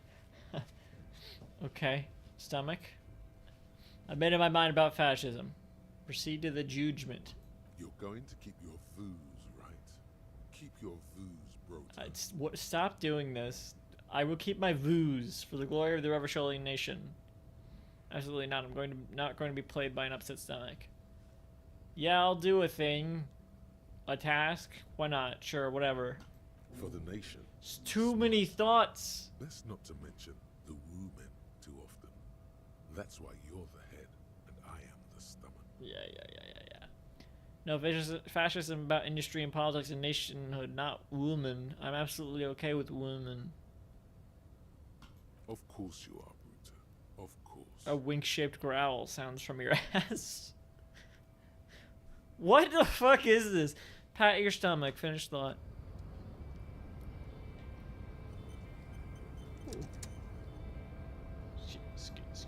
Excuse me.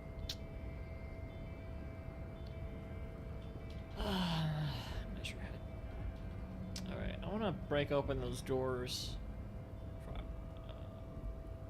Well, we should probably talk to this person since we're here. They might have something new to say. Hola, wandering man. How can I help you? He looks at you with soft and hazy eyes. The weasel I visited, turns out he has one hell of a colonial mug collection. Yeah, the janitor who gave me the key to his apartment said the guy's a bit of an asshole. He nods, rubbing his chin.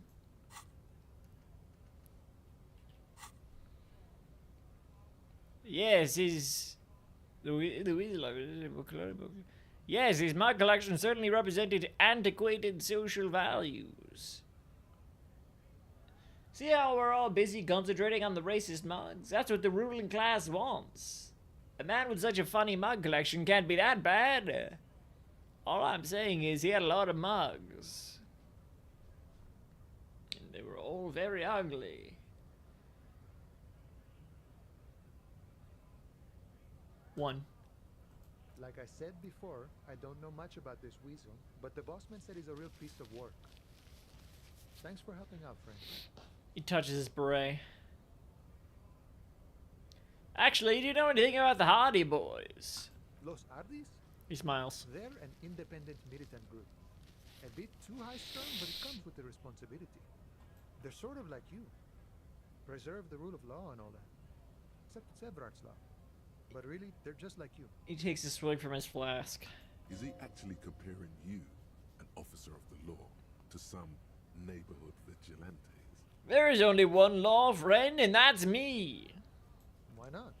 Must be nice being something else for a change. The rest of us are just folks. Okay.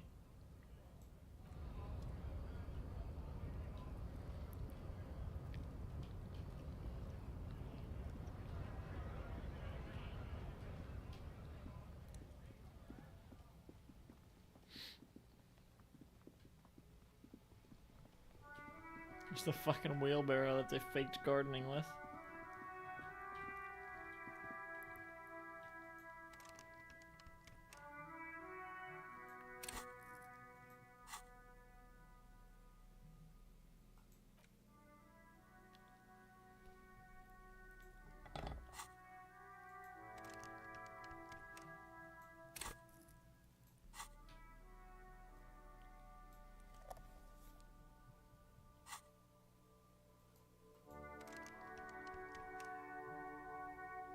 Weird to hold around.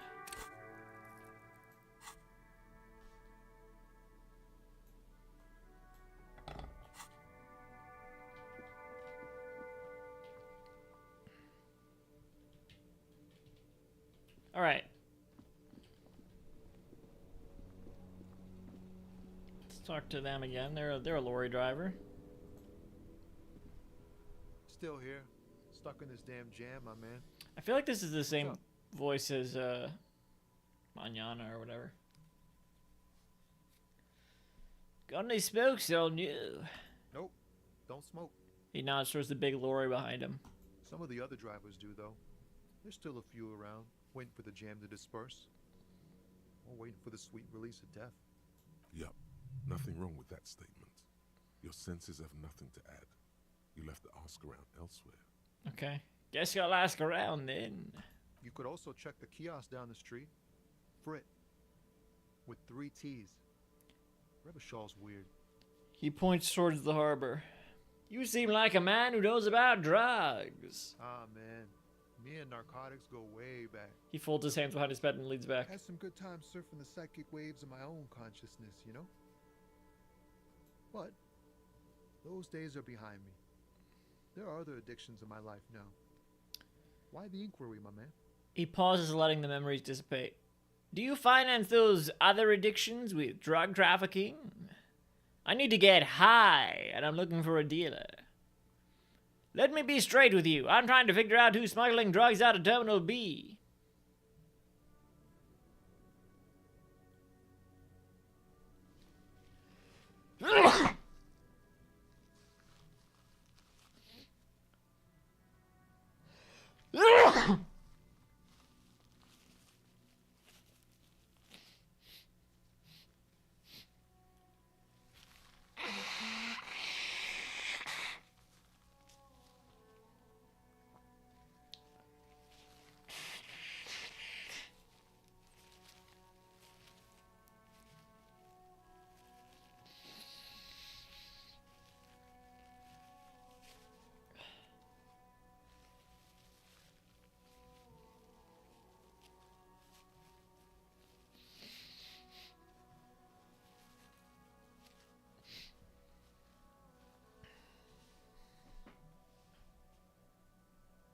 Yeah, I'll go with 3.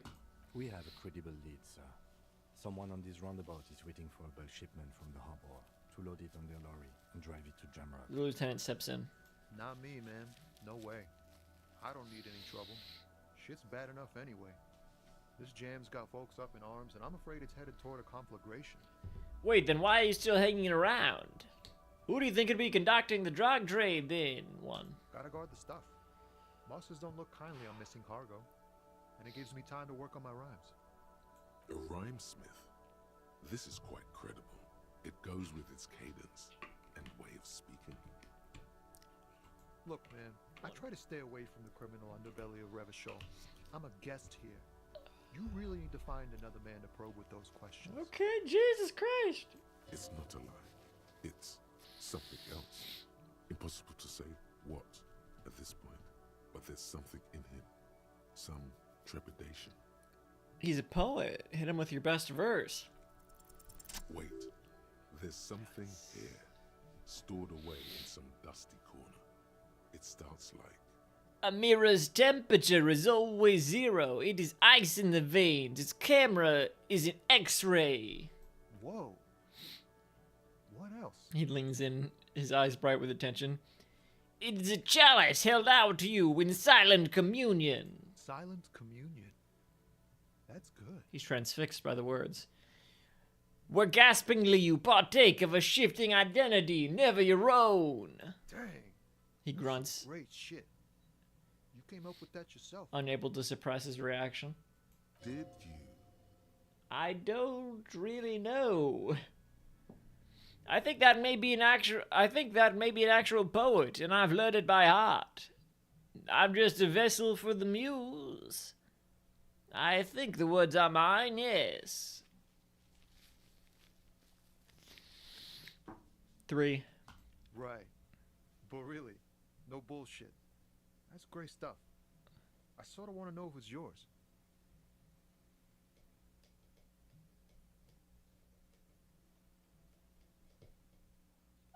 1. No matter. Great verse is like that sometimes. Ephemeral. You might not look it. Seems you have some literary chops. Maybe there's hope for me yet. That's a strange compliment. Just messing with you. It's cool. You're an okay guy.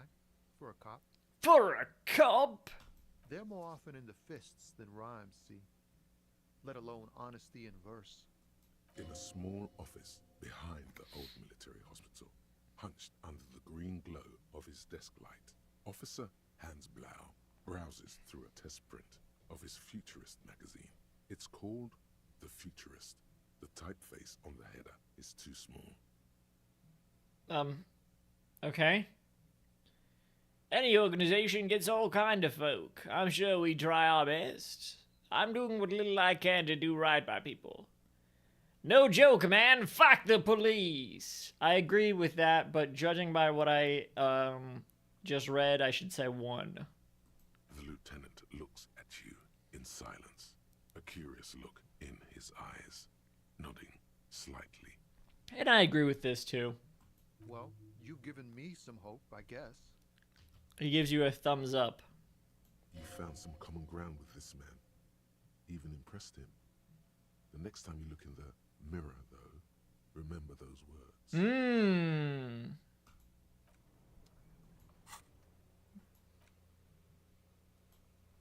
Okay. Let's try the mirror then. Let's try the mirror again.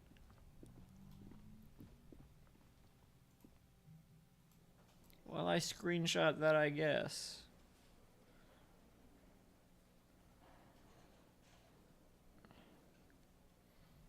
I bought some eye drops.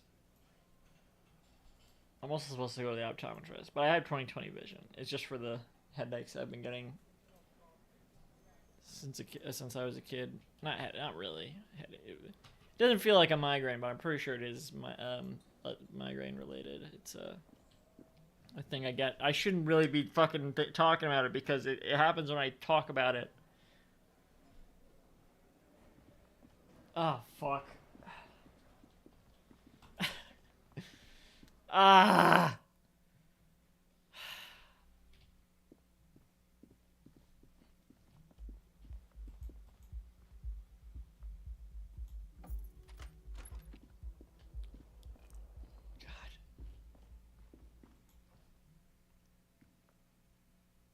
mirror hangs on the bathroom wall. In it, your face. All right, attempt this. With it still not happening, it won't come off that easy. All right. Worth a shot. Let's go to the roof. The door is closed. Try the handle. This door can only be opened with a key or from the inside. Knock. There is no answer. You hear the shower being turned on somewhere inside. But they're on the roof. A tremendous loneliness comes over you. Everybody in the world is doing something without you. I'm so alone. Why are you doing this? Don't do this to me. Beauty, don't abandon me in all this ugliness. Swallow the emotion. 1. The door is indifferent to your loneliness. The world does not care. Knock again. Still no answer. Knock again, much harder. Still nothing. The lieutenant gives you a quick glance. He doesn't like where this is going. Alright. Leave. Wait, that was a different option. Knock again, much harder.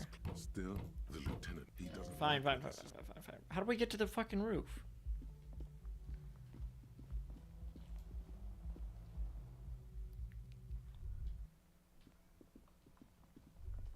They're still up there. Wait. A gust of briny wind washes over you. Okay. Smell the sea makes you dizzy. Okay.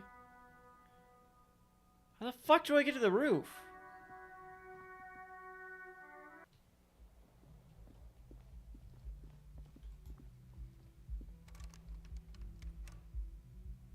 Kim, let me in your room.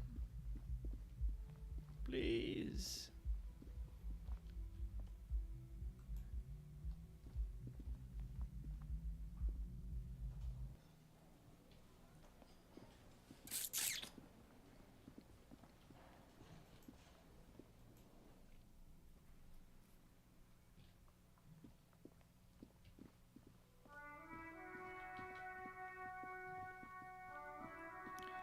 There's a door.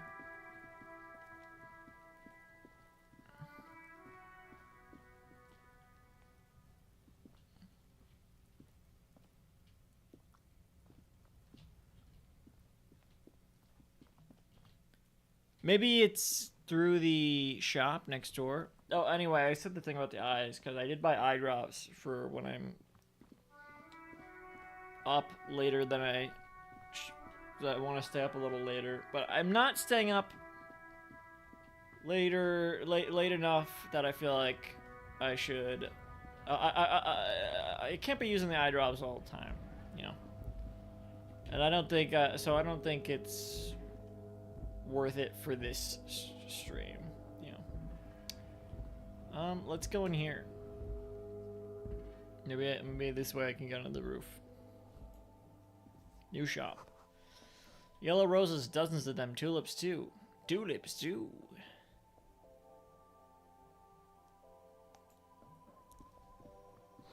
A melancholy pop song plays on the radio. The tear machine stands in the corner.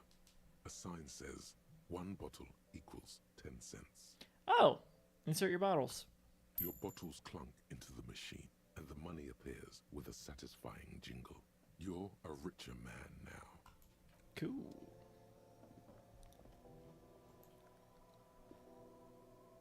You see several packaged raincoats fill a low shelf beneath a display. I don't need a of bottles raincoat. and I juice don't need bottles. one. The raincoats are transparent, except for the big Fritta slogan on the back. What's that? What is what?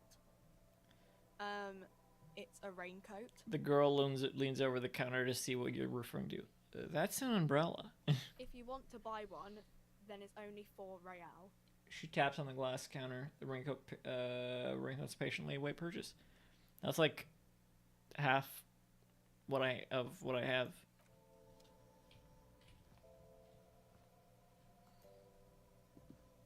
A small cabinet on the wall is filled with various medicine bottles, nasal sprays, and blister packs. They all bear the Saint Baptiste Pharmaceutics logo. Their logo is the bloodless rose, pure white, untouched by harm. Just ask me if you need anything from Saint Baptiste. We don't stock prescription meds, but we do have Nosafed, Duramine, Magnesium, and... Ah, this is good to know.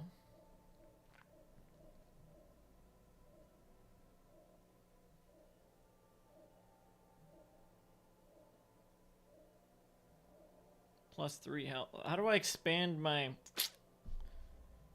charges or my how many spots I have, you know what I mean? What do those products do? I don't know. Let's see. Nosafed is a nasal spray.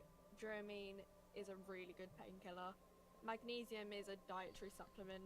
Hypnogamma is... Excuse me, she stops. I don't really know what Hypnogamma is. I guess it makes you feel less shit. It's recommended to use after lots of partying, studying, or exercising. Can you be a little more specific? No. Sorry. I'm not like a doctor or anything.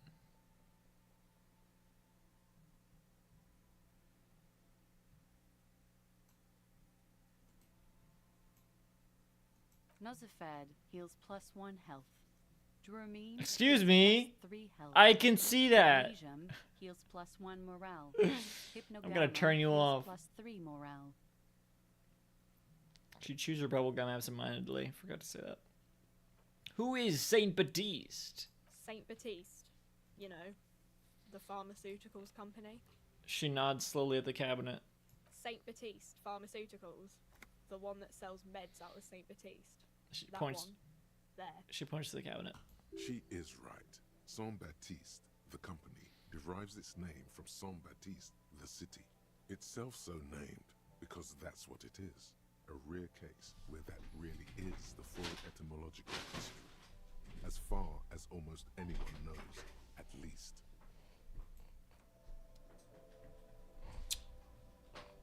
Okay. A colorful display of cigarettes and alcohol bottles line the shop wall, inviting you closer. The bottles wink at you in the light. The smokes too glitter in their wrapping. It's like looking into a kind of heaven. Your knees are weak. There, in that dark green glass, all in vain. The great flowing river of warmth, wine, alcohol, beer, alcohol, love, alcohol. That's not a thing.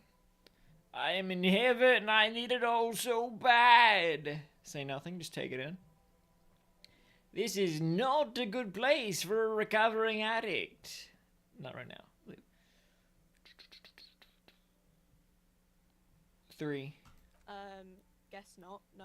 She looks at the wall of goods behind her, then adjusts her hat. Good thing you're an unrecovering alcoholic then. Shut up, you. I'm obliged to inform you that both alcohol and cigarettes damage your health. But I guess you already know that. Please, tell me more about these products. The pale age vodka is special, I guess. It's stored in pale for a couple of years, which makes it super expensive and super strong. They have a lot of I guesses.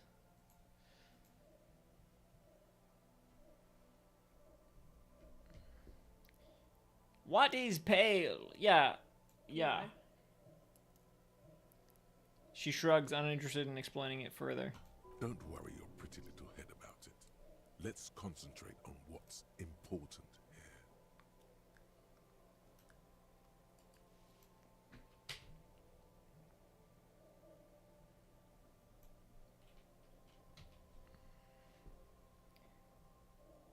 I am worrying about it. Okay, what will consuming this stuff do to my body? I mean, I already said it'd hurt you. I don't know what else they do.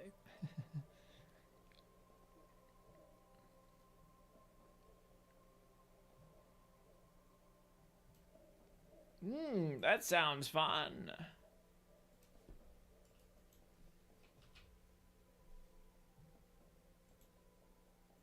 Substances give powerful bonuses to your main stats. She stares at and you, cost of unsure. damage to your health or morale. Cigarettes raise your intellect while damaging your health. Alcohol raises physique while damaging your morale.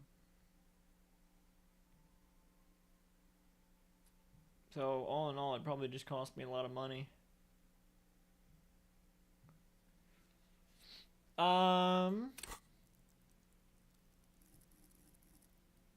Well, that could raise my authority. Probably, right? Or can I, is that a whole thing?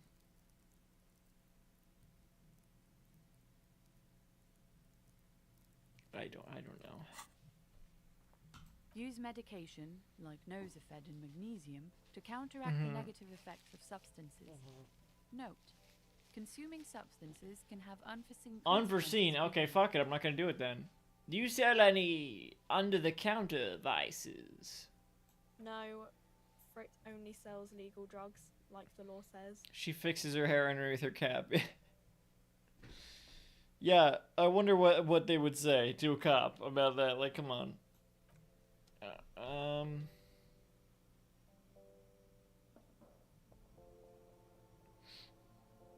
Alright. Talk to Welcome them. to Frit. Feel free to look around or something. Everything is out on the shelves. She returns to her magazine. What's that magazine she's reading? Before we go, what is this free? I don't know. Frit? She shrugs. And what is free? A 7 to 11 grocery store. Ah, it's like a 7-Eleven. What? What is that? Why is it written with 3 T's? I think they think that the extra T makes it funkier. She It doesn't. She chews on her gum with disgust. The story goes that normal Fritta, with 2 T's, a men's workwear shop in Vredefort, was already taken. So when Fritta Retail Inc. grew into a multinational corporation, they had to add an extra letter to avoid trademark infringement. Like how...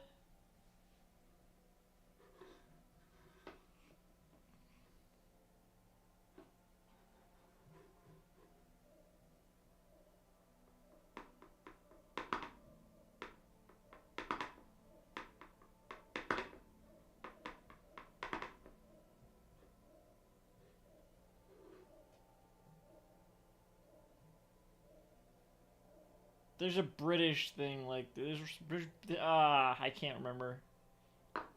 They had to change their name because there was already a thing with that name.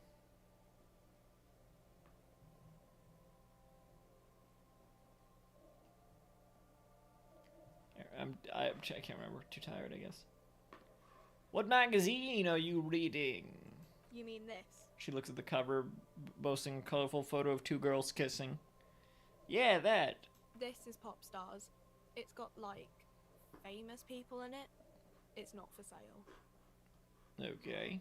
Looks like it also has something called Police de la Mode, featured on page 34. This speaks to you. Stupid famous people. I approve of this. Very futuristic. Tap on the girls kissing. Forget about all that. What this is fashion police feature. What is this? What is the cover? I'm not even interested in the magazine. I don't know why I asked about it. 1? Yeah, they're kind of boring, but, you know. She never finishes the sentence. Let's proceed. I have some questions for you. Oh, wait, no. Back to the magazine. You mean this? This is Pop. Looks like it also has something 2. called... She pops her raspberry-flavored bubblegum and nods. Ooh, raspberry flavored. Her shoulders tense. She shuffles back, only slightly. Bewilderment and repulsion root her in place. The lieutenant frowns at you before turning to the clerk with an apologetic half-smile. I regret it. You mean this? This is Pop. Looks like it also has something... 3. It's where they rate different outfits famous people wear. It's kind of funny. They're kind of mean. It's about who's the most stylish. She stops to think.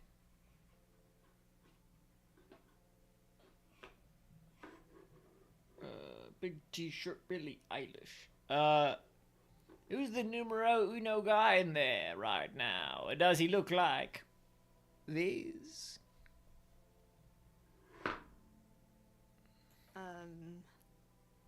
Her lazy eyes scan up and down your body, assessing the situation. No, I don't think so. Oh. We are not the fashion police. We're the real police. The lieutenant looks at you. Why are we standing so fucking close? You mean this is pop? Looks like it also. It's where they rate different outfits famous What's people their? wear. I bet your hat would take the prize. They're kind of, no. I don't like it. I hate it. We are not the fashion police. You mean this is... Looks like it also. It's where they rate So who's the different most outfits stylish famous there? It people can't be wear. anyone from It's here. kind of fun. Benita. She's a model. Usually it's a model. Or a singer-songwriter. Or a model. We are not the fashion police. You mean this? This is pop. Looks like it also has. Yeah, me neither. Let's proceed. I have some questions for you. Okay. I'm not really supposed to be chatting to anyone, but...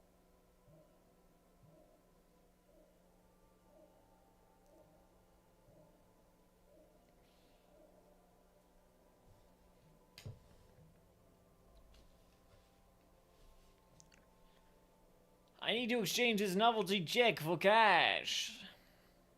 Give her the novelty check and gain 25 real. Oh, yeah. Wow. I didn't know you worked for the union, sir.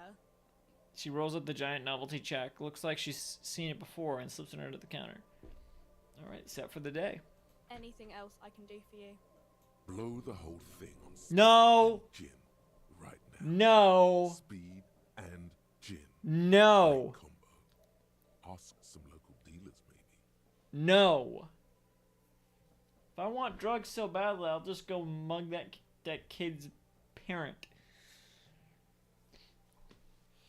Does Fritz have a warehouse in the back of the Whirling Rags? Excuse me. A warehouse? I don't know. Maybe. I don't really care what Frit does. Come on, give me something to work with here. She looks up from under her brow. I got one picture of Shrek. Fine. Frit doesn't have a warehouse. Just a little back room here. Okay? She turns back to her magazine without waiting for you to respond. A warehouse? This is important. She scrunches up her face into an expression of consummate adolescent skepticism. Fine. Frit doesn't You tell have me a anything warehouse. about the dead Just a little body. I don't really know anything. I mean, I know it's there, but I haven't seen it, so... Did you know the man who died? Not really. Not really? Does it mean you know him a little? No. I didn't know him at all. How long has it been there? I don't know, really long. What do you think happened? I don't know. This is like a good practice interview I should have done early on. No need to worry. It's just standard procedure for us to ask around. If you hear anything, let us know, okay? The lieutenant's voice is soothing and professional. Okay. She scratches her nose. Me too. Thank you for your help. Uh-huh. She brushes a strand of hair off her face and tries to return to her magazine. And succeeds.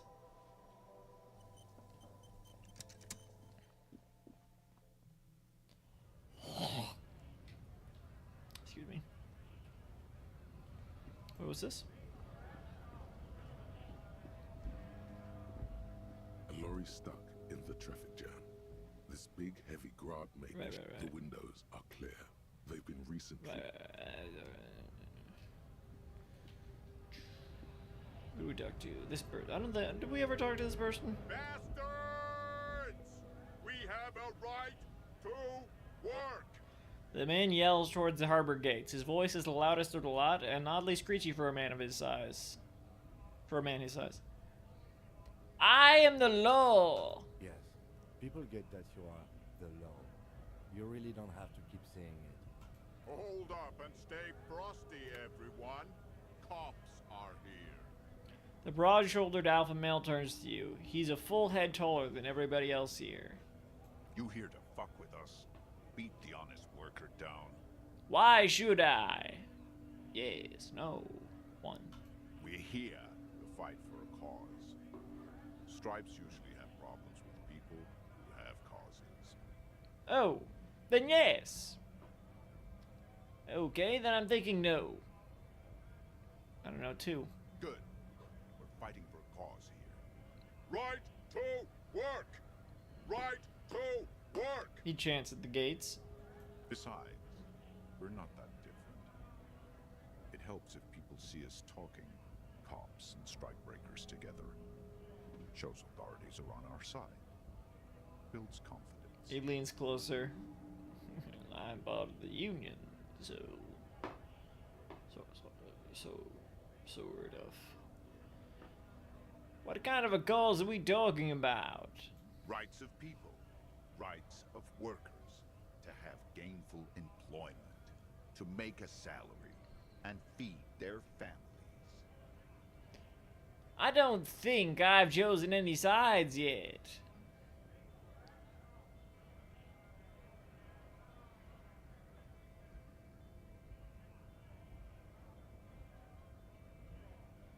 Might be time. Don't let the fat bastards tread on you. Cops tend to side with the higher-ups, but you're essentially still workers. I don't trust cops, but I can see you understand the right to work! Right to work! He raises his voice and chants. Regardless, I have some questions for you. Maybe you should ask them the questions, like why we're not allowed to make a living here. Shame on you! He bellows to the gates. We have families to feed, you piece of shit. He points his finger at the man sitting on the railing. So do we, Scott. The loitering man hollers in return. What is a strike? When a bunch of ungrateful, lazy cockroaches can't get their act together, decide to block honest work for other people. He shifts uncomfortably in his worker's overalls. Sounded sing-songy there. When a bunch of ungrateful, lazy cockroaches can get their act together, decide to block honest work for other people. What do the strikers want? Beats me. What do the strikers want? Nonsense about boardrooms and workers' rights, while we have the right to work! They're not very good at the chanting part. They mumble nonsense about boardrooms and workers' rights. Boardrooms and workers' rights. He raises his fist and starts shouting again. There's something odd in the way he carries himself. His set of clothing looks vaguely mismatched. The different pieces of the attire seem ill-fitting. Ill-fitting? What does that mean? His shirt is far too small and an unpleasantly tight fit, while the overalls, held up by a belt, seem to fit a man with much more corpulence. Corpulence. You wearing new clothes? He ignores your question, choosing instead to turn to the emaciated workers, raising both fists in the air. The clothes are obviously not his. Silence is the answer. There's something off here, but he won't say what. Who are all these strike breakers? Honest men and women with rights, work, Break be useful, strike. not toys for corporate interests. The man runs a hand through his steadily graying military haircut. We came here to help the harbor run smoothly in time of crisis. If union fucks don't want work, they ought to let in those who do want work. I have a question. Why do all these men follow your leadership? The lieutenant looks him in the eye. You think they follow because I'm big and loud? Yes. They follow the rules of the market. the rules of the economy because they were given a job to do. He starts bellowing. You've been talking to him for quite a while now. Something is off with this guy. Ask him where he's from. Okay, I gotta ask, where exactly are you from? What's it to you? Deep-set suspicion drips from every syllable. Curiosity, going to figure out this strike mess. Routine part of the investigation. I thought you looked real familiar for a second there.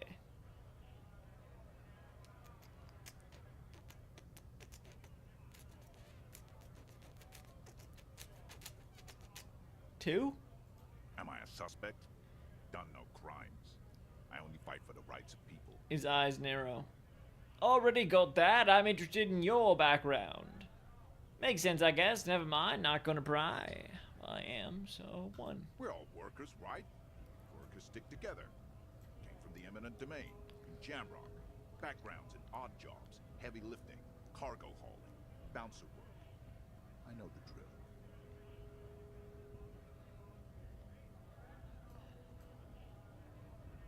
Hey, Paul Bunyan.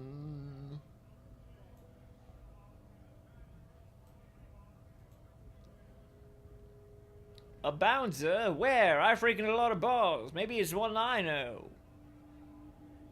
Sweet, I know bars. Been thrown out from several. Maybe that's why you seem familiar.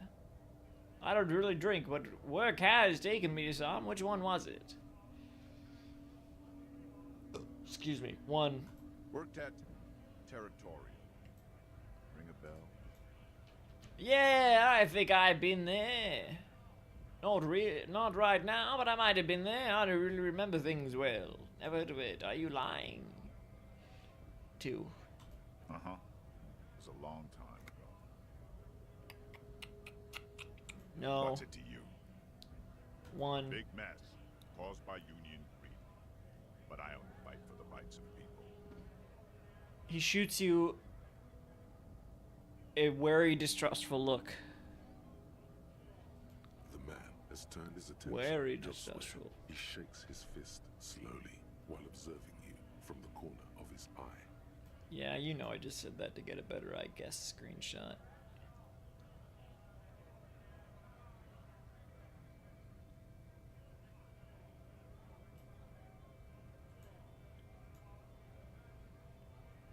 I am gonna get some eye drops after this conversation's done. What's it to you? Thought you looked real familiar for a second there. No. Don't think we've met before. I came to help out the people. His eyes narrow with mistrust. We're all workers, right? Workers Sweet, I know about that. Maybe that's what you seem familiar. Worked at Territorial. Ring a bell? Yeah, I think I've been there. Uh-huh. It was a long... What's it to you? Big mess. We're all workers, right? Workers stick together. Three. Worked at Territorial. Never heard of it. Are you lying? We're done here. I have a strike to break. He squints at you, a little spark of violence gutters in his eyes. Then he blinks and turns to his men. Right to work! Right to work! Shame on you! The sensible leader of the strikebreakers chants furiously. I wasn't done asking questions. Things are busy enough. You're going to waste less of my time? Maybe. We'll see. The hulking man oozes stark skepticism. What exactly is your goal here? We were promised work. We'd be in there, working, if the bastards hadn't shut the gates. He points to the gates. And you are unable to breach the entrance? Main gate's locked. Would take heavy ordnance to bust it open. And try to get in through the secretary's office. Door's locked. The guards blocking the way to the access panel. He points up the stairs.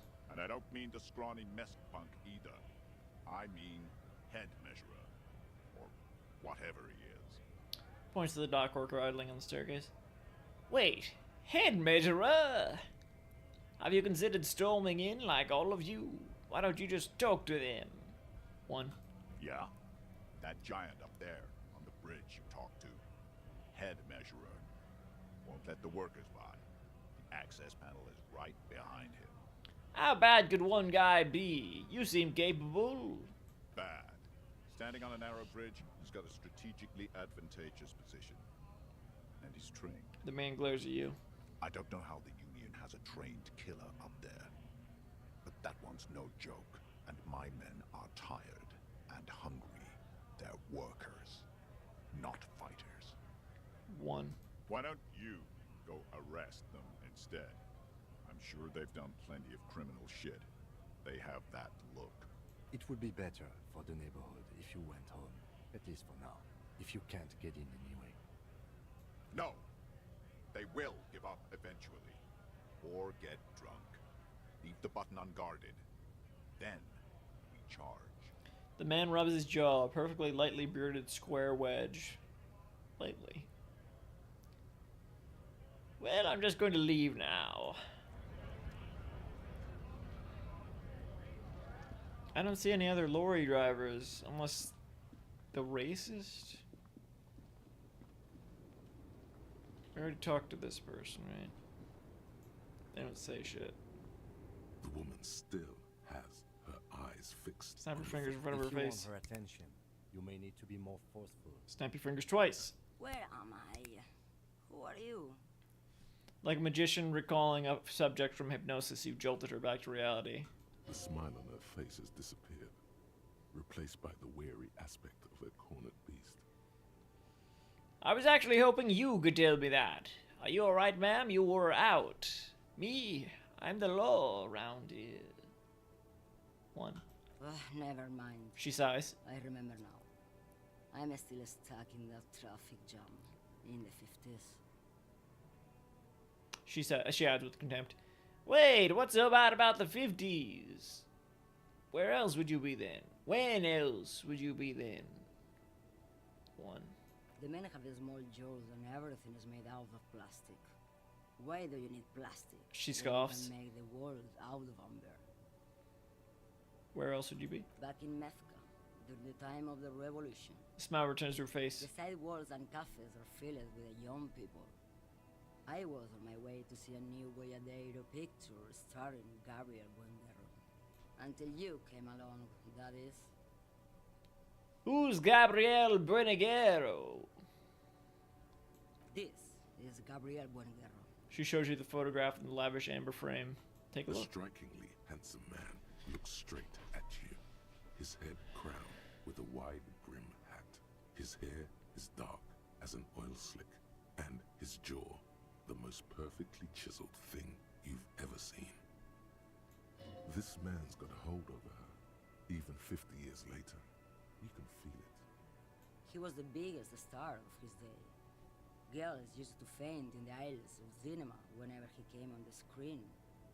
And schoolboys used to memorize all his lines. She leans back, savoring the world she's conjured up. So, I take it you were in Minsk when you were young? Someone was. She nods as though her meaning were perfectly clear.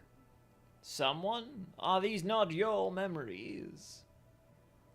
They are someone's memories, boy. What difference does it make if it's me or not? She gets gruff suddenly. They're beautiful. That is all that matters. Beautiful and true. And they will win. They're coming for this, you know? She looks All around. of this. She seems to derive some bitter pleasure from this strange thought, as if the past will one day wipe the present away, like a tidal wave approaching. Sorry to interrupt your dreaming, ma'am. I wasn't dreaming. I was there, Loman. It was early spring, and the man behind the black sun had just come out. The posters were 20 meters tall. Everything was golden. Her eyes narrow and she appears to take your measure. While you, people, were tearing each other apart over your petty little revolution. In Methk, it was a golden age. The Republic of Mesk is a massive confederation on the Isola of Muindi, the world's largest state by territory.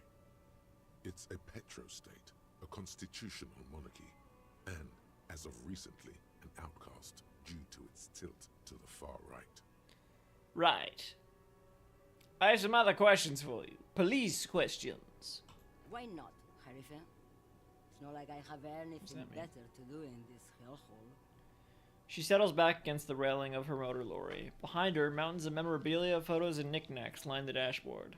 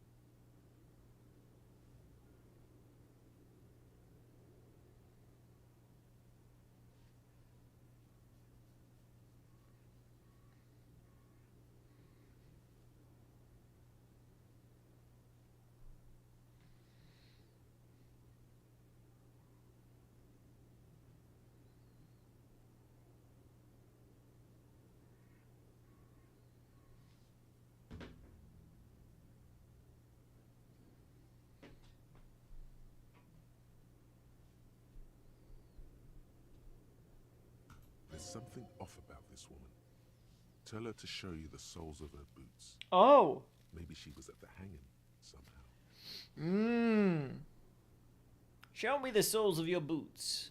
Now what do you want with an old woman's boots, Sheriff? It's for important police business, ma'am.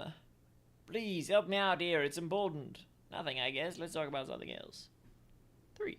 The woman sways her wrinkled shell back and forth, a strange grin across her face. Psych. Now what do you want with an old woman's Please boots? help me out. It's important. Please? I think you should let me get back to Gabriel Buenguerro. You are not Gabriel. Gabriel doesn't say please. She raises her boots slowly with contempt.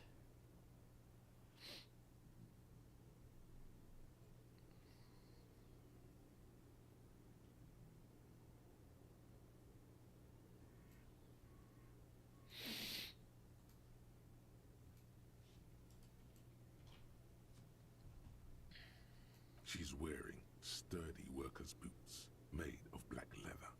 Buckles run across. The sole is also made of leather. Now the other one, please. Just before Gabriel, it was the coronation of Franco Negro. Now, there was a real man. There was no aberration in the pattern that you can see. She puts her foot down. Moreover, the boots were size 37.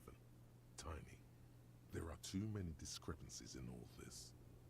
Another discrepancy, although not boot-related, is the coronation of His Innocence, Franco Negro, which happened 500 years ago. Wait, what do you mean it was the coronation of Franco Negro? Turn again. She's not old soul. These are not the boots that made the print, obviously. 1. It was. She shrugs. And then it was no more. And I was no longer holding my father's hand. He was no longer descending the stairs in Ryle. The crowd had gone silent. Perhaps it was another Jerife who came and woke me up, looking at my boots, asking questions. Or perhaps it was one of the others in this carnival. I don't remember. As she says carnival, she gestures to the empty square with the statue and the machines. Obviously not Odd Soul. I could have told you that from just looking at them. The size is 37. He takes a quick note. The feet of a little girl. She smiles. They fit well on the pedals. What are you holding? Diamonds. Diamonds, really? Of course not. Oh. But wouldn't it be marvelous if I was? She says, grinning. Okay, but what are you really holding? Whatever stupid things they put in the lorry, I imagine. She shrugs. So you don't know what you're hauling in your own lorry. I quit concerning myself with that a long time ago. She smiles a careless smile. I don't drive the lorry for the cargo, if you know what I mean. She says that as if something narcotic is the real reason. Bingo.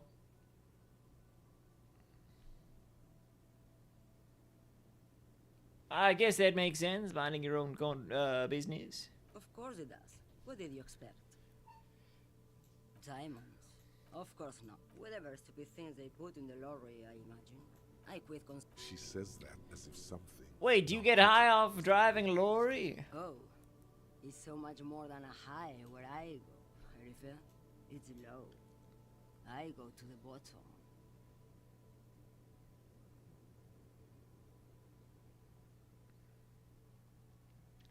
It's funny, the I guess dialogue usually corresponds with, like, let's move on. She closes her eyes in reverie. Yeah, it's definitely some kick. Some terrible kick in the dark. A sleep kick. Perhaps you can find out later. What if the cargo is contraband? Then it's contraband, Lawman. What? Do you want to take an old woman in? Be my guest. Lock me away like Bad Hand Hermenegildo. Bad Hand Hermenegildos' bad hand strangled 300 people. What can I say? Some people just really like strangling people. I still don't really understand this whole boyadero thing. Of course not. To truly understand the boyadero, you need to listen to On the Western Plain. A boyadero, boya for short, is a cowherder from upstream Madrid. Cowboy. The great steppes of northern Mesk. People like Manana at the gates have turned it into an ideology of sorts. Okay, what's that? It's an old ballad about a young girl who falls in love with a daring boyadero. He promises to marry her as soon as he returns from the Western Plain.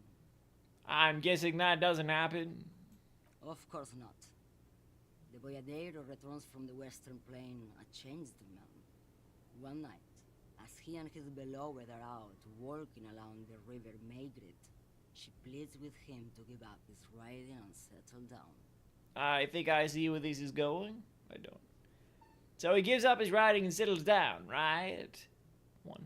So the boyadero strangles his beloved and throws her body in the Maygrit. Oh. Then he rides off, because the Western Plain is calling to him.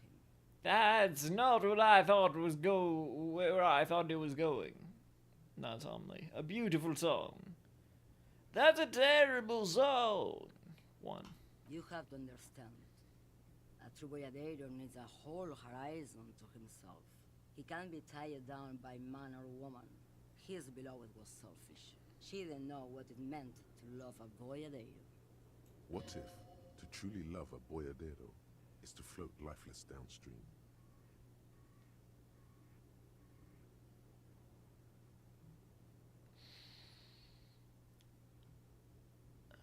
Of course not. The boyadero, boya. It's an old ballad about a young girl. They live happily ever after. Don't be stupid. The boyadero returns from the Western Plain. So he gives up his riding and settles down, right? No. The boyadero strangles his beloved. Beautiful song. The most beautiful. A true boyadero needs a whole horizon to himself. He can't be tied down by man or woman. His beloved was selfish. She didn't know what it meant to love a boyadero. What if to truly love a boyadero? Of course. A boyadero, boya for short. It's an old ballad about... Of course not. So the boyadero is... It's a terrible song. You have to understand. A true boyadero... Alright, whatever. Before I came, you seemed away. She's just a distracted old woman. We should maybe let her get back to her things. So he doesn't think she's a smuggler. I think that they are. You hear that, Lawman? I don't think your partner likes you spending too much time with me. Wait, why is that, Lieutenant? Nothing. I just don't think she's connected to anything. Yeah, well, you also didn't think that person's... Oh. Yeah, you think... Oh, maybe I should see Monkey Man. I honestly wasn't that interested in it. But maybe I'll give it a chance. Oh, what? Okay, let me look at. It's a video. Why? I'm not gonna watch that if I'm on streaming. I'll watch it later. I'll check it out later. Promise. I'm not gonna watch it while I'm streaming. And I'm also not gonna watch Monkey Man while I'm streaming. I might have to check it out then. Let me look at something real quick. Not the video. Later.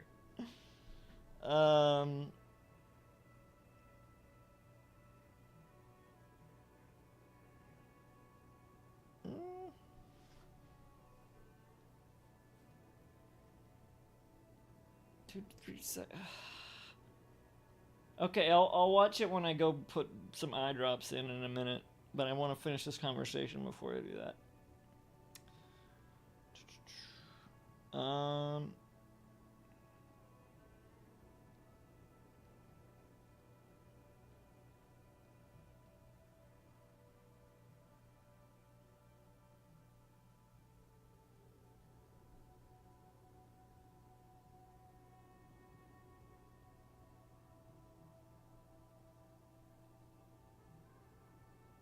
Oh, did it come out this weekend? Monkey Man.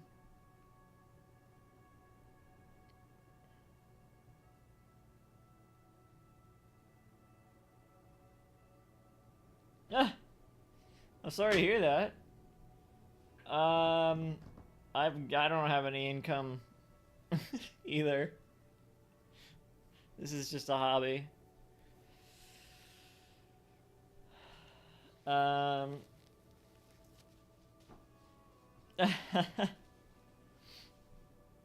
Hot tip though, for seeing movies like that. If you, for people like us who don't have any income coming in, with the membership of the local mall, the theater at the local mall, with the membership, which is free. It's a free rewards membership. Tickets are only $5 on Tuesdays. Not that I'm not trying to advertise it or anything, but it is a very good deal. And of course, I mean, I just go there. $5 ticket, and last Tuesday I went there. I got a $5 ticket, and I just saw 4 other movies afterwards. So I saw 5 movies for $5, which is like $1 per movie. Of course, you're not supposed to do that, but they don't care.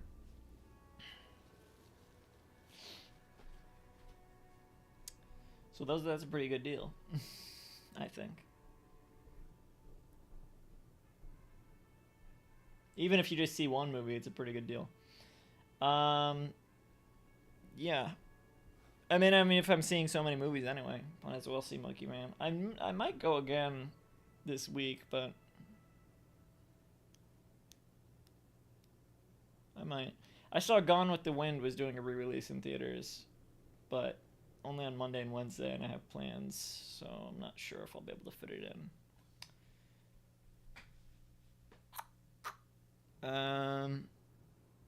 He doesn't want your frail mind caught up in something here.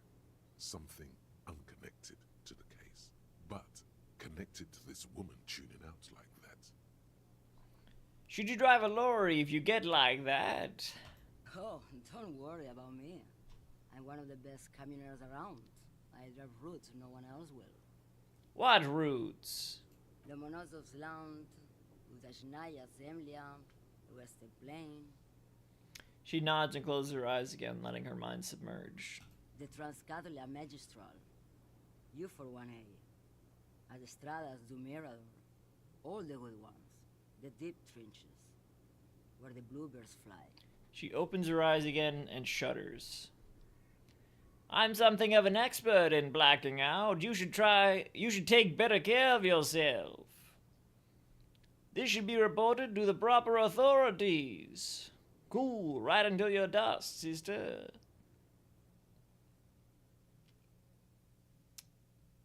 One? You're right, Loman. I'm the one who should take my health more seriously. Thank you for looking out for me. She looks you over and scoffs. A correct appraisal. You're quite shabby. Is that all you woke me up to say? You seem like a woman who knows a thing or two about drugs. What do I need drugs for, Lowman? What I see, what I feel. The great adversary.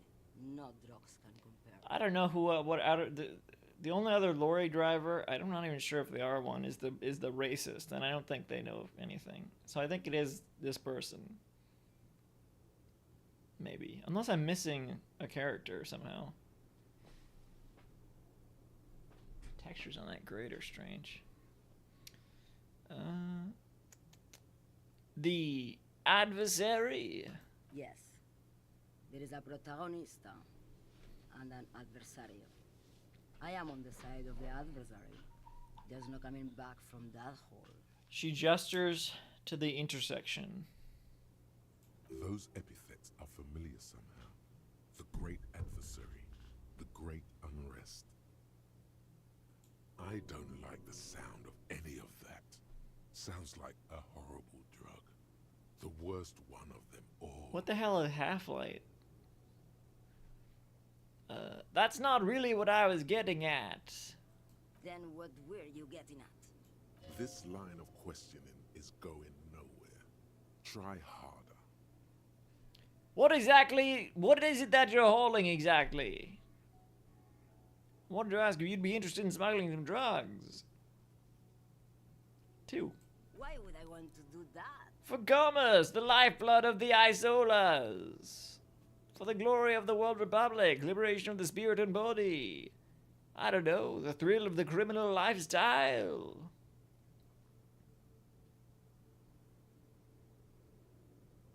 Two. Lowman, what in the name of God are you talking about? I don't know. Okay, let me put this another way. Are you smuggling drugs through Terminal B? Fine, let's accept 1. Maybe. Probably not. Makes no difference to me either way. Her shoulder bones crack as she shrugs. Excuse me. You said earlier you don't know what cargo you're holding. Could it be drugs? How can you not know what you're holding in your own lorry? 1. Just this month, I made half a dozen trips from Saramirizza to Grad, and the U41A. What do you think they take from Saramirizza to Grad, Lowman? Drugs? I don't know, that's why I'm asking you. 1. No, Lowman, diamonds. She grins. I already know that's not true. I didn't ask you about diamonds, did I? I don't care about that. If you had to guess, who do you think is smuggling drugs around here? Okay, if you're not involved with the drug trafficking, then why are you still waiting around here? 1. Diamonds are good for you, Lowman. You should try them sometime. Make yourself pretty like Eva de Zoras. Okay, 2. Easy. He's the skinny man who thinks he's a poet. Never trust a poet. She squints across the square. He's the only one I can see from here. No. That's correct. There is no visibility of any of the others. Yeah, it's not them. 3. Where do you want me to go? This isn't so bad. I can listen to music, or the seagulls. Look at all the colors and the features of this world. It's a good palate cleanser, this jamboree.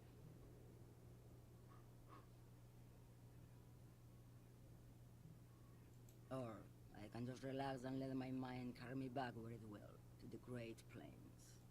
I think we're done here, no? He closes his notebook to stress it. Okay, so they're not the smuggler then, I guess. Thank you for now. Yes, go. Enough jamboree. I need to get back to Mesky. Her voice trails off. And they go back into a trance.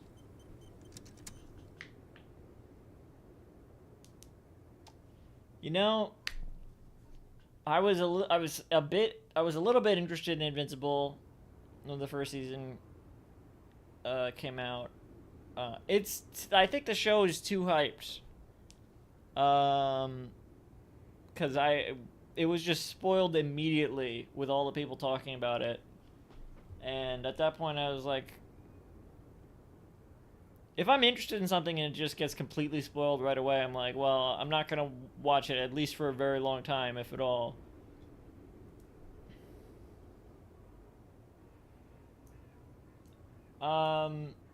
I don't think I have room. I mean, I have an extra little space, but someone else might be, I have another friend that might need it, so.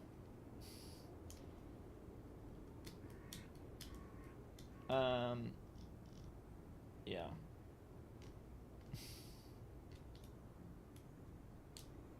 Sorry. What was I saying? Oh yeah, Invincible. Yeah, if something like that gets spoiled, I just try to, I was in no rush to watch it anyway, I guess. And so now I'm definitely not in a rush to, after everyone spoiled season 1, I'm definitely not in a rush to watch it. And I would probably want to read it first anyway, if anything. Yeah. Not a top priority for me, that show.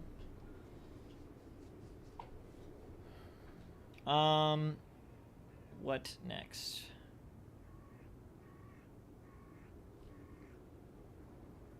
I still gotta find the drug smuggler. That's my top priority right now, I guess.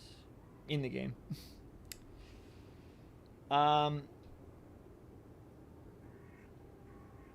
I will be right back.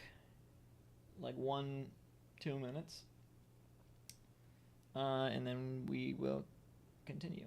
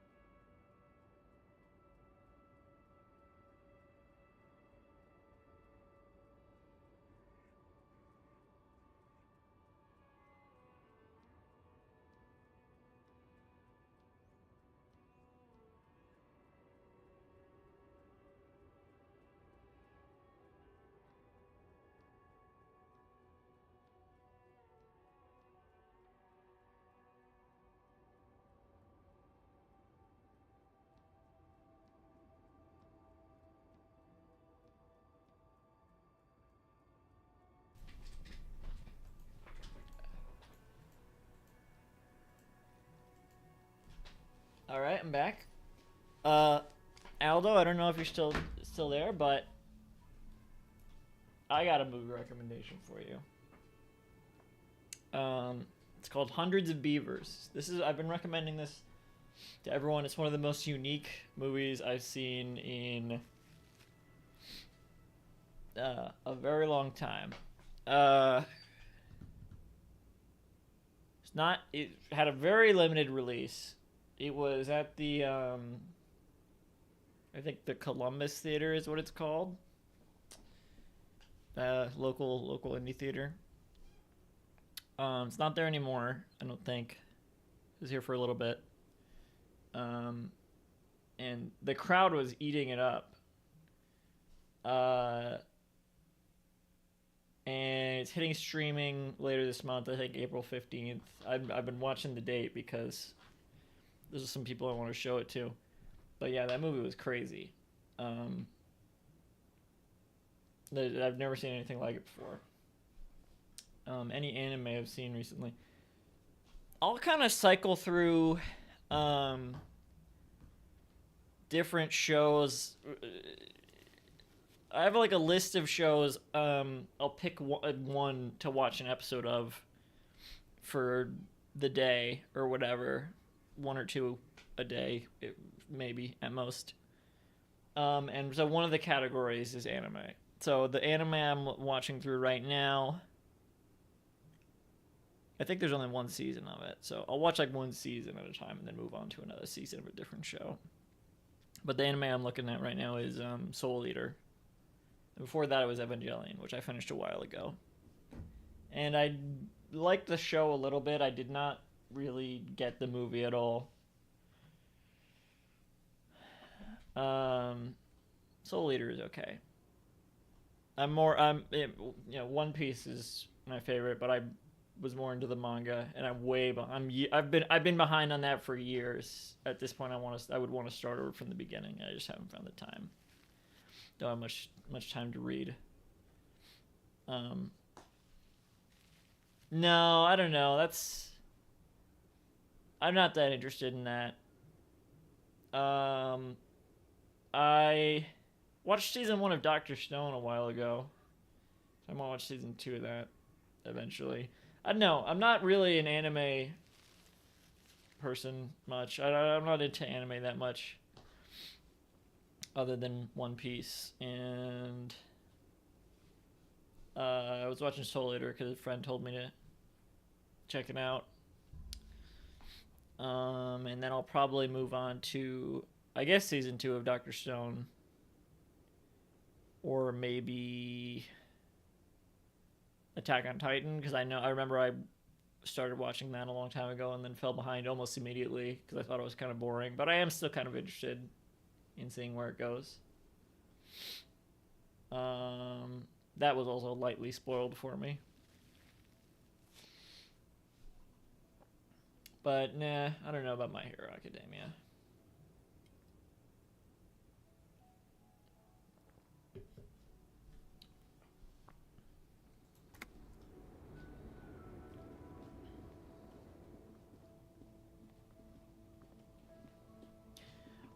You could almost kind of say there's some slight anime influence in parts of Hundreds of Beavers. There's influence all over Hundreds of Beavers. It pulls from everywhere. Not to bring it back to that already, but it's a crazy movie. Maybe they have something else to say now. Hola, wandering man. Nope. Okay, maybe the poet, since they seem to think. Okay. Oh, I still haven't talked to the racist again yet either. Looking for something, Rod? Come to tell me to fuck off again? Gotta smoke. No. He's got a smoke right there in his fucking hand. Snatch that shit out of his fat fingers. You need it after listening to his garbage. You're smoking one right now. Then I'm gonna need the one you're smoking. One. It's my last one. You hiding smokes from me? Could I get a drag of that? 1. Why would I do that? I'm an honest man. He puts out his cigarette and flicks the tiny stub towards the street. Fuck, I oughta. Cool, cool, cool. I changed my mind anyway. 1. What, officer? The man looks at you coolly, noxious effluence wafting in the air around him. Shit. Say nothing. 1. Oh, I oughta shit. Sorry I couldn't be of any help. He gives you an ambivalently mocking half nod. No. He's got to smoke right. I'm just repeating it again. Well, now they have the smoke again. Snatch that shit out of it. Can't have it. Hand it over. I'm confiscating it as evidence. Evidence of what? I haven't done anything. 2. I bet. His cool gaze pierces deep with Sorry I couldn't be of any help. We're gonna try one more thing. He's got to smoke right there in his fucking. It's my last word. Can I get a drag of that? Sorry. Well done. Fuck. Alright. I bet. Sorry I couldn't be of You're Lorry man, right? What's your stance on drugs? Drugs? They're shit, man. I don't let anything pollute my body. He takes a long drag on his cigarette. You just put it out! Why not? You know where that shit comes from?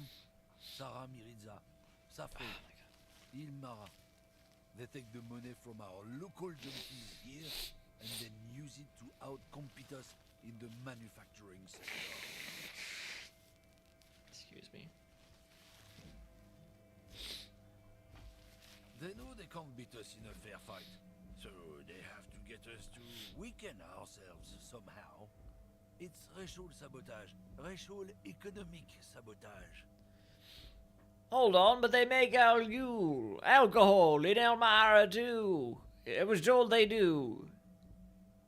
So I take it you're not smuggling drugs out of Martinez. Listen, I agree. I'll say all these. I don't go for that foreign piss. Proper booze is made in Mundi. Or sometimes I like a dram of that Yugo-Grad vodka. Koikos and worse much.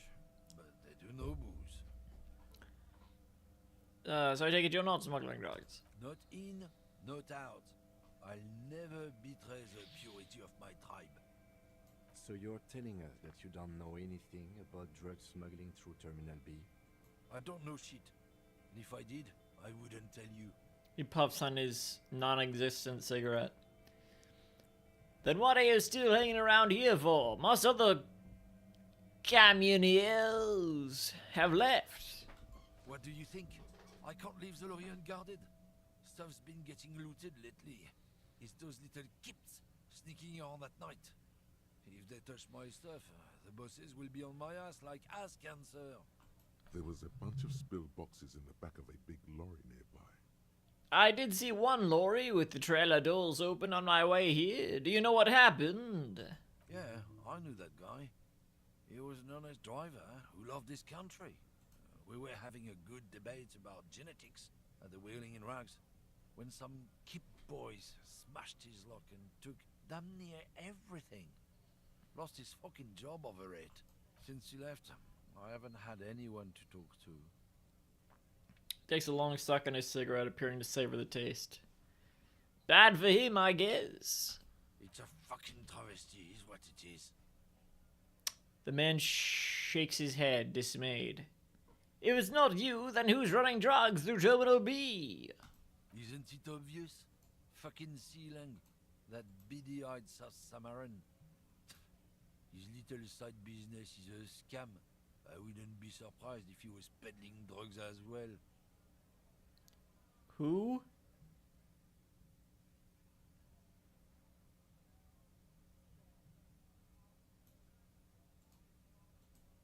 Who's that? Oh, he spits on the ground. He's a Samaran guy who likes to pretend he's some kind of businessman. Really, he's just selling his employer stuff. Stuff he stole after he broke the seals on his Humanox lorry. Where do I find him? Just follow the smell. It smells like apricot and oil when you're nearby. The lorry man lets out a raspy croak at his own sense of humor. Yes, yes. Where is he? Looks like I offended your partner there. Too bad. Sea Lang's usually a little bit south of here, near the canal. You can't miss him. Just watch yourselves. Excuse me. He doesn't look at the lieutenant. His tribe are natural liars. It's in their blood. He's your man, all right? 100%. He nods in a sagely manner, then another puff of that cigarette. Yeah, no chance. I wouldn't be so sure, buddy. No. Not until we've heard what Sea Lang himself has to say. Guess we need to pay Sea Lang a visit then. Guess so. He grins, contented with himself.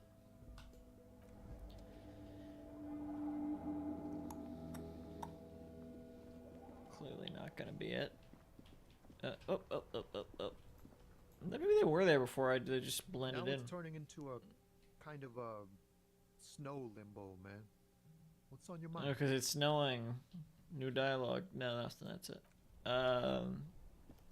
South of here. This way? Is this where we're looking? Oh. Maybe this is who... There are clothes inside. Cheap second-hand clothes, smelling of strangers' body odors. Don't be shy. These are premium class clothes. That's Good ceiling. quality fabrics, best retro design. Save the economy with your style, officer. Browse through the box. You find your hands deep in tattered and faded garments made from weird polyester blends that make your body itch and sweat in all the wrong places.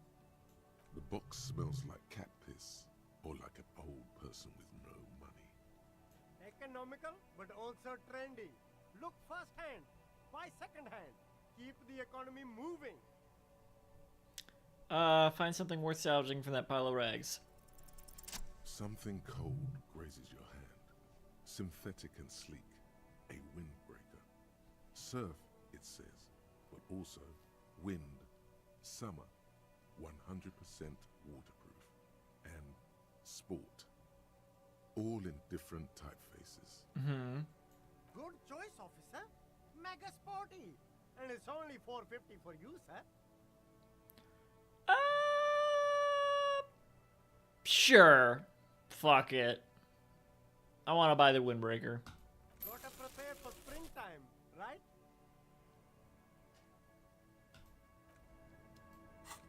Oh. Oh, what did that help with? Backyard wall. And yeah, mostly that.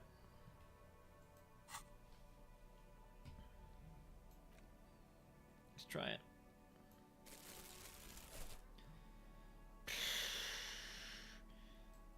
I mean, if we have this closed shirt, might as well wear this, huh?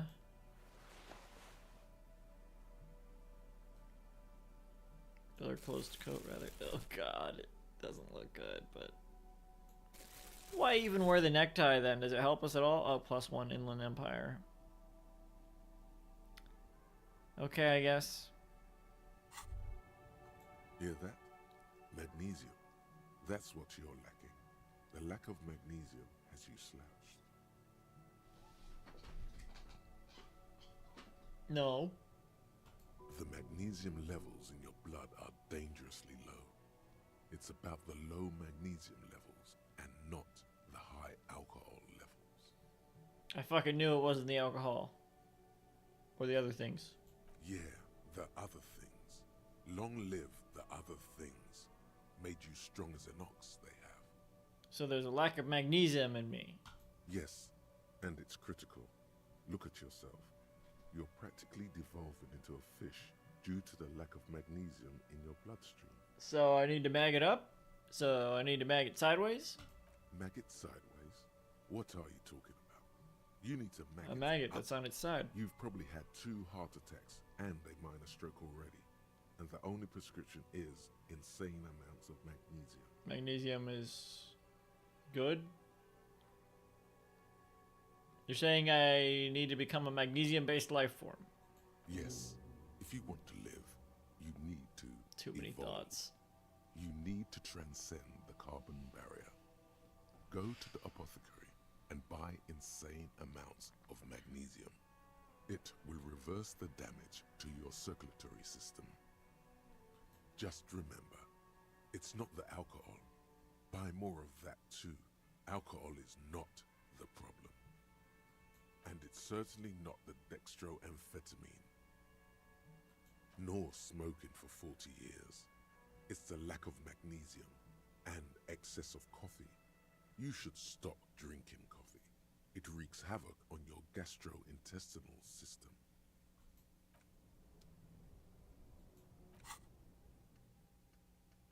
Okay, another thought that I can't even do, that I don't even have room for.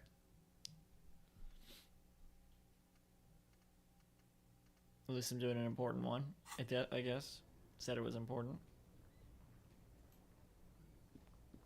There's a pile of cheap sunglasses in a small box. A variety of shapes and colors. You like sunglasses, officer? I've got the latest styles right here.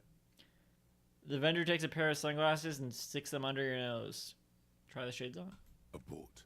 These are hideous. What's more, they don't even fit your face. You can feel them pinching your nose and chafing against your brow. Oh no, my health.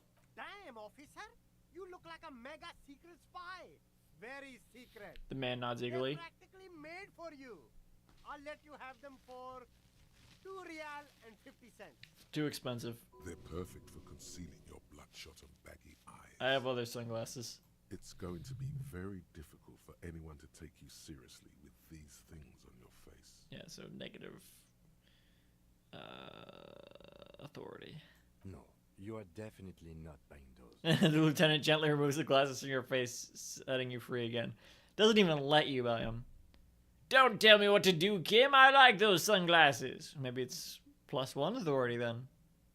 You're right. I'm too sensible with those. I just want to see Kim's reaction. What the fuck is that? What the bird doing? They're totally unfazed.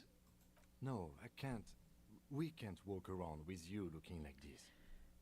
Okay, fine. Go ahead. If you want to look like a walking midlife crisis, then who am I to interfere? His hand has already risen midair, but he stops. Rummage through the box. These are all boring. Boring third-rate ho-hum sunglasses made of cheap Syrahese plastic. The kind of plastic that melts in the sun. Those UV stickers are almost certainly just there for the show. If anything, these lenses probably direct more UV light into your pupils. A UV magnifier. Says the drama. These are all first-rate sunglasses. Premium design, super material, very cool. UV resistant. These will definitely keep your eyes safe and cool while doing your dangerous police work. Try again. Maybe you can find some interesting sunglasses in the box. No luck. All you find is this lime-colored cellophane visor, produced by a bargain sportswear brand called Amphibian, apparently. There's a malformed green frog on its bent cap. Oh, that visor is perfect for you, officer. No. It'll definitely keep the sun out of your eyes while you're shooting criminals. No. Bang, bang. No. And all for a mere 6 real. The street vendor makes a bang bang sound. Turn to the lieutenant. Kim, a firefight, something we should be prepared for. I hope not. He says, looking up from his browsing. You don't like it? What are you browsing Sure, for? Square Joe. No problem. Let's get you some real shades. Those don't look that ugly. The shades of self-destruction. +1 electrochemistry. I don't like the electrochemistry. It's just telling me to do drugs all the time. Oh my god, the amphibian sports visor. That actually looks fucking awesome.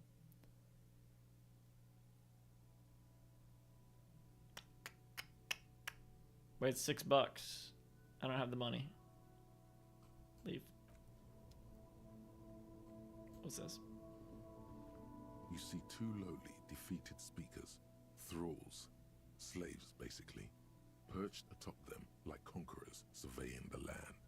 A pair of found, durable wear sneakers, ultra serious. Sneakers on speakers, I can see you with taste for luxury, officer. says the shopkeeper. Keep your eyes off those sneakers. Inspect the sneakers. Inspect the speakers. Inspect the speakers. Inspect the speakers. A pair of Faun Ultras. The design is impossibly sleek and simple. A futuristic silhouette with a sleek monochrome colorway, a jet black upper, and a silver-lined midsole. Those sneakers, mister. Those sneakers are the latest Faun sneakers. Super air, super fine, super cool. Only 50 real. The street vendor intones. Only? That's madness. 50. No. Inspect the speakers. These once respectable speakers have been conquered, reduced to a mere prop by the indomitable Faun Ultras atop them. A small heat emboss on the veneer reads, Solidarity Aid from the People's Republic of Samara. The speakers themselves don't seem to display any magical qualities. No, don't look at the speakers, officer. Look at the sneakers. The sneakers are the stars here. The man points to the footwear. But I already looked at the sneakers. What about the speakers, though? Doesn't anyone want those? Poor little speakers.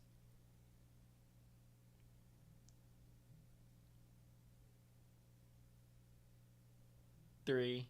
No, don't pity them, officer. These are old Samaran garbage. Don't even look at them. Check out these super cool, fun Ultras instead. Samaran trash. That sounds like they're from the Samaran People's Republic, produced under the dictatorship of the proletariat. Can't I just buy the sad, conquered Samaran speakers? No way, officer. These aren't for sale. They're bad speakers. Low-fi socialist junk. But I need some speakers. That's why I want them. I think I might be lo-fi socialist junk myself. You're right, I don't have time for junk. I need a luxury life. I lead a luxury life. 1. No, 2. No, officer. You're a high-class policeman who accepts nothing less than the best. Lucky for you, I've got the best on sale. You don't know what I am. I don't even know it myself. I want the speakers. Wait, what if I do deserve more than a lo-fi socialist sound system? 1. Well, if you want them... He pauses for a moment, calculating. But see, they are the pedestal for my sneakers. If I let go of the speakers, where will the sneakers go? I can't leave premium lifestyle sneakers on the ground. Get a different... It wouldn't be the ground. It'd be on the fucking... this crate thing here. If, on the other hand, you wanted to buy the sneakers too, I could maybe throw in the speakers for little extra. 50 cents? No.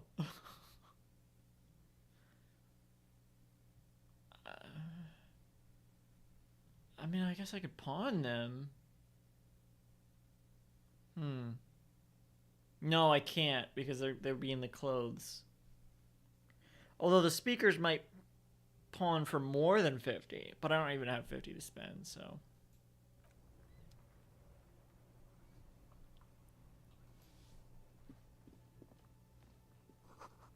A helpline to the company that controls the drawbridge. Alright, let's talk to this one. You see a Samaran street vendor surrounded by a motley assemblage of goods. When he realizes you're looking at him, his face breaks into a wide, welcoming grin. The name Sileng is embroidered over his breastplate. Happy shopping, officer! Everything's cool here. He gives you a thumbs up. What's so cool? Everything's cool. The goods are cool, the customers are cool, the place is cool. And one more thing, officer, you're very cool. He makes both... Bang, bang, bang, bang. He moves both hands into finger pistols and fires a few finger bullets into the air. You feel a twitch in your index fingers. There's a finger shootout brewing. Whip him out. No, it's a safety hazard. Whip him out! Oh my god. Don't shoot, officer. You got an arrest here or just a shakedown? He raises his arms in mock alarm. a shakedown, and a rest. Let's play it cool. One. Good one, officer. You're a funny guy. Now, what can I do for you? He nods towards his shabby wares. This isn't a joke. Give me your money. I need money. With your finger guns. Just kidding. I'm really here to shake you down for some answers to official police questions. Let's go with one. Let's see what happens. He does not need your money. Please disregard that. We're just here to ask some questions. I kind of do. Of course. Oh! Fuck, there's some really good thoughts coming up that I need to learn. Oh, could persuade them too. Well, I need to learn the finger guns to do that. Right? Well, I could try it again anyway, so I could try it now just in case. But... Excuse me. He settles back into the pile of boxes he's sitting on, making himself comfortable. Excuse me. Where are you from, Ziling? Me? It's a boring story, officer. Who cares about the past? I'm all business now. All revolution. This man probably comes from Seaguy, sometimes known as the Apricot Suzerainty, an archipelago in the Samaran Isola. You're from the Apricot Suzerainty, right? Suzerainty, right? But you're not a local, are you? Better not to mention. Sounds good. Let's get back to business. Yeah. I'll mention it. One. Sea guy, apricot suzerainty. It's all the same to me. It's all cool. I'm interested in sales. Go ahead, let's make one. Super high quality, friendly prices. He gestures to the boxes. So, Celine, what's your stance on drugs? Drugs? I don't go in for that, officer. Drugs ruin lives. For a moment, he's unsure how to respond. Unless you're into drugs, of course. In which case, drugs are excellent. Mwah! Tasty, tasty drugs. He kisses his fingers. I'm super into drugs. I actually don't like drugs. We're looking for a lorry driver who's transporting drugs out of the harbor. He or she is in this traffic jam. One. That's very cool. A lot of the coolest detectives do drugs. Sadly, I don't have any drugs on sale. Or at my home, or on my person. He smiles. Sir, it appears to be true. No drugs in sight. Not in the box of sunglasses or under the speakers. Then I actually don't like drugs. That's cool. Especially after you already said you're into them. I feel All like... the coolest detectives in the movies do drugs. And I'm very conflicted about it. Still, no drugs here. He smiles. I feel like this character kind of sucks. Not like they're badly written, but... they're just full of shit, you know? But I feel like they have a lot of people like this character. That's what I think. I feel like there's a lot of people that have a soft spot for this character. That's the impression I'm getting.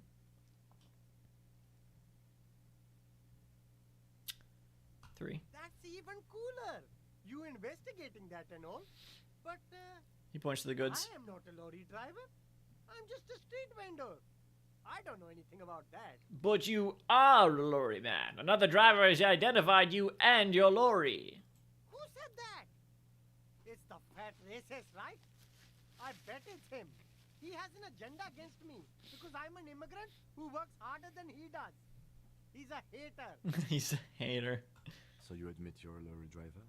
No, I just said I work harder and he's an asshole. He stops to think. Realizing he can't get out of it. Smart man. Okay, maybe I'm a lorry driver too. A little. But that's not the most important thing about me. That's my day job. This is my dream. He spreads his arms. So, you forgot to tell me. You forgot to tell me? So, you were embarrassed to tell me? Stop squirming. What do you know about the drug operation at the harbor? Sealing, my source tells me you're the one transporting drugs for the Union. One. Exactly. It's such a small part of my life. It's in the rear view mirror now. I'm climbing out of that hole with ingenuity.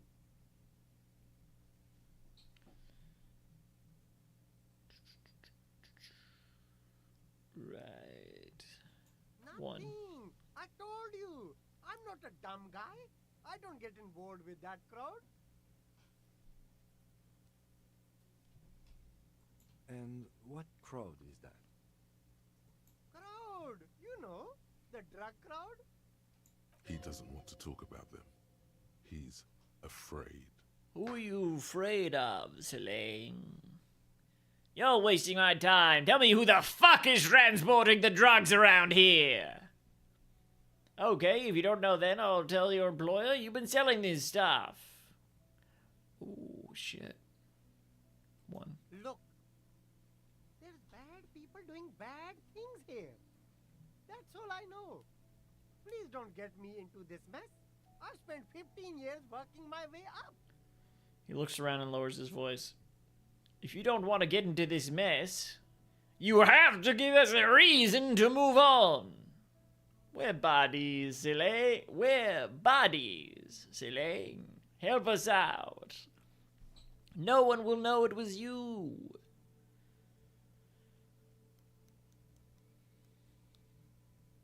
One. It's a she, okay? The other drivers call her the lady driver. You're better off staying away from her. The way they talk about her, she's no lady. Not the old one, right? He shakes his head. Interesting. Could this driver be connected to the Hardy Boys? Oh, yeah. Who are these other drivers who talk?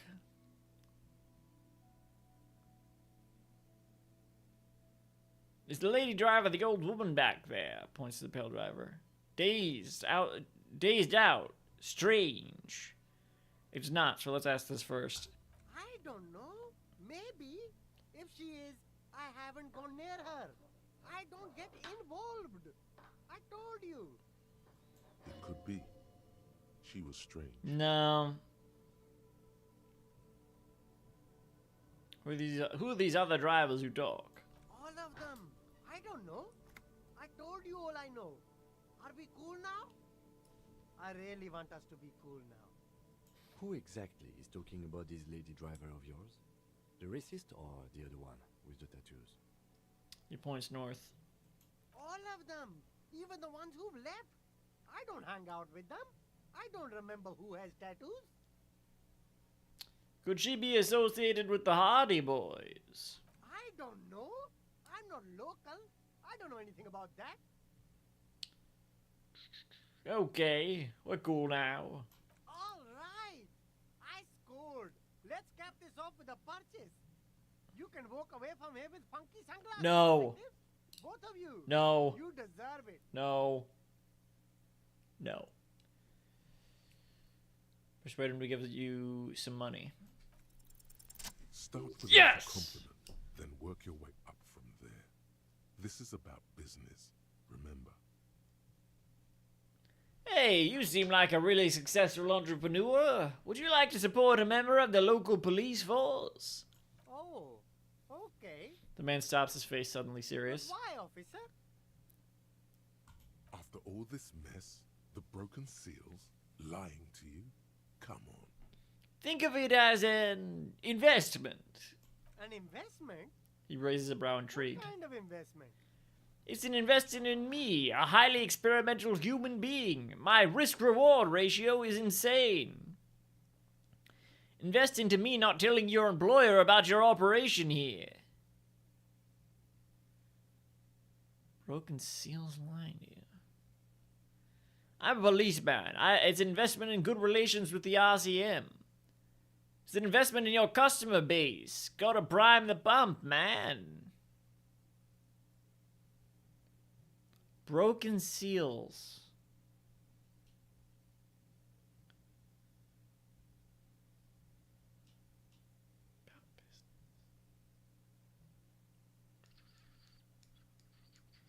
4. Fair point. He agrees. You can't have a successful business without a loyal customer base. How much is your loyalty worth? 5 real, 10 real, 1 million real. Well, they clearly don't have that.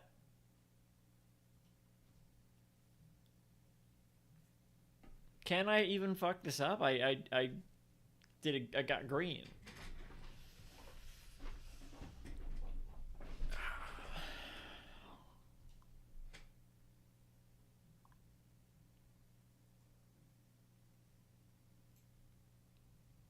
So I'll try 3, whatever. But officer, I don't have that kind of money.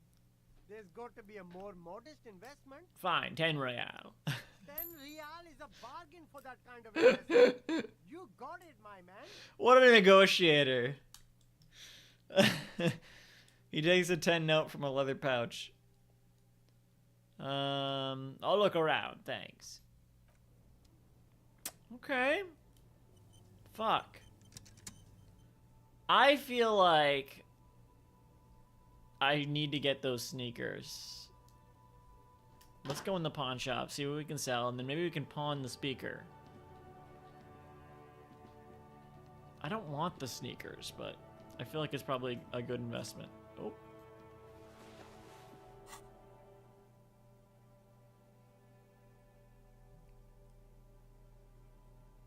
And no to those gloves. The hell's that? Water lock out of order until Wednesday, 7:15 a.m. What day is it?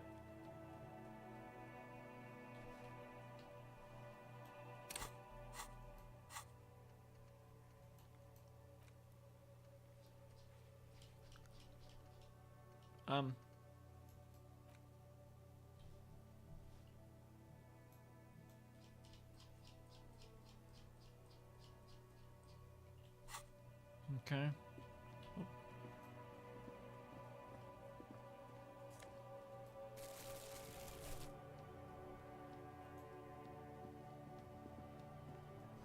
Scribbled between the thighs of a page 3 girl, L'origine du disco. Short on money, you can play.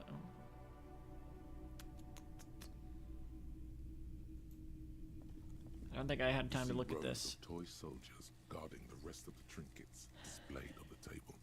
Some on horseback, others in rags, others yet in bright blue uniforms. Whirling in rags, even. All are stern and unyielding in their duty. Try to find something pretty and cool here, then use it to win her back. Who? Win her back? Win her back? Yes. Buy something nice. A figurine. Inspect the knights on horseback. Big men on big horses, clad in lamella armor and carrying flintlocks, the kind that would mow down a line of enemy soldiers in the blink of an eye. Point to the knights on horseback.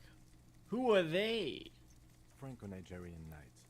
I used to be very serious about these guys. He looks at the dusty figurines in the dim light. A long, long time ago. Inspect the blue uniforms. They're not all blue. These figurines also wear gold coats and caps, complemented by orange trousers. They are variously posed, wielding swords and rifles with bayonets. Wait, this looks like Renee, the old guy who's playing Petang. One of the blue figurines. Are these royalist soldiers? What the fuck is that noise? One. This is what the loyalists look like, yes. He inspects the figurine. Then they wised up and got camouflage. Are these royalist soldiers? Which ones? The man peers from his glass box. Oh, yes, they are. I find the paint job a bit gaudy, but children like the bright colours indiscriminately. Inspect the figurines and rags. This set of soldiers isn't meant to look impressive. A few have rifles, but most of them carry pistols. Some even shovels and tall sticks. Point at the figurines and rags. Are these even soldiers? You're probably talking about the revolutionaries, yes? Yes, they are soldiers, revolutionary soldiers. I think their poverty has been exaggerated for effect. When you place them next to the royalists, it doesn't seem like they could possibly win. It's meant to give people hope. Even we can do it. The contrast is meant to be disheartening, as it ought to be. It is impossible to win against the cohorts of capital. Ask my friend God, whose bitch it made me.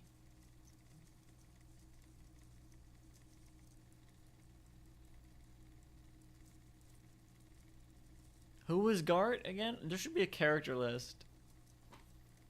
I wish it was more nuanced. As it stands, I cannot comment. I don't think the eye drops helped.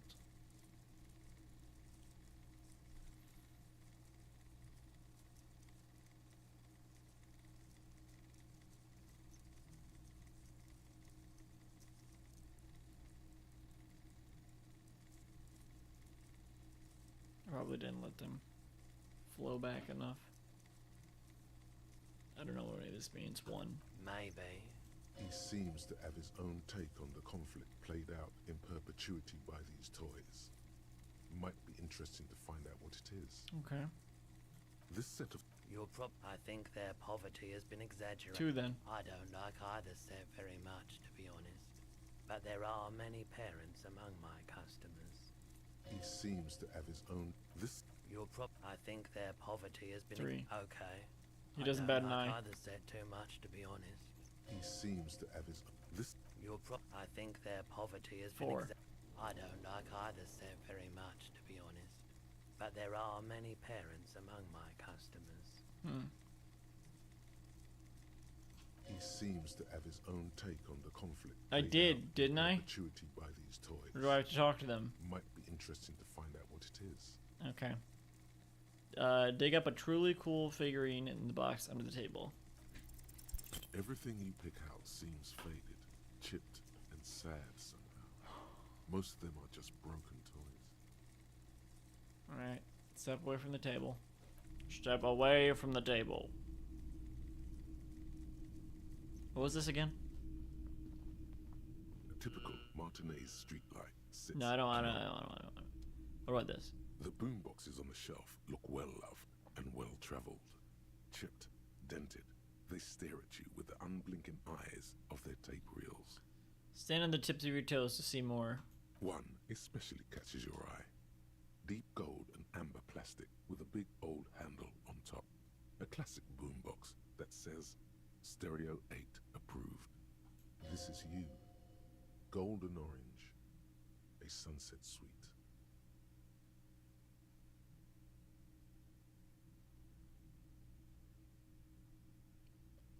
What possible use could I have for that? Just make sure it works before you buy it. Shopkeep, this Stereo 8 approved machine here. What I really want to know is, could this device come in handy for my police work? Are you sure this is all in working order? One. Is the Harman Welsh W2, made in Vespa. Only 12. Designed in Seoul. Plays all reel-to-reel format. 2mm, 8mm, 12mm. 64 It's even got a little bits. radio in there. It'll set you back 12 real. Not a bad deal. What about the police work one? If police work means playing tapes, sure. Oh! You can use it for that. It kind of does. Or any oh yeah! time you'd need to play a tape. Ooh. Oh yeah, that would be good actually. I destroyed the one in my room. Like a beach party. With sand and sun and seagulls dancing on the breeze. Turn to Kim. Theoretically, could I bring it to a beach party? Theoretically, yes. But we don't have time right now. It's generally murder investigation first, then beach party. Okay, Kim, I'll just rock out with Roy then.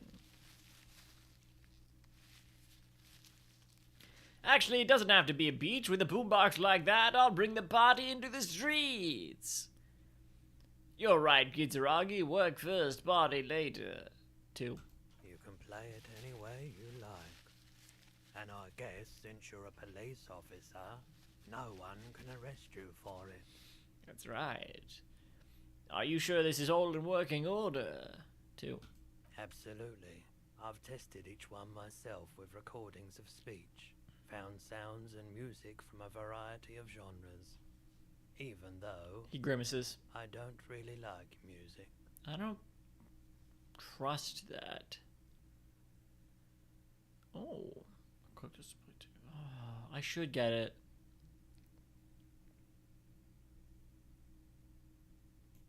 But I'm gonna try the boom box first. I can't afford it right now, and it would be handy, but I wanna try to get 50. Hello. Let me know if I can help you with anything. Care to share your purely done with me? Have you tried it before? It's almost like he's worried for you. Pure. What is that? The lieutenant steps away, pretending to admire some of the knickknacks on display. Looks like he doesn't want to get involved. Go ahead then, he thinks. As long as you can walk straight, I don't care. I don't think I've tried it once and liked it. I haven't, but don't worry, I can take it. I ride the Puro every day. 1. Here you go, man. Presents a large cap-shaped object on the palm of his hand. Very odd looking. Yes, darling. That's the coalition government ordained Parolidon. Straight into your gut. Fuck, what does it do again? Not so sure about this. No, obviously not. Wait, why wouldn't I be... Wait, why wouldn't I be sure? Because it's an anti-radiation drug, and you're a cop. Not a post-apocalyptic scavenger. I'm not taking that. Actually, I changed my mind. I don't need any Parolidon. I respect your decision, officer. What else can I help you with? You might be able to aid our investigation. I doubt it, but I can try and answer any questions you may have. Know anything about the recent hanging? I do my best to keep my distance from all manner of butchery. Bad for business. Bad for everyone. Actually, that's all I've got. The pawnbroker's gaze is already fixed on the dancing colors. By the way, do you happen to have any guns like the ones carried by officers of the citizens' militia? Someone else came here earlier today asking the same question. I promptly sold her the gun you Ah! 4 days back. Son of a bitch! The lieutenant shifts from one foot to another. Wait! I sold you my gun! You... With Kim here too. That just sounded really, really bad. What? Kim knows I have memory issues. You were adamant about getting rid of it, officer. Said you were undeserving of a service weapon of the Revachol Citizens Militia. Okay. And I don't like keeping guns around the shop for long. Off the charts photon emissions. The unhealthy kind. He's not telling you the whole story. It seems he's trying to spare you. I feel like there's something you're not telling me. Probably had a good reason for that drop the pen. No, I want to know. You weren't quiet yourself, officer. He looks away. What was I like? You were very distraught. You said the gun was a threat to your life and that you can't trust yourself with it tonight. And that you need the money. When I said that I don't normally buy firearms, you put the gun barrel in your mouth and sort of sucked on it. Then I agreed to take it. Very normal behavior. You must have been in great shape.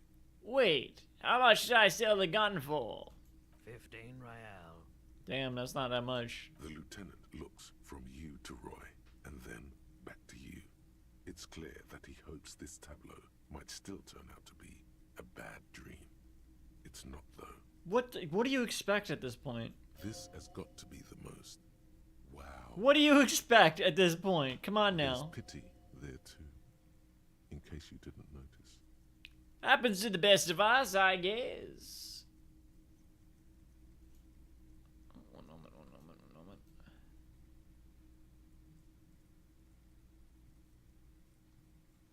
God damn, there's a lot of I guesses in this. Guess that comes with the text. There being a lot of text.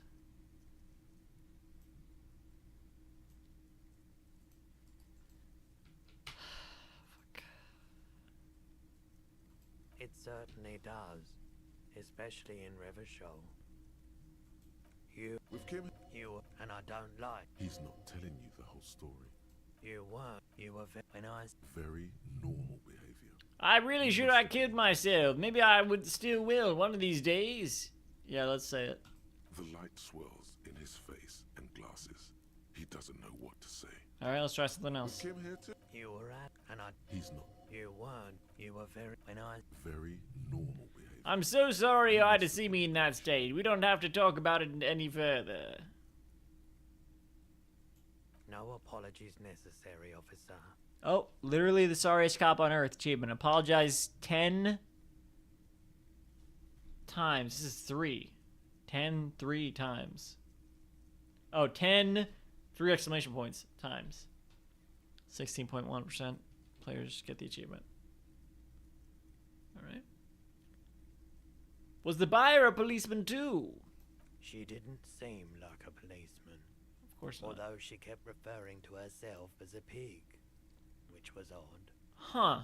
I found her interest in the gun a bit obsessive, but I was just happy to get rid of it, and of her. It wasn't, Kuhn West, was it?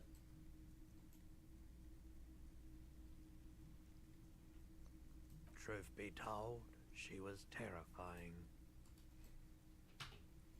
Right, so let me get this right. Lieutenant turns to you. Sidearm issued by the citizens' militia, and now a civilian is running around the streets of Martinez with it?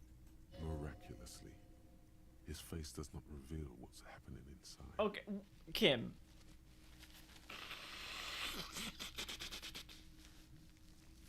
How are you surprised at this point? There is only one explanation. She must be one of my rabid fans. Maybe she's a vigilante, wants to prove she can do our jobs better than we can.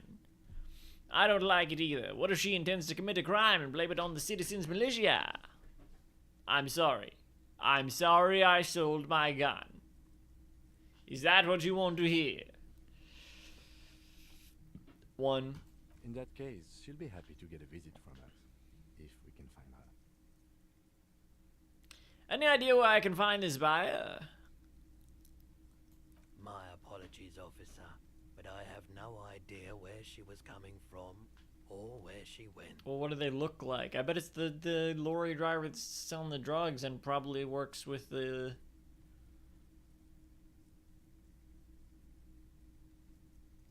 lynch mob. Whatever their names were. Titus and the crew. A needle in a haystack. There is nothing you can do about it right now. You'll just have to hope Everard wasn't lying, and the Union can track her down in time. People from Everard Clare's Union come here to track that gun. Maybe. Shady-looking guys came in here yesterday, looking like they'd just taken off their Wild Pines overalls. They asked if I have a police weapon to sell. I told them I already sold it. They went their way. It was a trip, but you know, all sorts of people come here, asking for all sorts of things. Maybe Claire really is tracking down your gun. The lieutenant's eyebrows raise slightly. Claire? Oh, Everard Claire. At least now I know how I lost my sidearm. Let's talk about something else. Of course. I wanted to ask about my, missing gun again. Sure For no reason, just to get rid of that, I guess. Thanks for the review. Let's talk about something else. Sure, man. Do you have any recordings of the Koldum Amadakwa? The Koldum Amadakwa? He looks at you with astonishment. Sorry, I would never have guessed that you were that interested in ultrasonic sounds. Or birds, for that matter. It's not really a bird, though, is it? I've been thinking of quitting the RCM and becoming a cryptozoologist. How interesting. Well, it's been a long while since I've gone hunting for the Candyman106. Oh, you were hunting for it, huh? Once knew a group of young musicians who decided they didn't want to play music anymore and started looking for all kinds of interesting sounds instead. This was before, you know, lost touch with them after all of that. That sounds so cool. Get to the point. Do you have any recordings now? One. Cool or not, one of them was obsessed with recording the Candyman106. And he was one of those passionate people who know a lot about all kinds of strange things. So he got the rest of us to join in his search. And did you ever find it? We thought we did. We got together all these recordings of unusual sound patterns, compared them. He chuckles. Cut them up and combined them into the Symphonia Candyman106. That's not very scientific. That really wasn't the point. After the Symphonia, we moved on to the sounds of office supplies or something like that. And I doubt any of us would have been any good at pushing papers. Can I listen to it? Unfortunately, I don't have any recordings from my old life. None at all. But I do have a tape with some ultrasonic sounds that might be what you're looking for. He starts rummaging through some tapes behind the counter. Do we really have time for this? The lieutenant whispers to you. Spin that bird song!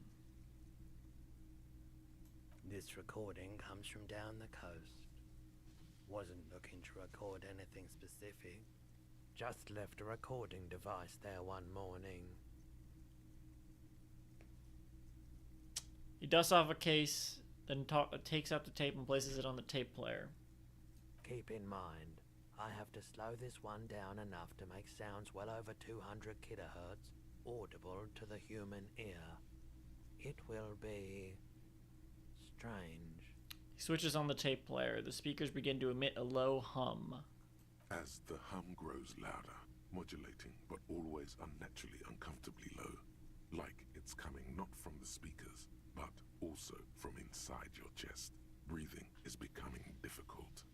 There's a growing sense of dread. The sound is coming from inside you, but also surrounding you. It feels as though someone is standing just outside your range of vision and watching you, doing this to you. He nods to you, reassuringly, just as more diverse, higher-pitched sounds, some random, some appearing to form patterns, hit your eardrums. What's that? Gulls and skewers. But he raises a pointer finger and inclines his head towards the speakers. A new, very high-pitched shivering sound emerges amidst the others. That's it. The signal in the noise. The thin whisper. A low range of sounds is easier to handle with a focal point, but still troubling. You are mesmerized by the sounds, but also feel nausea welling up as the motif continues, then begins to recede, dissolving in what must be the sound of water lapping at the bank. you know, now that I've listened to it on these new speakers, it's not the Candyman106. Wrong patterns, wrong photons.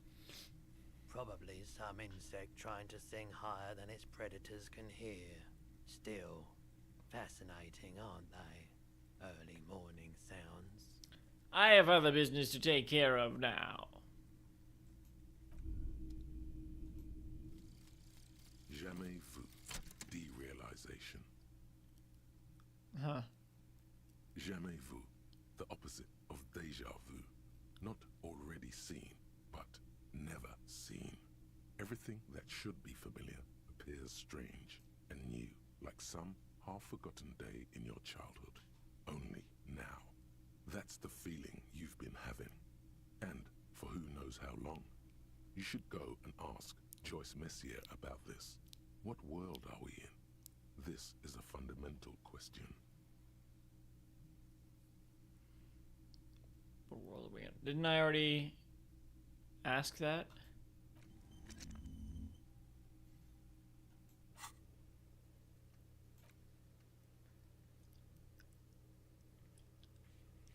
Find out his lady driver in the lorry.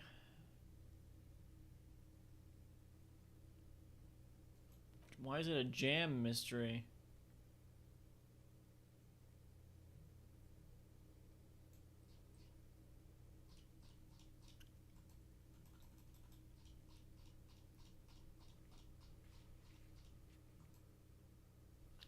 Oh, can I do that one? Again? Wait.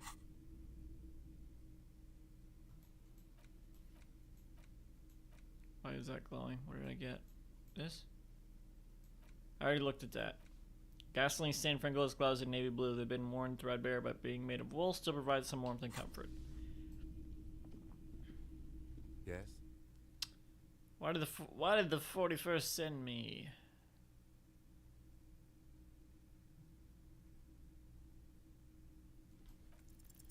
Look at you. It's because you're a failure. They sent you to Slight, Precinct 57. What? No, that can't be right. Yeah, that makes more sense than the other stuff I thought of. 2. Just think about it for a second.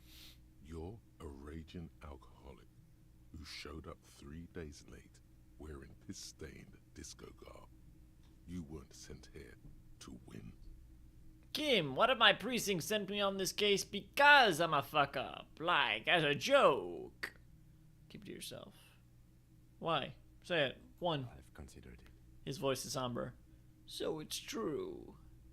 But it's not true, right? 1. It would be immensely ugly of them, not to mention unprofessional.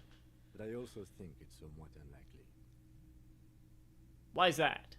I checked the records. This jurisdiction dispute, who polices Martinez, reaches back to the 30s. It's as old as my station. And all this time we can't decide who gets Martinez? I think, yes, both stations would prefer a win. Ha! So you are their finest. Do you really see me as a safe bet? 1. I am the finest of nothing. Do you really see me as a safe bet? Safe? No. But you're old. You've made it this far. Something has brought you through. We've only just started working together, so I don't know what it is yet. But it's there. So I'm clearly older than Kim. Let me, look at how old Donnie Yen is.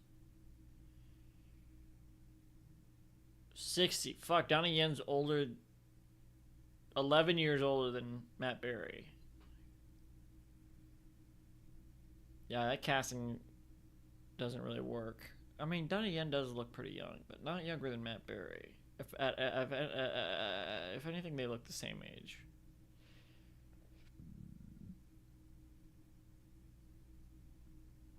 Honestly, they should probably get a French Asian actor.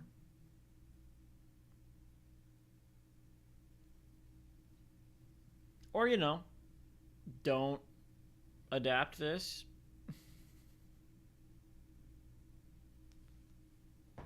That works too. So no, I don't think they sent you as a joke. And even if they did, they're in for a surprise. Cool.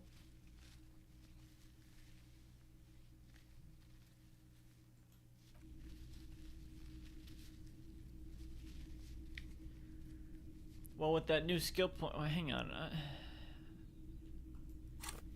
How do I pawn stuff?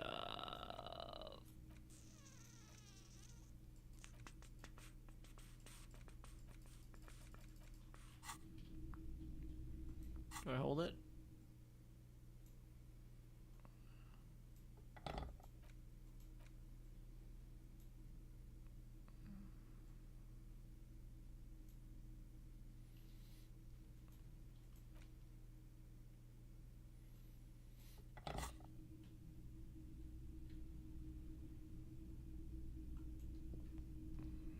Hello, hello. Let me know if I can help. Something I'd like to sell, yes. Let me have a look.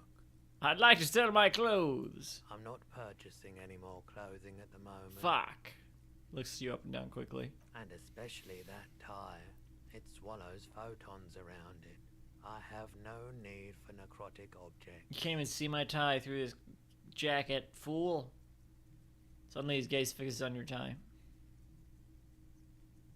Your mother is a necrotic object. I'm fun.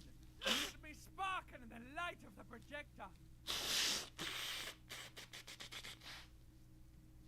Definitely Simon Pegg as the tie.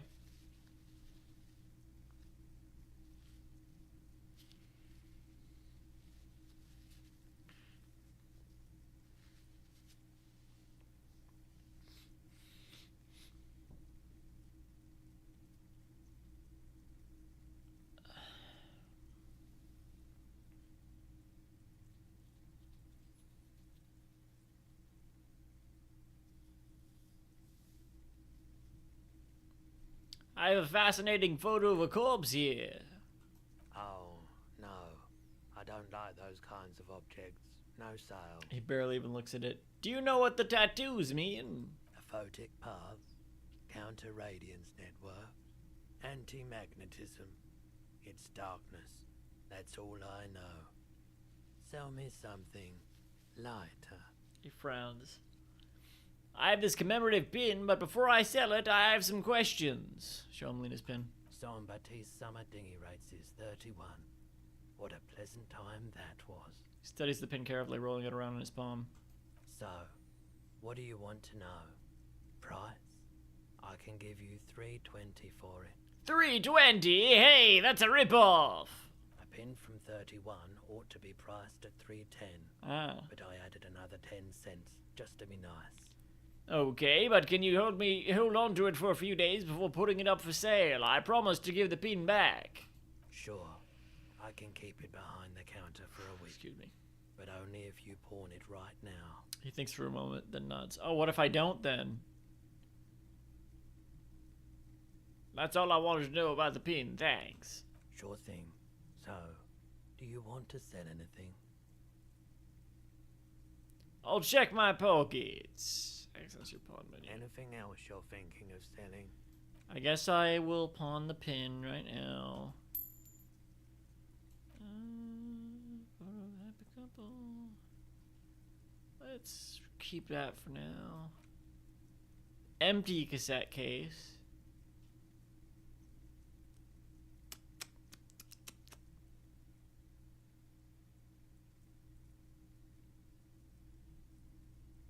Probably pawn that, that'd be fine.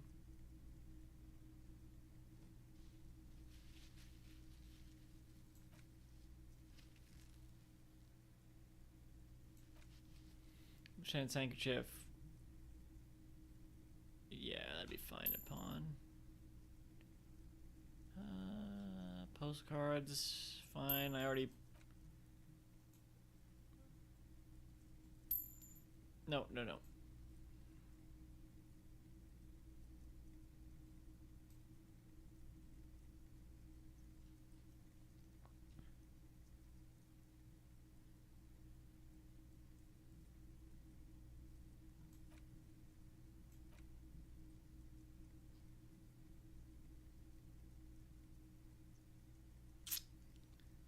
I did already show them the photo. I can't remember if there was more I wanted with it, so I guess I'll keep it. I feel like this would be relevant later. I did already ask. It did already come up again, so I'll sell it. I still don't even have enough. Oh, I'm so close. Wait, 48, 45.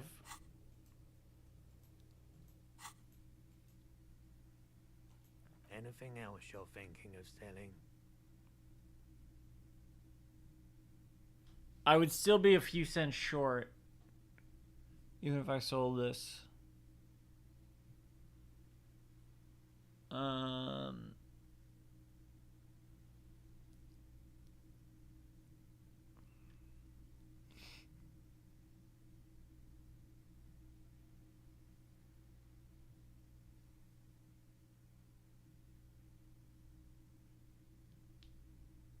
I would be at 49. No, I wouldn't. I would actually be at like 56. 5006 real. I'm still not going to do it for now. Another time, perhaps.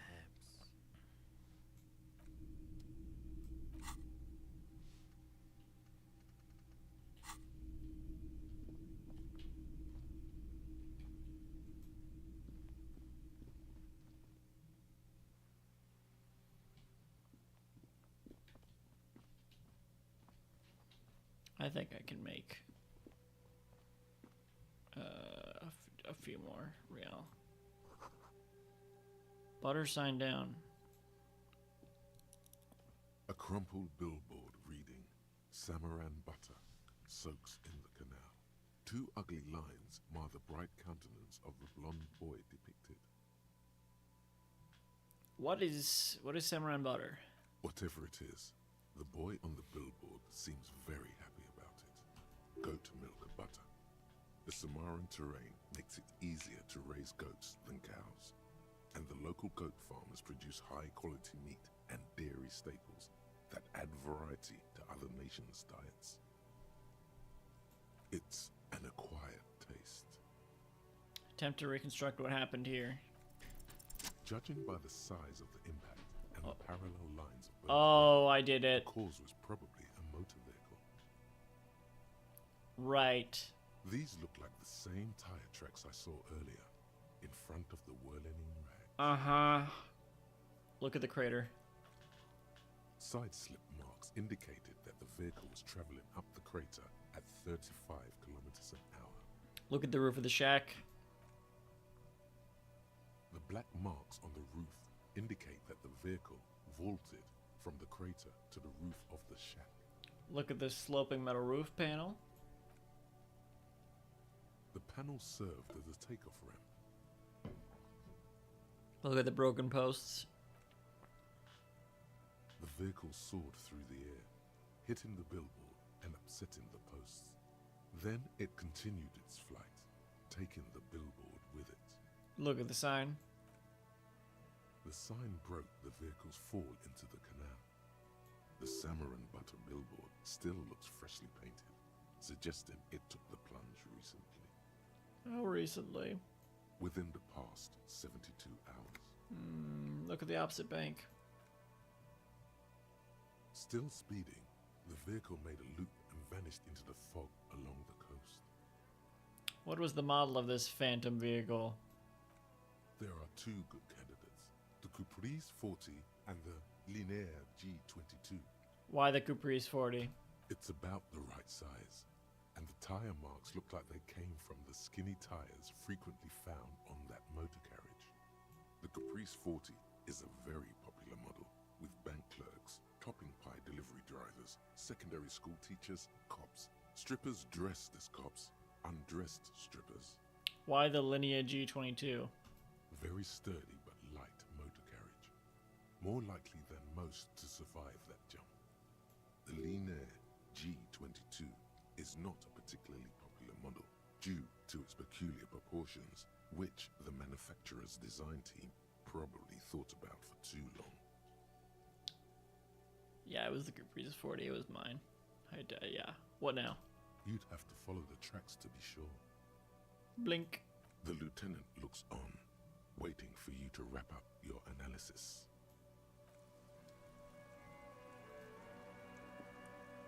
Any theories about what happened here?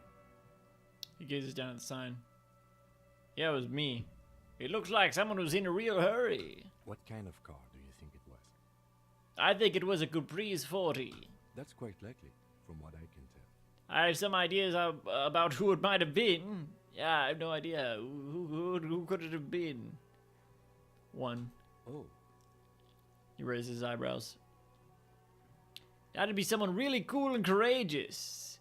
It was someone dangerous. Perhaps this is somehow connected to the murder? Actually, never mind. I need more evidence to come up with a list of suspects. One. I suppose that narrows it down somewhat. Fortunately, we are not traffic cops. Should we get back to the murder? We should bring this driver to justice. Take the task. Let's move on. It's me. But sure, fuck it. One. If we must. It's me. It was me. I'm not expecting him to get far with this, the lieutenant consoles himself.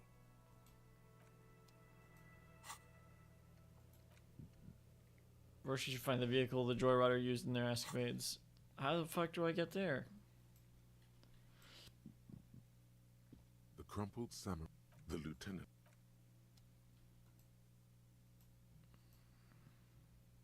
Yes? Alright, well, what's this? A couple of indicator lights are missing from this control panel. Loose wires dangle from the now vacant holes. In the middle is a lever. Beneath it, a small metal plaque. Someone could probably tell you it was you.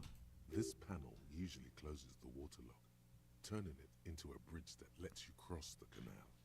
But there's a crashed salmon and butter sign in the way. Pulling the lever probably won't do anything. Pull the lever up. You pull the lever all the way up until the metal clicks against the contact pins. You hear a soft clunk. Then, nothing happens. Push it harder. Nothing happens. A cold gust of wind blowing in from the sea interrupts the silence of the situation. The lieutenant hums to himself while staring at your activities. Release the lever. A spring brings the lever back to its original position. You still need to close the water lock to get across the canal. Some other way.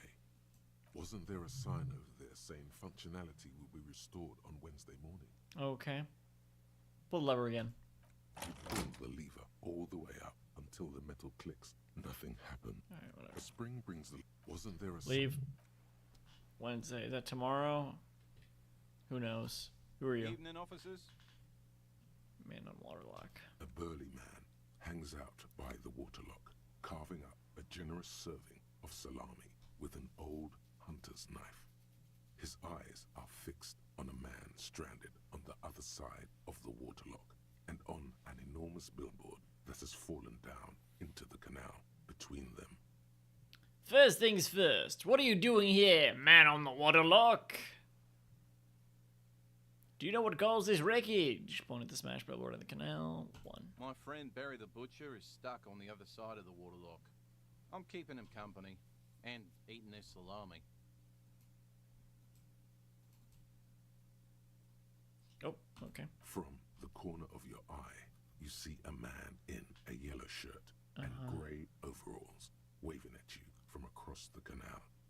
He seems disappointed about the wreckage on the waterlock and the salami.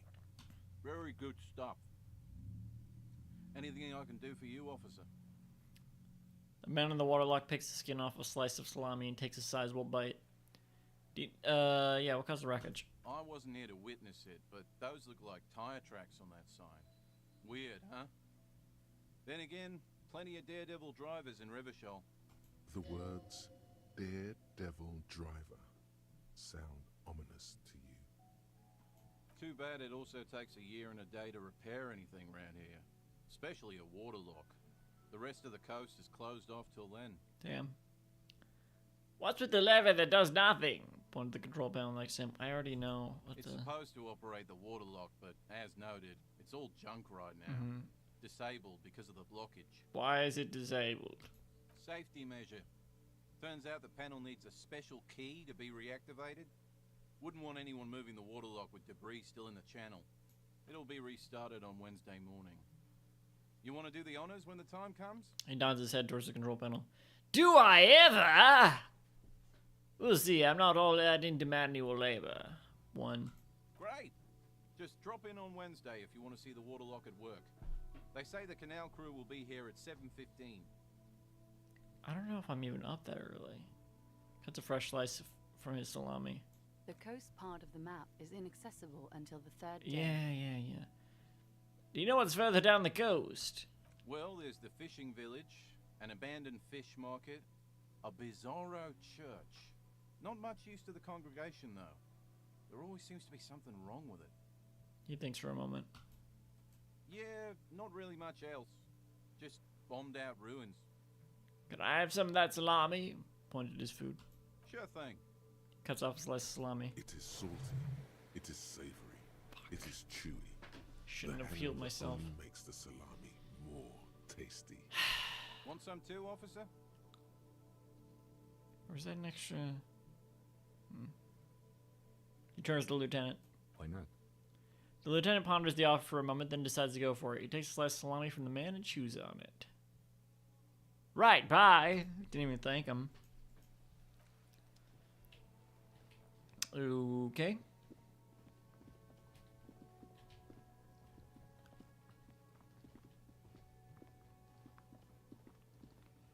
What's this? Hot air rises up from the sewer. Sour, acidic, and strangely comforting.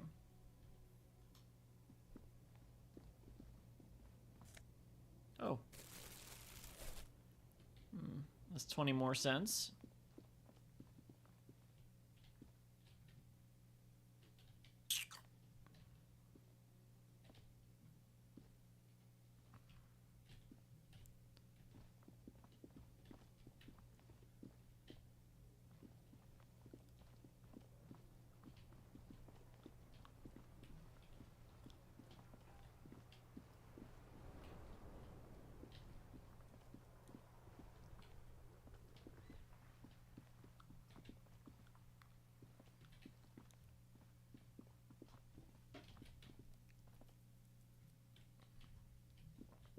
How do I get up there?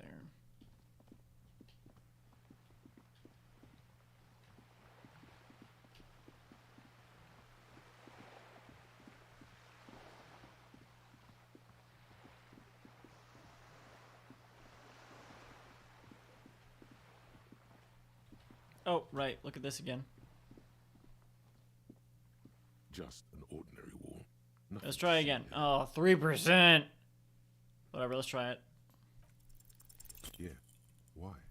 Why must we stop to look at this wall every time we pass by?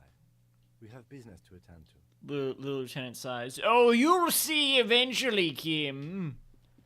I'm not as crazy as I seem.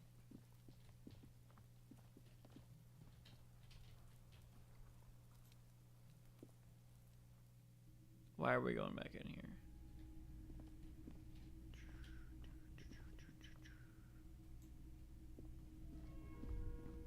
A row of mugs sits on the shelf.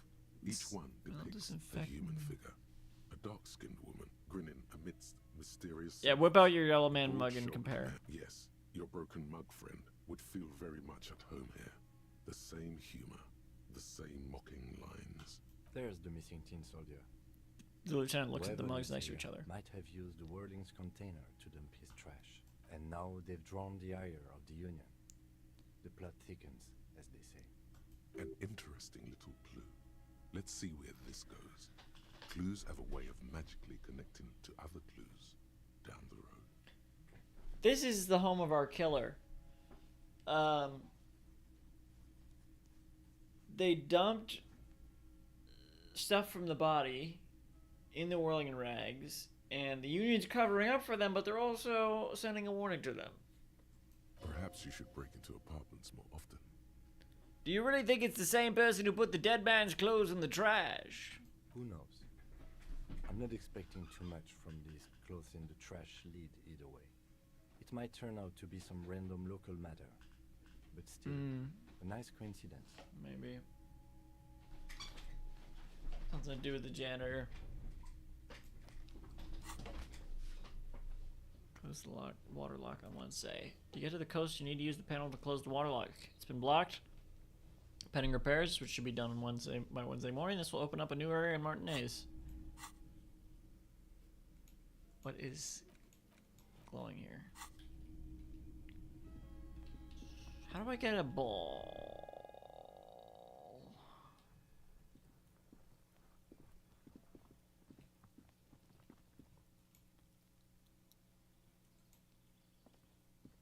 There must be another way into the building. Fucking Christ, why does that happen? So much for a quiet smoke.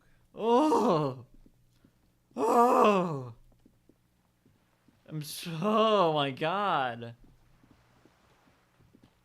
Fuck. A sturdy metal door guards the southwest entrance to the apartment building.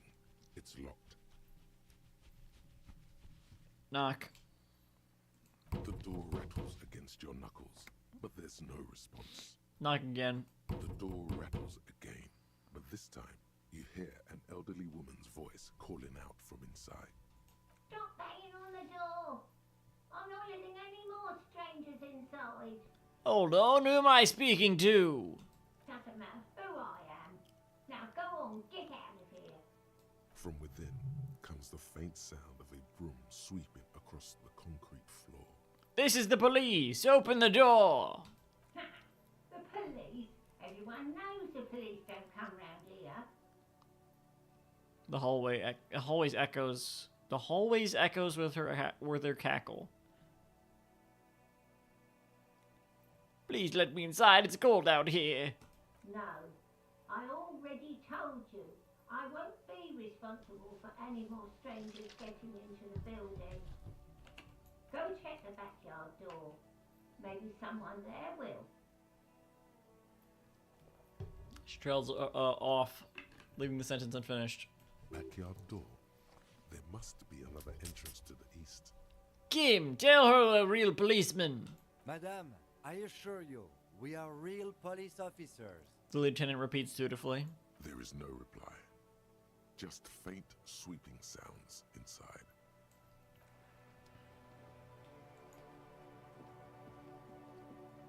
The streets will flow red once more. A great torrent rushing down Rue d'Esperance. You wait and see.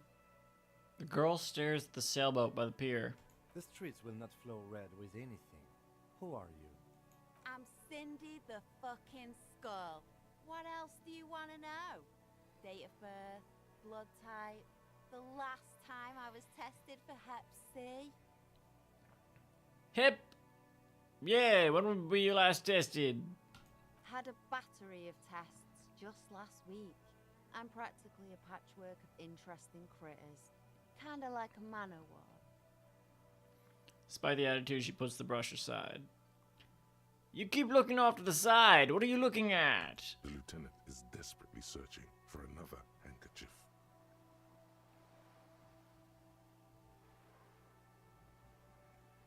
No, that's not what it says. She turns her head to face the coast and nods disdainfully towards Joyce, performing maintenance on her boat. Hatred, disgust. It's difficult to tell which of the two is more present in her girlish features. The woman on the boat does not notice her staring. That is on her. Someone's got to keep an eye on her. She hisses. Ozon is an archipelago 2 days' travel away from Rivershot. Its moneyed residents, used to posh restaurants and upscale boutiques, rarely have reason to visit Martinez. You mean Joyce? On a first-name basis with her, are we? Piggy's moving up in the world. They're missing a line in this quotation. Hold on, what's ozone? Hold on, what's ozone? It's where they grow whores like her, and their whore men. Okay. Why all the negativity? Have you got a crush on her? Aching for an opportunity to defend her honor? Maybe. What are you doing to the wall? Can't you tell?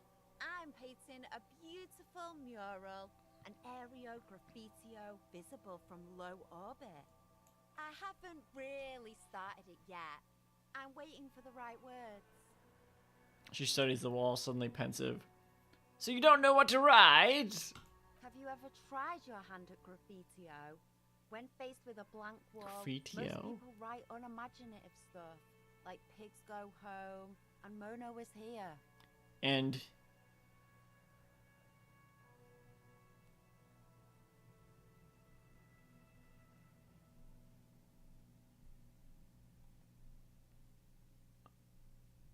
Onak. We rarely see pigs round here, though. Just union cabs. And my name's not Mona, so... She wants it to be something true and total. Why are you so committed to defacing the building? This place is severely lacking in havoc. Not even the occasional trash can fire to break up the tedium. I thought I'd mix it up, you know, summon the forces of crime and social chaos with a wall-sized invitation. I have an opinion on this. Want to hear it? Yeah? I love public art. Don't mind us. Keep doing what you're doing. I'm going to have to stop you. This is hooliganism. Actually, I don't have an opinion. I lied. 1. Thanks. Excuse I'm me. sure the inspiration will come to me now that I have an official RCM stamp of approval. Il Copo dell'Arte. Say 5 art cop lines. 20.6% players have the achievement. You've lessened her desire to deface the building.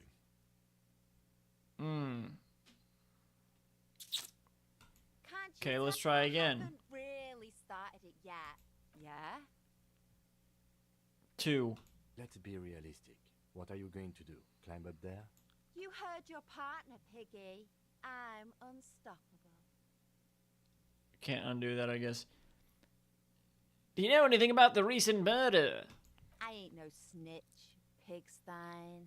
She wrinkles her Go nose. forth and forage in someone else's shit. No shortage of squealers in these parts. Actually, there is a shortage of people who talk to us in a normal, calm, informative manner. We weren't put on this earth to make your life pleasant, fucko.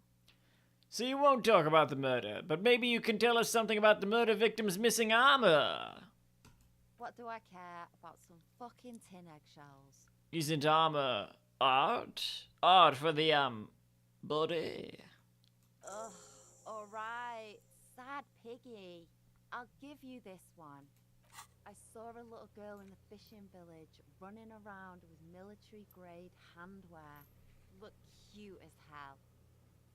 Ask a little girl in the fishing village down the coast who knows something about the armor gloves. Gotta do that tomorrow. Okay, next week. If you haven't been there, the village is a shithole down the coast from the main plaza. She wears Have a good time. what a line read. She waves her hand in a general western direction. Have a good time. And there's a little girl wearing the gloves there. No. That's all the snitching Cindy the Skull does for today. Actually, I don't even know why I told you what I just told you. I have a weakness for animals. It's the animal thing again. Damn it. Because we're pigs? She looks at you a little sad suddenly. Or a weakness for police officers, miss. Thank you either way. He makes a note in his notebook. Why bother correcting them? Kim? Catch you later, Cindy. Watch your back, Ungulate. You've got eyes on you. Ungulate? You called to our attention, Sue.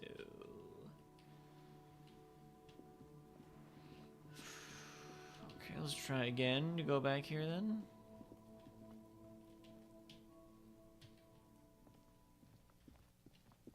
Oh, hold up. Flashlight?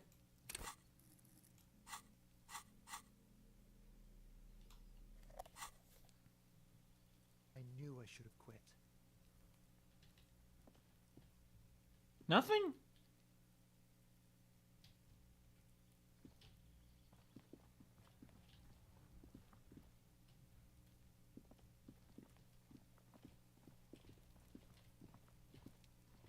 We can't go in the greenhouse?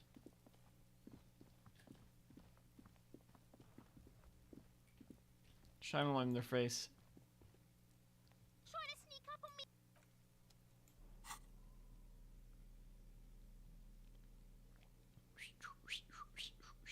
We should probably talk to Kuno. We haven't talked to Kuno in a while.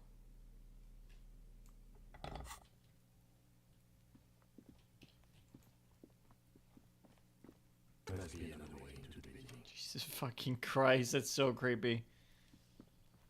You see a young man on a balcony nursing a cigarette. His eyes have been following you for a while. Not looking for any trouble, officer. He says in a quiet voice. Despite the cold, his shirt hangs unbuttoned on his frame. Why are you whispering? It sounds like you're already in trouble. There's no trouble. I'm just speaking in a lowered voice. He says sotto voce. This is definitely the same voice actor as the lorry driver and the Union leaner.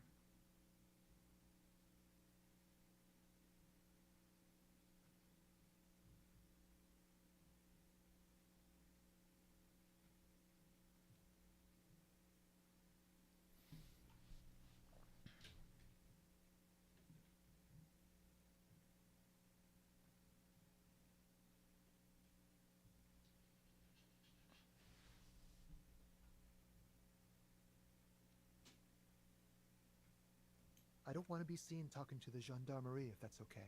I just want to finish my cigarette. Don't let him go. This could be your witness. The balcony has a great view of the whole thing. Don't be silly. Actually, the gendarmerie really need to talk to you. Needs to talk to you. No problem, we'll talk more next time. 1. Is it really that important? He asks you, adjusting his shirt. Like a nervous cat, he keeps stealing looks at the neighboring windows. All right, but make it quick. Once I finish this cigarette, I have to run. I need to get inside the apartment building. Can you help me? Help you? No, sorry, gendarme. I have to run.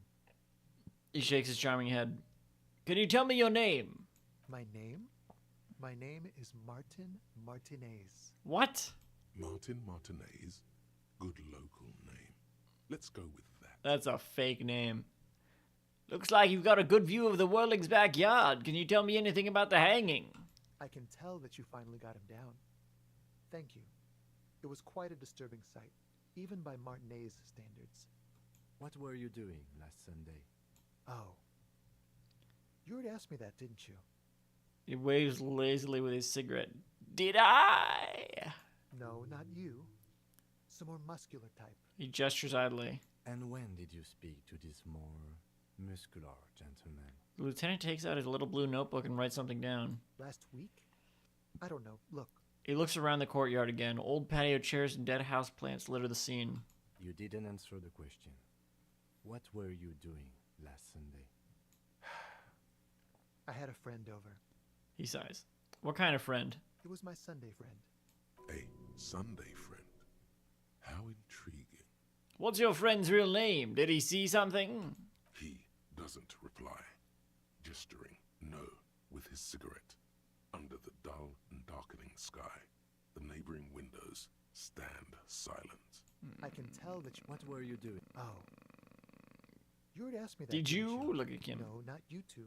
And when? Last week. You didn't answer. It was my... A son? He doesn't. I can tell... What were you... Oh. Pretty sure No, I not didn't. you. And Okay, when? whatever. You didn't answer the... It was my... He doesn't. Alright, we'll talk later. No. We won't. He takes one last drag of his cigarette before stubbing it down on the balcony. Now, if you'll excuse me, I really need to get going. Convince him to stay. Time to bring out your secret. Fuck! Tears and begging. Show him your emotional side. Throw yourself before his very feet like a dog. What do you want from me? Do you want me to cry, huh? Please don't go. I'll stop drinking. I'll take the trash out. Just please don't leave me. Tears and begging.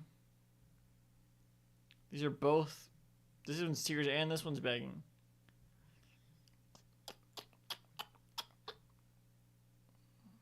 One. No, for God's sake, I don't want you to cry. He takes a quick step back and looks around, clearly disturbed. Listen, I really have to go. With a flick of his wrist, he sends the extinguished cigarette sailing over the rail. Ah, there it goes. Fuck. Wasted. You would have gotten at least a few good drags out of it. What? I don't care about that shit. Good luck with the investigation. He walks away. What?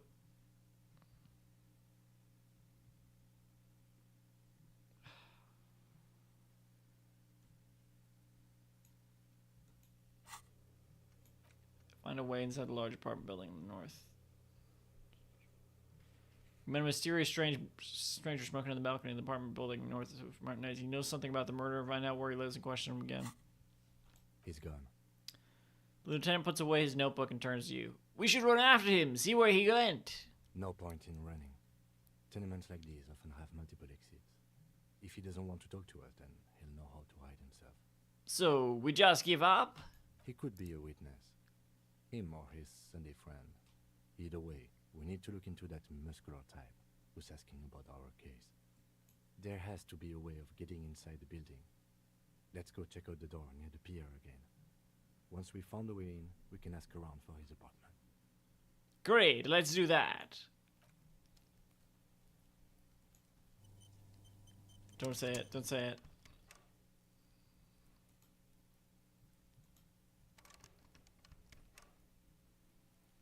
What? That's weird. A stone, like any other, lying in a whirl of sleet and mud. Maybe there's something under it. Turn it over. There's a key beneath it, rusty from the dirt. This must be for the front door. Pity it doesn't have the apartment number on it. This building has hundreds of apartments. How are we going to find the right one? We'll just have to go in and see. Put the stone back. Front door. Well, this is the back door, but okay. Eviction notices and missing pets are plastered on top of each other. Oh, balcony? A maroon glow of light pollution rises from the east. Your distant traffic night is falling on the city. Breaker box full of cigarette butts and electric wires. Oh, I'm getting so much fucking XP. Someone's growing rosemary, thyme, and a cactus. This is the door to the apartment number 29. Complete silence. Whoever lives here is at home. This is the apartment door to apartment number 30. Voices from within, singing along to some buoyant dance track. Just a door, nothing for you here right now. I don't be so sure.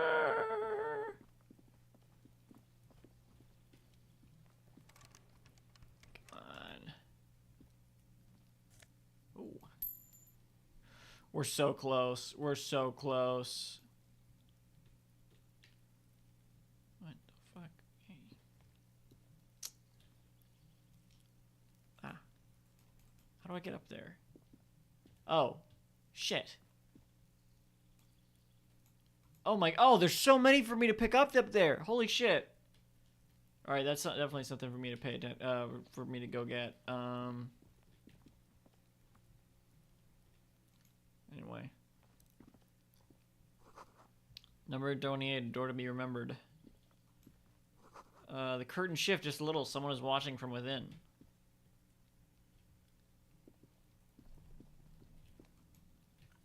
Can we do anything? Okay, let's go back. Let's go back. Here's what we're gonna do. We don't have time to...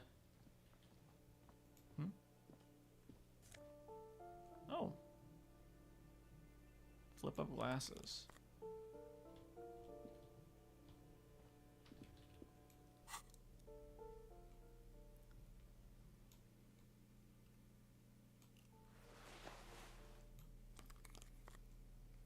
Okay. Oh, -1 authority. Let's not put those on right now. We need the authority. These flip-up sunglasses were fashionable in the old, but have since lost their popularity. Their thin gold alloy wire frames are a reminder of drug-addled bohemian artists. These days, glasses are only favored by organized crime accountants who desire to look cool. This box is filled with cleaning chemicals. Smells of laundry detergent. An old shoe rack, boots, sneakers, and old slippers.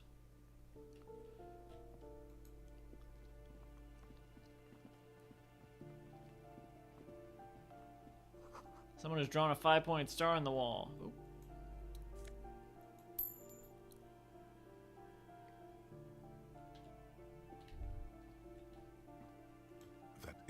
just a five-pointed star. It's an inverted white pentagram cradled in a wreath of antlers. The iconography of communism, in other words. Inspect the symbol closer. The star and antlers was developed in the 6th decade of the last century and quickly adopted by Mazov and the communards during the revolution.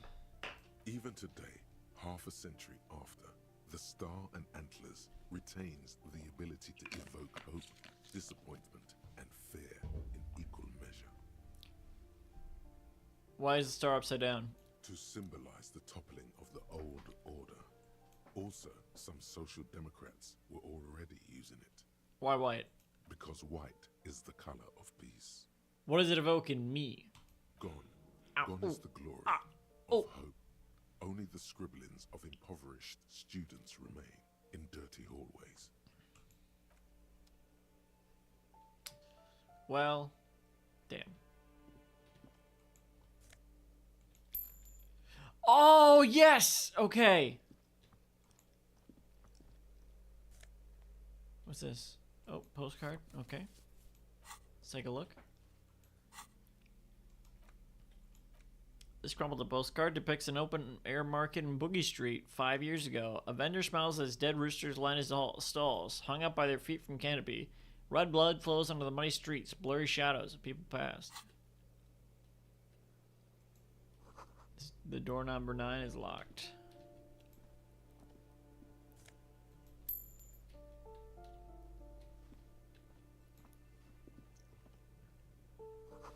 Apartment number 8, their mailbox is overflowing. The graffito says a firing squad for the rich. Wait.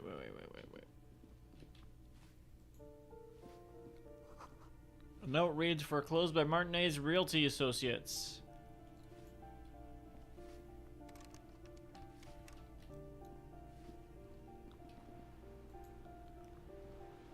Someone has torn down the wall. Waves crashing in the darkness.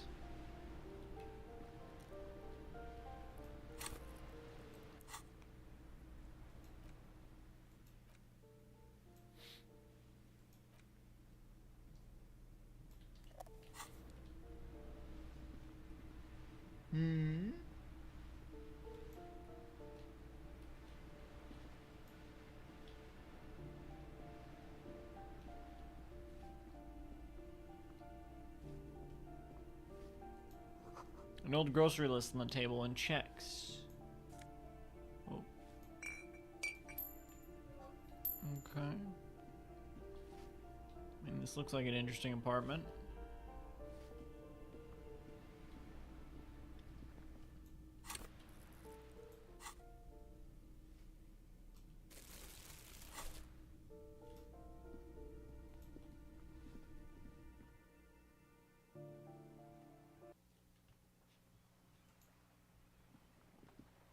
I'm just trying to look at all the miscellaneous stuff here. We don't have a lot of time to waste.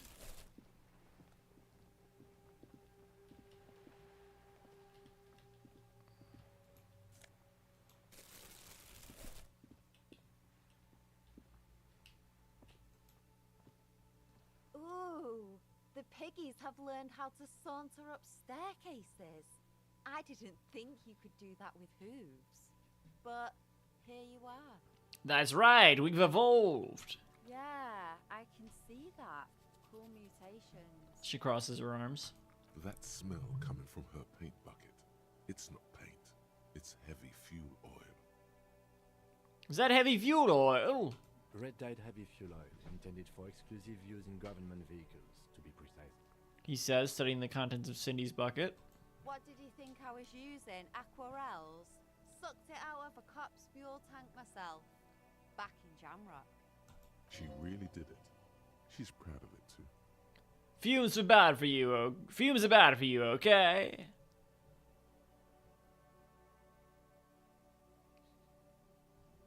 Fucking Pepe the Prawn. Fumes are bad for you, okay? You'd better hand it over. That's some clever cultural commentary. I don't know, one. Something to think about next time you're driving around in your pretty little piggy carriage. Okay, fine, bye. What? What?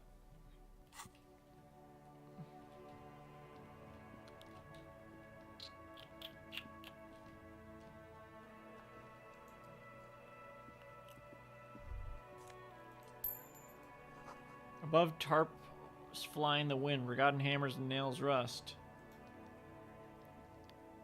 The door is locked, you can't get in. From this side, what's this?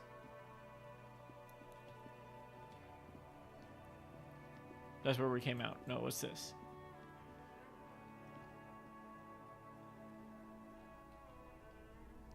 What the hell? Someone's been sleeping here recently. Cindy? Let's go back out and ask. Hello again, officers. Is that bed in the cold room yours? Ooh. Not only have you found my address, you've discovered my biggest secret. I'm a coal miner. She does have eyes that seem to be smeared with coal. Really? You're a miner?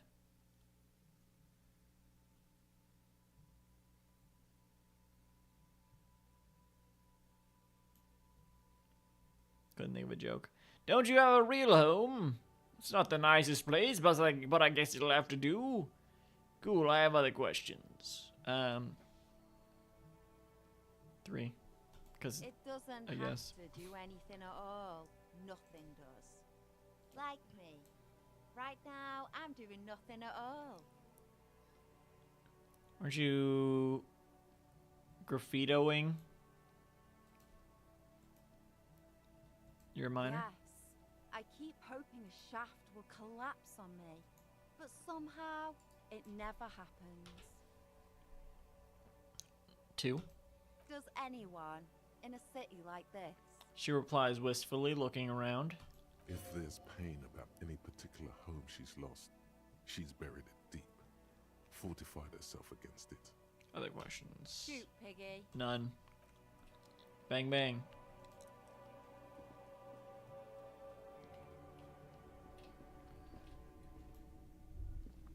A 100 tiny feet scurrying beneath the grate, the rats of the city. Oh. Don't mind if I do. Sure. Oh, they are they're regular I thought they were fucking cutoffs. I thought they were jorts, man. +1 electrochemistry, -1 reaction speed. What the fuck do I want electrochemistry for? Oh god, sorry. Although these jeans look worn, the wearer must have had an ass given to them by the mighty Lord himself. That beautiful peach-shaped man-ass has imprinted itself so deep in the fabric, you can't but wonder if wearing them would start molding your own vague rear side into a more shapely form as well. Oh, that's the bonus.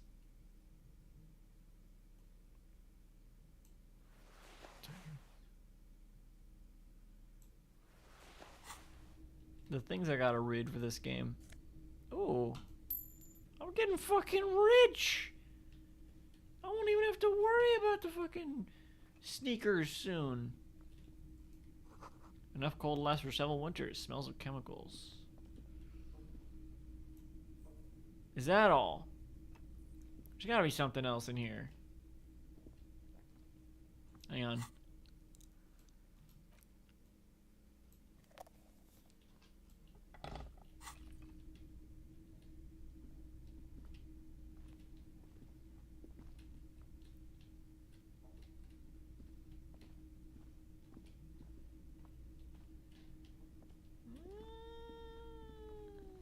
Guess not.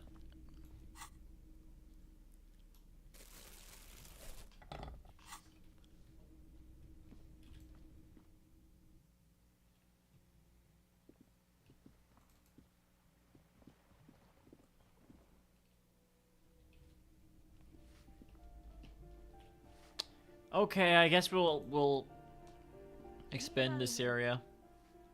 An elderly woman is leaning on her broom, her knuckles wet as bone. She seems to be having difficulty breathing.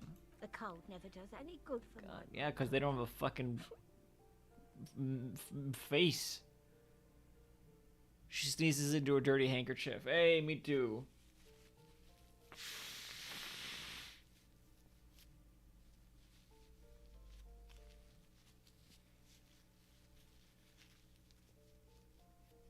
What I got to have with that? Are you alright? Should I call a doctor? I'm fine. Fine. Don't you worry about me. She starts coughing, red spots appearing on her cheeks. You're still worried. It's very worrying. Yes. Now, what do you want from me, policeman? She's the cleaning lady. She knows the floor plan and the residence. Oh, probably get along with Lisa.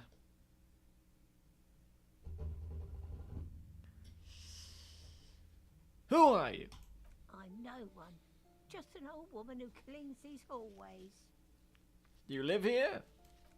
If you can call it living. I have a little room upstairs right next to the coal room. She spits on the floor before wiping it off with a broom. I didn't even see where. I didn't see it. It's barely bigger than a closet. But I don't complain, no. I have my bed and my aching bones to keep me company. And that's all I need from this world.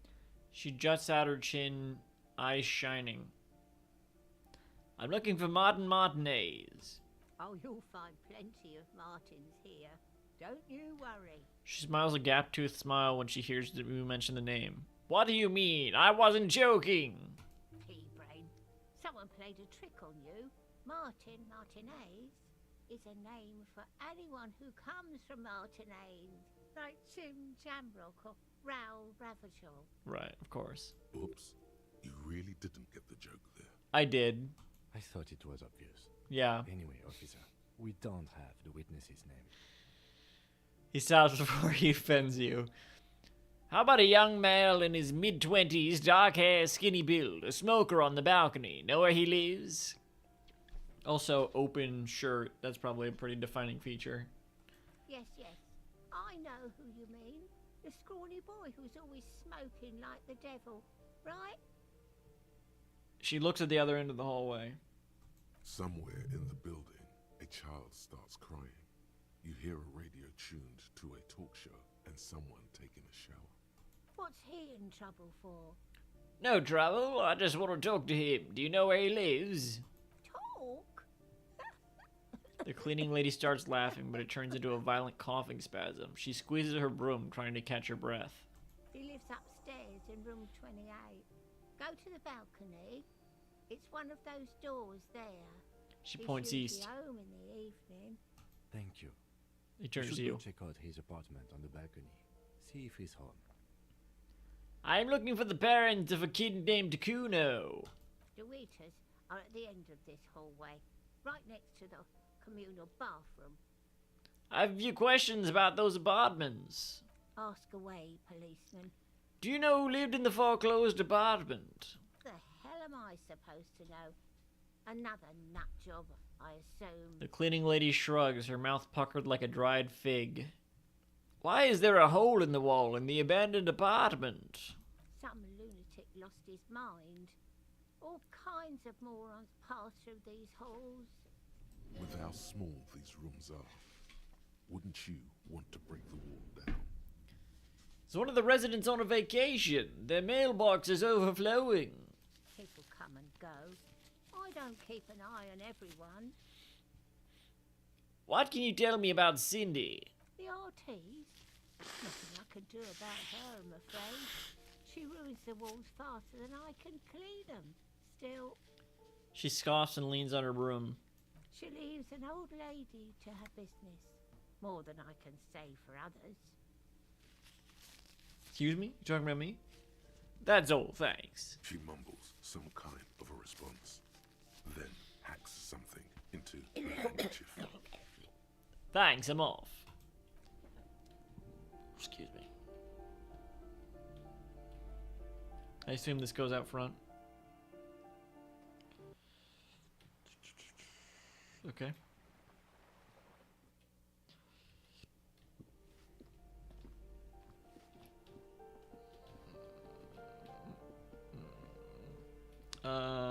We'll come back to...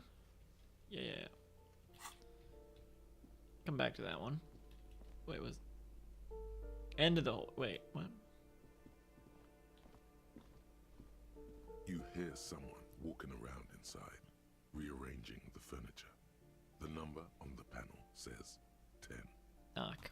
The walking stops abruptly, but no one comes to the door. You can feel tension on the other side. Knock again. A poor communard, from the looks of it. The room is barely bigger than a closet.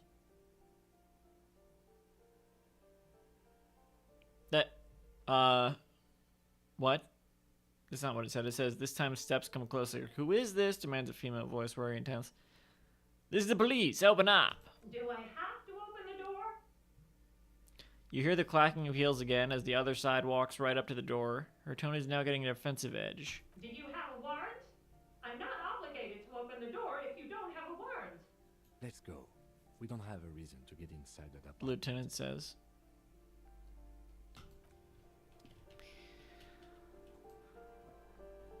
You hear someone. Fine. Sam and Max NPC This has door voice has acting. been closed with a padlock. A chalk-drawn number on the board says number 11. Examine the padlock. It's a solid lump of metal, but the shackle is deeply corroded. A solid pair of chain cutters would make short work of it. Better whip out those cutters. You won't get very far otherwise. Knock. No reply.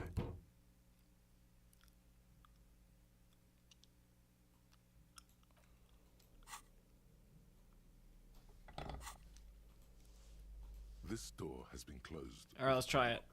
A chalk-drawn number. The shackle snaps like a twig, and the lock falls to the floor with a little thud. It should be possible to enter now. After you, detective. Why the fuck would we do that?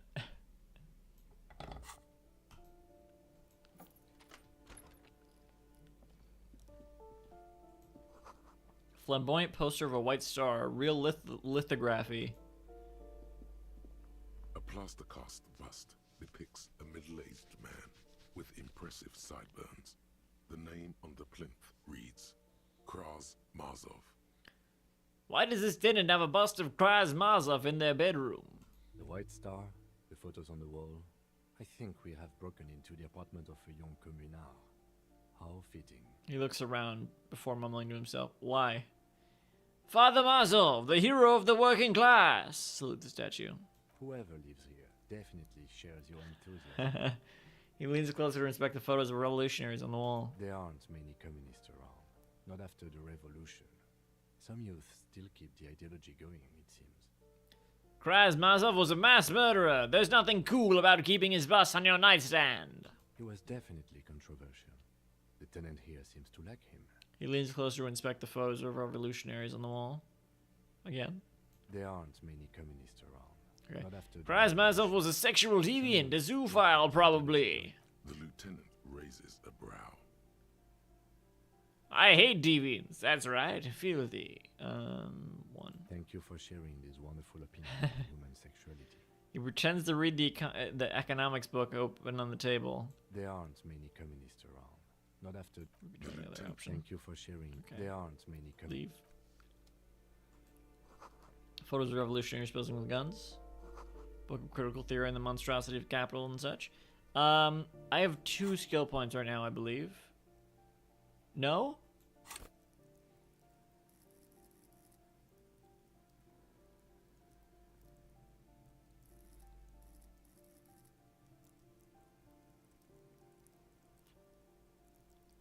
I'm not sure. Oh, bullet. Sarah Mezerizian lounge jacket.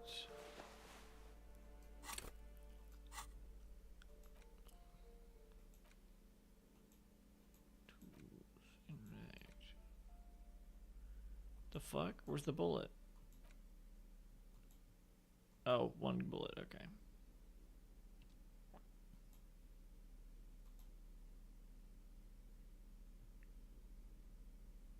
Okay. +1 composure, -1 shivers. +1 conceptualization. A classic white summer jacket, loved both by the Ceramirizian Communist Party and the accompanying subtropical drug traffickers. It fits you well, regardless of your political ambitions.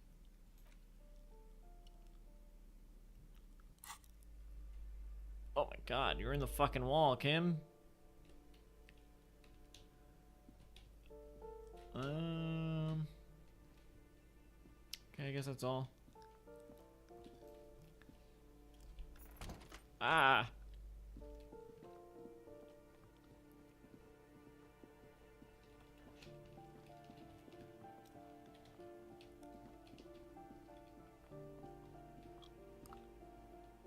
One of these is their room. Probably the other one. Oh. Moss crawls on those bathroom tiles. Actual moss. Magnesium. And Commodore Red. No, we're gonna pawn that. No. I don't want this. These shower curtains are covered in some sort of slime.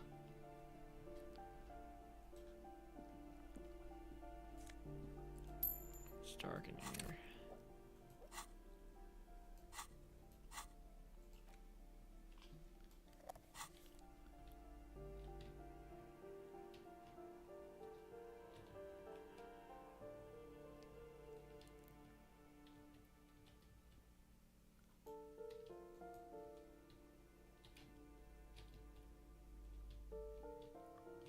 I don't know what the flashlight's for.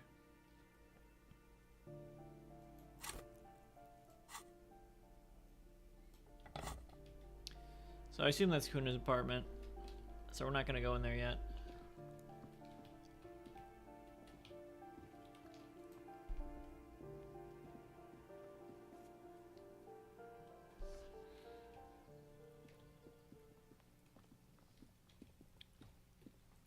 What?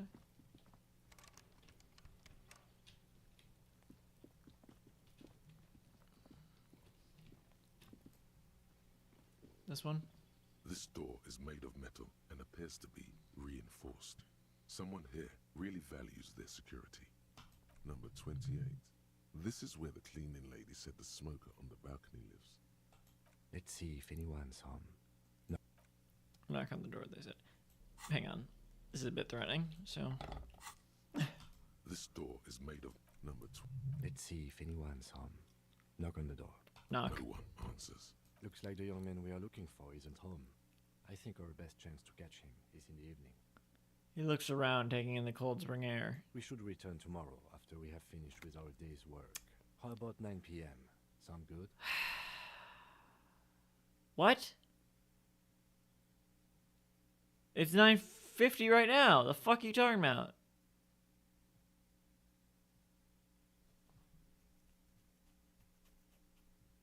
What are you talking about? It's fucking 9:50. What do you mean? The smoker on the balcony. This is why we are here, right? He might know something about the murder. So tomorrow 9 p.m.? But it's 9:50 right now. Suddenly, he's a little worried about your memory. Don't worry.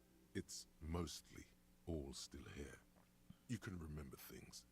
You got this. I don't think I can make it. No, sounds good. Tomorrow 9 p.m. Tomorrow 9 p.m. right here. Apartment number 28. He writes it down into his little notebook. Damn. Turns out it's quite tricky finding someone in a big apartment building. Don't worry. You'll get him. Remember, tomorrow, he's probably gone for today. Why though? Is it just because? Is it just because that's just how the puzzle or part of the story works?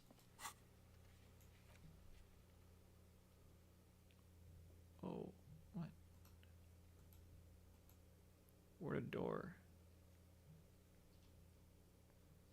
Where was that?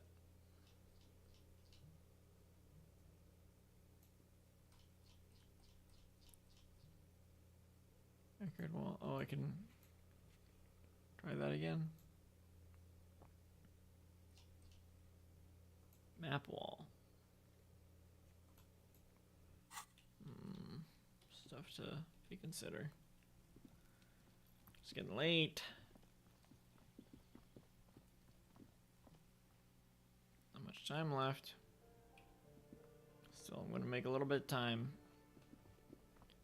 to deal with this since we're here. Although we are gonna come back tomorrow, but whatever. A shabby door hangs oddly on its hinges, secured to the doorframe with a safety chain. An unpaid energy bill is attached, threatening to cut off the electricity.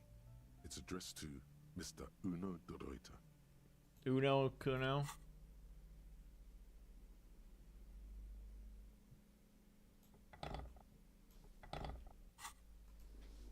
A shabby door hangs. Looks like we found where Kuno's dad lives, pointed the bill on the door. And the place comes with 3 months' worth of utility bills. Knock lightly. No response. The apartment numbers have fallen off the door, leaving the panel with a sticky 1-shaped shadow and a marker drawn 2. Good thing you already have the chain cutters in your hand. Nothing left to do now but snip, snip. Mm-hmm. Snip. The cutter goes through them like dead leaves. The links fall to the ground on the other side of the door. I know there's no stopping you, but let's at least make this quick. The lieutenant looks worried.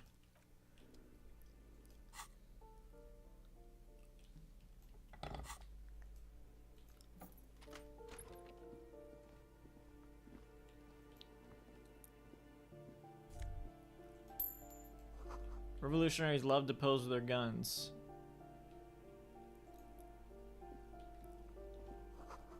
Glossy erotica covers the wall, wrinkled from moisture. A phone book lies open on the table, covering a stack of utility bills. Right next to it, in plain sight, sits a small bottle of amphetamine, conveniently equipped with a straw. A straw? Lieutenant, I've located psychoactive substances on this table. Good. Confiscate it. Do you want me to confiscate it? Seems like a good idea. He listens instead to something in the other room. Oh, someone's sleeping. Oh, I hear it. Take the speed from the table. You pocket the bottle as if it were the most natural thing in the world.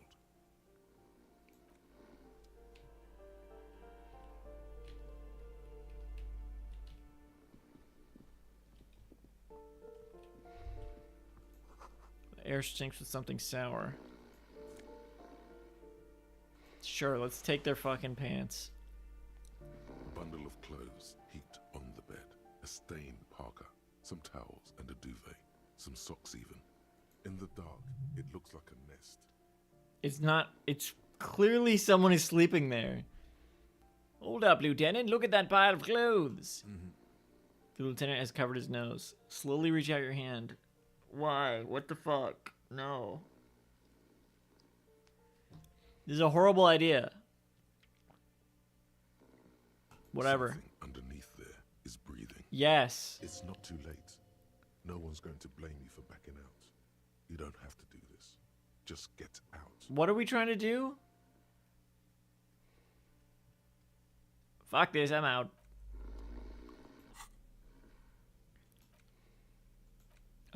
Regular black jeans, a normal day for a normal guy. Thank God for black jeans. What pants am I wearing right now?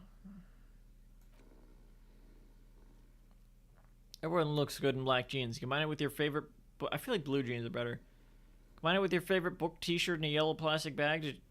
I mean, obviously.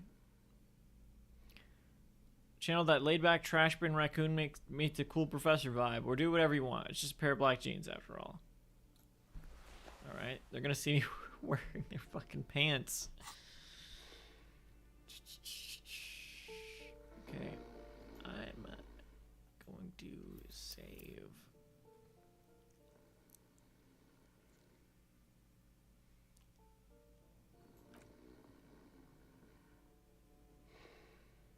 A bundle of clothes. In the dark, it looks like a nest. Something. It's not too late. Fuck it, no do one's it. going to blame you. Your hand touches a greasy duvet. covered in cigarette burns and ketchup stains. You hear a growl. There is something alive underneath it. Pull the blanket off. You see a 60-year-old, fat, red-headed man passed out from large amounts of alcohol, and God knows what else. The smell of shit rises from his mouth. They're eating shit?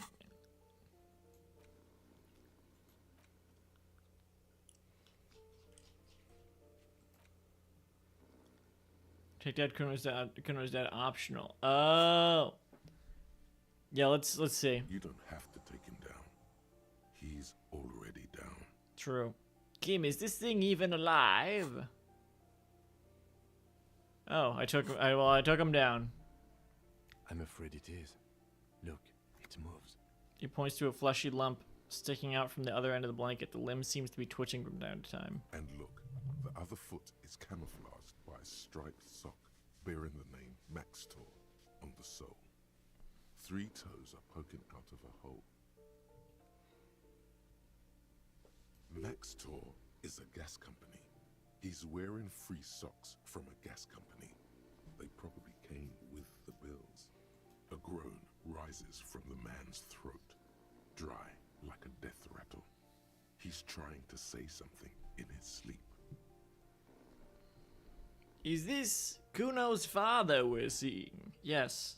Obviously, it literally says. Well, judging by the color of his hair, I would say yes, it is. That's racist. The lieutenant's right. The man's unwashed hair bears a familiar ginger tone. Even the hair on his chest is coppery. The light from the window falls They look like into they're wearing his a shirt. half-open eyes. Half open? I was expecting something worse. I think he's still quite bad. I mean, what he has come to. The lieutenant tilts his head. This man won't be feeding his family anytime soon. Not that he was, but... The lieutenant thinks to himself. Beating his son. A pair of half-open bug eyes is staring back at you from the dark, empty, and frozen. It's clear that the person behind them is not awake. Hold on, what happened to his eyes? Can't you tell? It happens to exceptionally committed substance abusers. They fall asleep with their eyelids still open. Not a pretty sight. He's gonna sleep it off. I know this shit. Suddenly the man starts growling. 3 words manage to escape his mouth along with a strong stench of alcohol. Look, he's trying to communicate. I took your amphetamine, old man. Silence. Only heat emanates from the sleeping body. Alright, what are you trying to say? The man groans once again, but his tongue keeps failing him. It's impossible to make out the syllables. A hand emerges from the blankets, trying to gesticulate something. And then it dawns upon you, clear and surreal. Pigs, he says. Huh. He's trying to call you pigs. What did you say? You're awake. He's awake. Fuck you. Die. 1. His hand falls back on the bed, limp and defeated. A loud snore escapes his mouth. He's asleep again. At least he got to say his piece. Maybe we should help him somehow. What is there to do? We could turn him on his side so he doesn't choke on his own vomit, but he's already on his side. Excellent form. We could take him to Remedy or Saint-Baptiste, but he doesn't have money for medical services. The almshouse would turn him down. They don't do charity for people who are trying to kill themselves. Besides, he'd be dead in a few. Oh. The lieutenant stops listening to him. The pile of blankets grunts miserably. Leave. Okay. I'm glad I looked. Turned out, well, I don't know how it turned out, but... Master Investigator, you just can't keep yourself away from locked and hidden places, can you? What do you mean? Nothing, nothing. You're right. Get in there. Deep. Invade every personal space. Break every lock. I'm just browsing. Yes, that's what it is. A quick peek here. a short glance there. It's all quite delectable. I don't have room for all these thoughts in my fucking head, okay?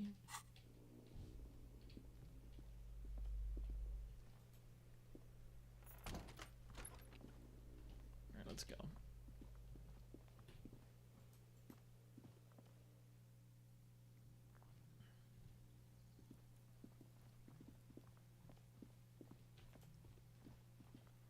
Just an ordinary wall. Nothing to see here. Yeah. Why? It's a wall. Why must we stop to look Shut at up. the wall You'll see. You'll see eventually. You'll see.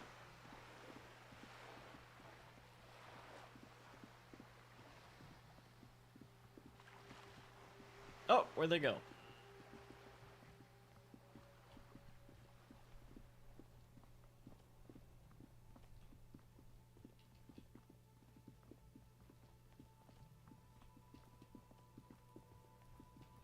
Alright, Kuno. Jesus, it's fucking snowing, man. Fuck does Kuno care?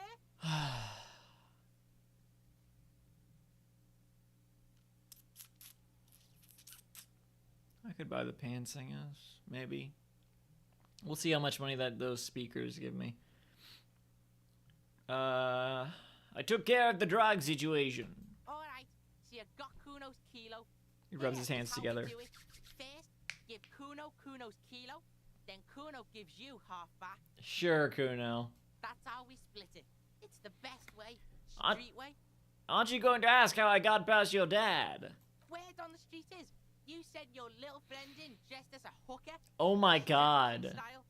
That's some sick shit. He nods approvingly to the lieutenant. No, Kuno, they're dying. They're about to be dead. They're killing themselves slowly. Not a single muscle moves on the lieutenant's face.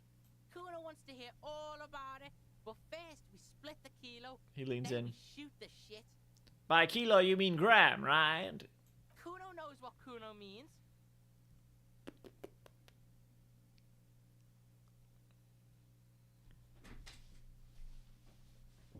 I shouldn't give drugs to the kid, right? I don't want the drugs, though. I'm keeping it. You don't need more drugs. You're 12. Oh, yes, that. All right, keeping it. I'm doing it almost.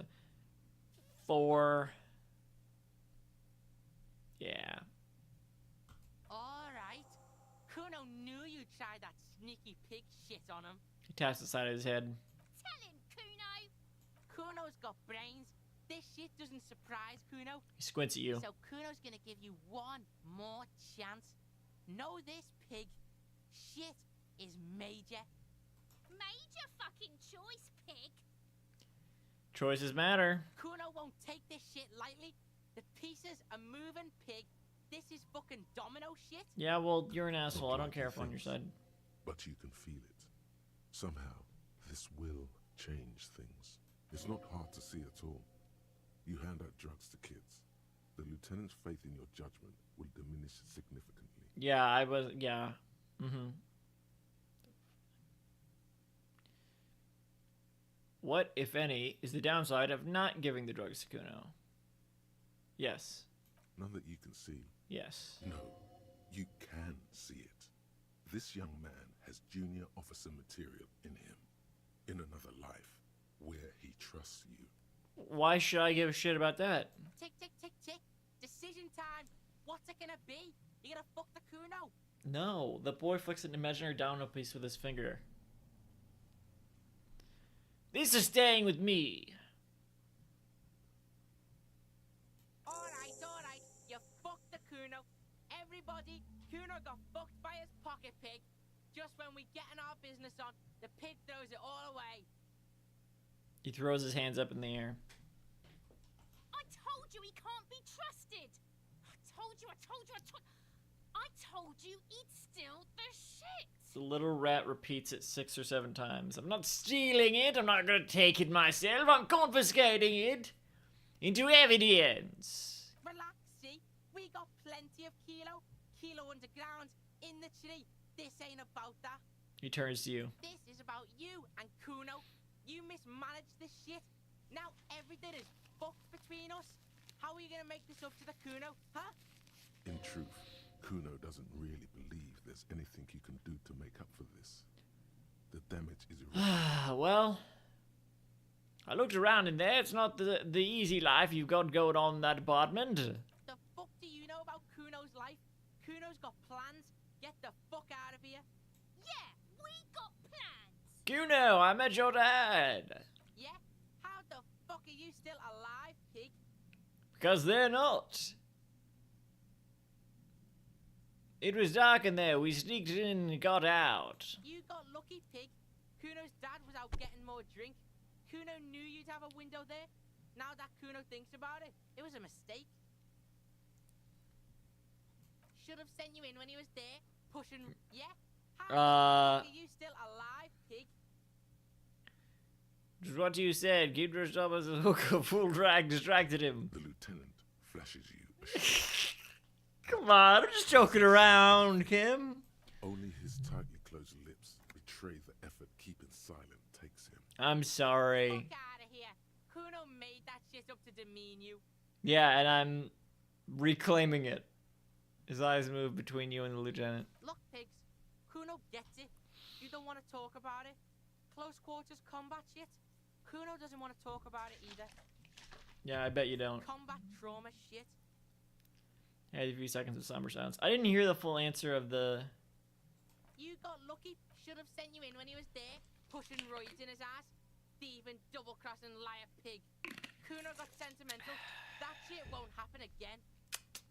Yeah? How the fuck are you still alive, pig? What if I said this shit? Kuno, your dad is a half-dead alcoholic. He was sleeping under some clothes. What? His eyes become large and round. Oh my god. His posture changes. The swaying rooster motion stops for a second. Then he gets it going again, reorienting himself. Fuck right. Kuno's dad was sleeping like a bum. He snaps Kuno back. Told ya, Kuno's dad doesn't give a shit about anything. Fucking breaking and entering shit. That's nothing to Kuno's dad. You got lucky, pig.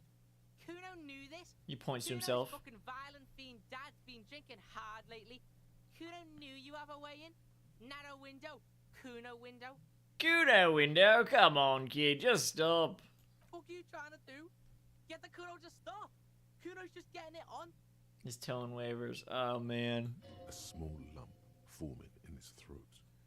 Keep your ass together, Kuno. Stop acting tough, kid. You don't have to be scared of him anymore. Whatever scary thing he might have been, now he's nothing. Yeah, I was wrong. He's hardcore, real killer.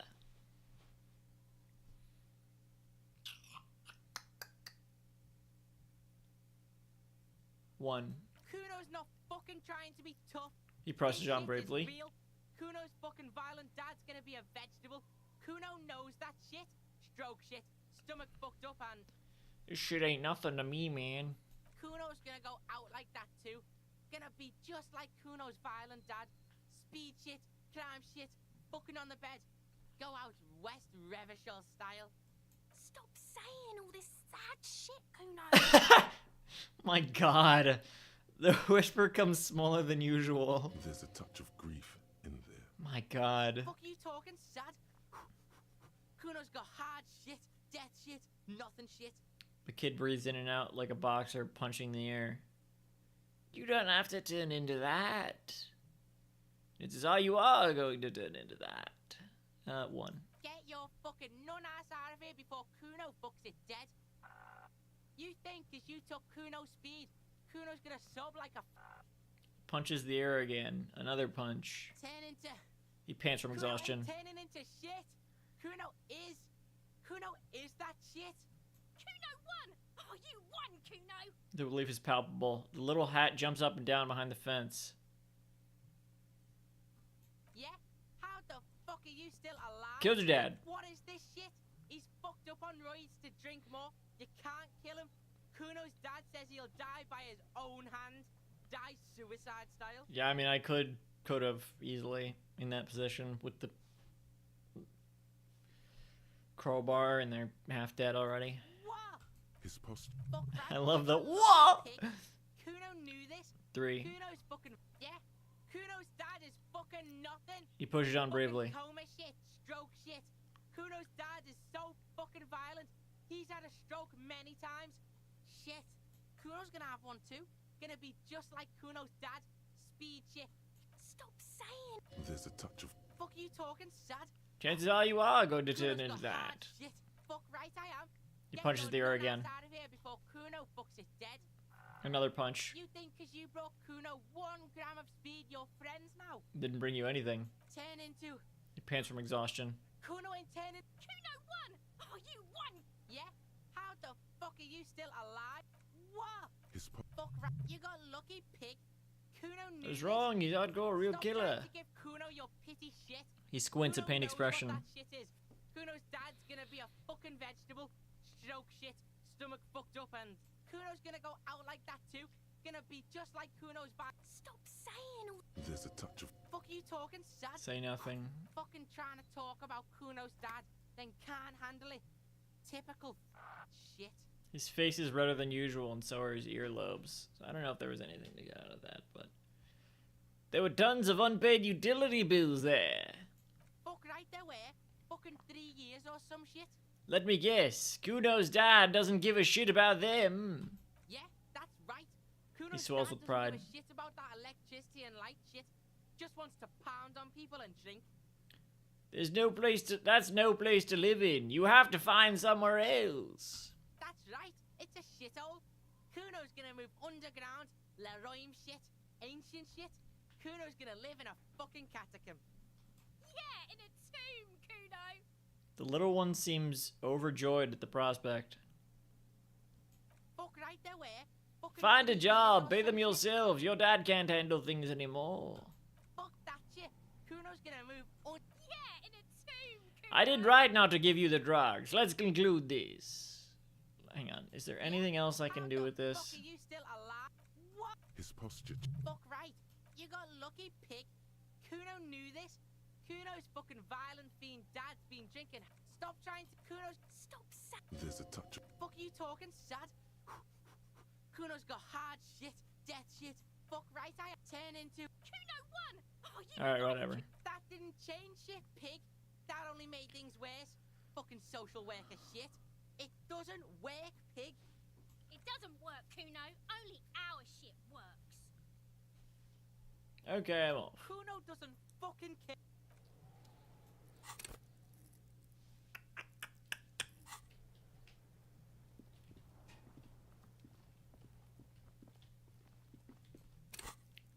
Okay, so I'm not doing the fucking speed.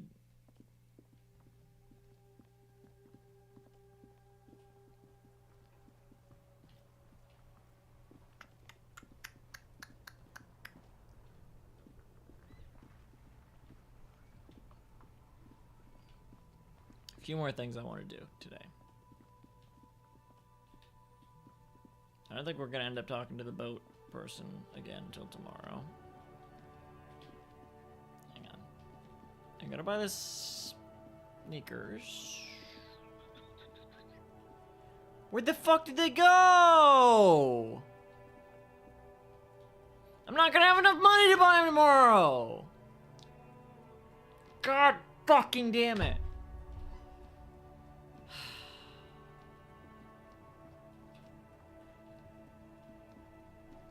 God damn it.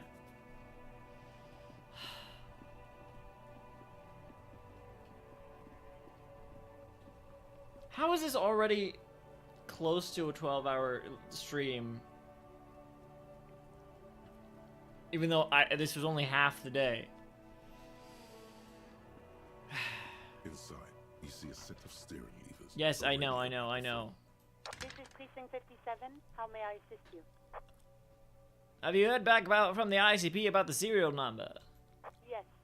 The armor was produced by She looks at her notes. Fairweather in their facilities in Betancourt, sur la clé in 42.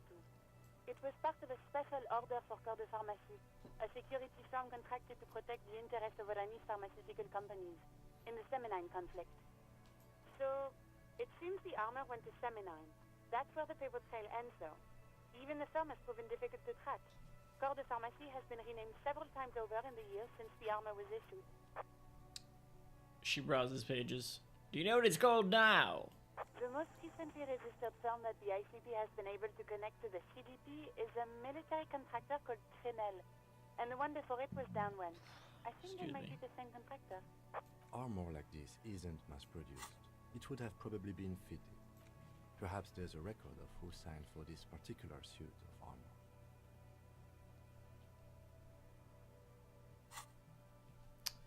First, as the firm continued to work for pharmaceutical companies through all of these name changes. Hard to say. Their client list is rather diverse and incomplete. The only constant seems to be that the mercenaries are always deployed in third and fourth world countries. A suit of armor like this would have been customized to fit the wearer. There must be a record of the person to whom it was issued. Yes, but the ICP tends to be reluctant to share private sector records. I could try to talk them into it, though. This is a fun challenge for her. An opportunity to contribute beyond doing her job by rote. She'll gladly put in the extra effort for Team RCM. Yes, thank you, officer. I really appreciate your efforts in the case. Yes, please do try. It's imperative that we learn whose armor this was. 1. Glad to help. Call back tomorrow. Hopefully I'll have more for you then. Call us back in a day for info on the armor's owner. Good thing I talked to them today. Alice, please contact me at the 41st station again. I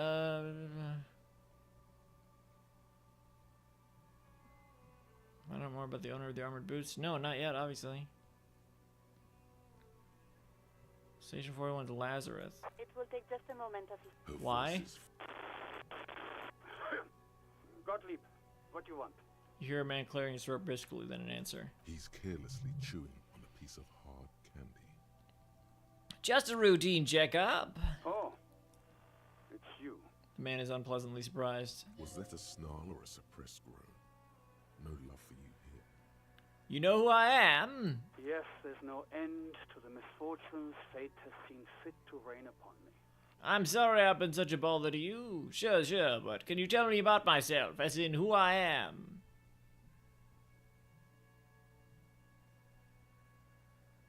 Oh, spare me the sad, drunken blubbering and get on with it. What's your complaint? Yes, there's no end. Who?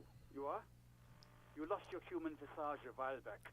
Now let's get on with it. I've got more important things to do. I couldn't reach up and grab a tie from a spinning fan without unbearable pain shooting through my arm. Hard to tell exactly what it was over the phone. Could be a combination of peripheral neuralgia and high blood pressure. Could be that you were having a heart attack. Or, actually... He seems to be positively surprised by the idea. Given your profile.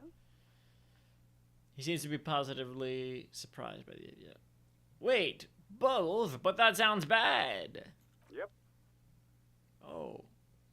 No wonder I'm in so much pain. I feel like I've been... damaged. Yes, probably in more ways than one. He sounds very careless about it all.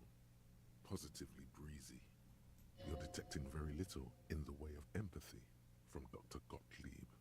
So what do I do? Cut down on the drinking, pal. In fact, cut off the drinking. The drugs, too. Anything else? I think I've had a heart attack. And you survived it. Congratulations. Are you mobile? Yes. Even better. Anything else? I wouldn't worry about that. Officers your age have coronary trouble all the time. Also, death is a part of life. I lost my memory, all of it. With all the damage you've been dealing yourself with drugs and alcohol, I'm not surprised. You're not surprised? Okay, anything else? What else? I'm not a brain doctor. Look on the bright side. You've got a whole new life now. Use it wisely. It's hard to say if he doesn't believe you or doesn't care. Is there anything you can do for me? What? You want me to do blood work for you again? tell you just how bad things really are across the board? You want another rundown of everything collapsing inside your body? Yes, I want the truth. You want the real, honest-to-God truth? Stop drinking, eat magnesium and vitamin D. Our station is not a retirement home. We don't have the funds to deal with rock stars past their prime. So it's political. You're being neglected because of political reasons. What? And no, I don't want to hear a political commentary on the topic. In fact, I got work to do. Some idiot has glued his eyelids shut with cyanoacrylate. It looks like Mactorson. It's not fucking cryoacrylate. It's super glue, Doc. Cyanoacrylate is superglue. Could be Michael Chiklis. Hang on. What? You Does want sound me like to something do I can blood handle work right with you now. again? You want the real, honest... So it's... And no... It's not... I guess that's it for now. Mm-hmm. Oh. The phone clicks. Suddenly hear the already familiar voice. Anything else I can help you with, officer? Anything Just a moment. else here? Come in, officer. Over. No. Roger that. Oh. Hang on. Should I call Sylvie again? Oh, what the fuck was that, Kim? This is Precinct 57. How may I... Just a sec. Sylvie... Yes. Hey Sylvie, it's the police again. Yeah, I found my patrol cloak earlier, but have you seen my policeman uniform? Uniform? I never saw you in any uniform. You had your things on. The disco things. Disco things. Okay. Anything else I can help you with, officer? Not yet. But I was able to convince the database people to share private sector information. They promised to get back to me by tomorrow morning. Do you have any other questions? I'm done with the radio. 57. In the cabin, you...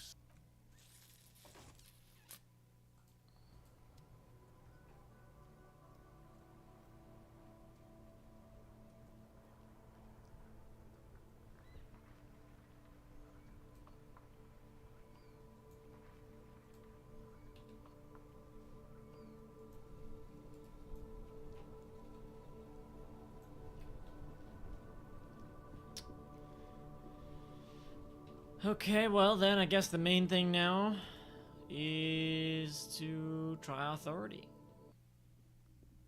Once again.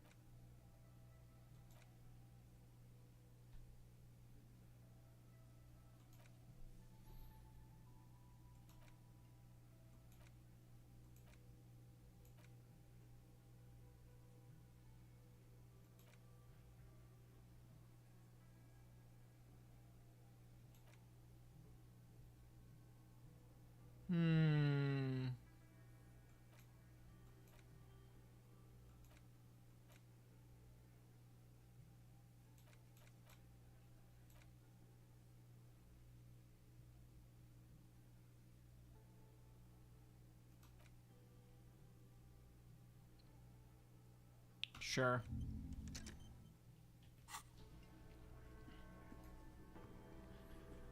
Looks like the circus left town, but the clowns are still here. Alright. Let's try again. Still only 28%? You have so Fuck! many bad options ruled out. It's insane. There is no way in the world you can do this.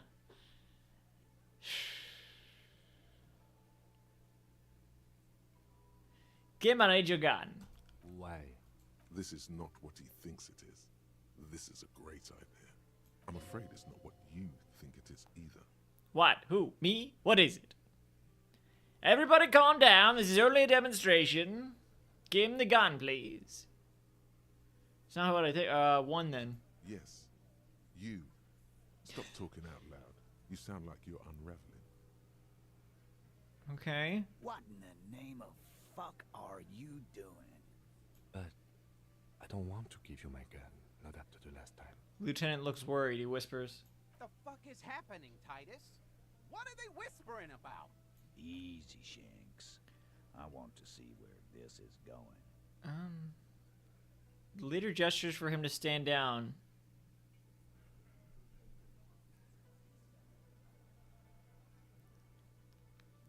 I'm not scared anymore. I know what I have to do. Trust me, Kim. I am merely flesh. There is no other way. I know what I'm doing. It's not my first day on the police job. I want to turn back.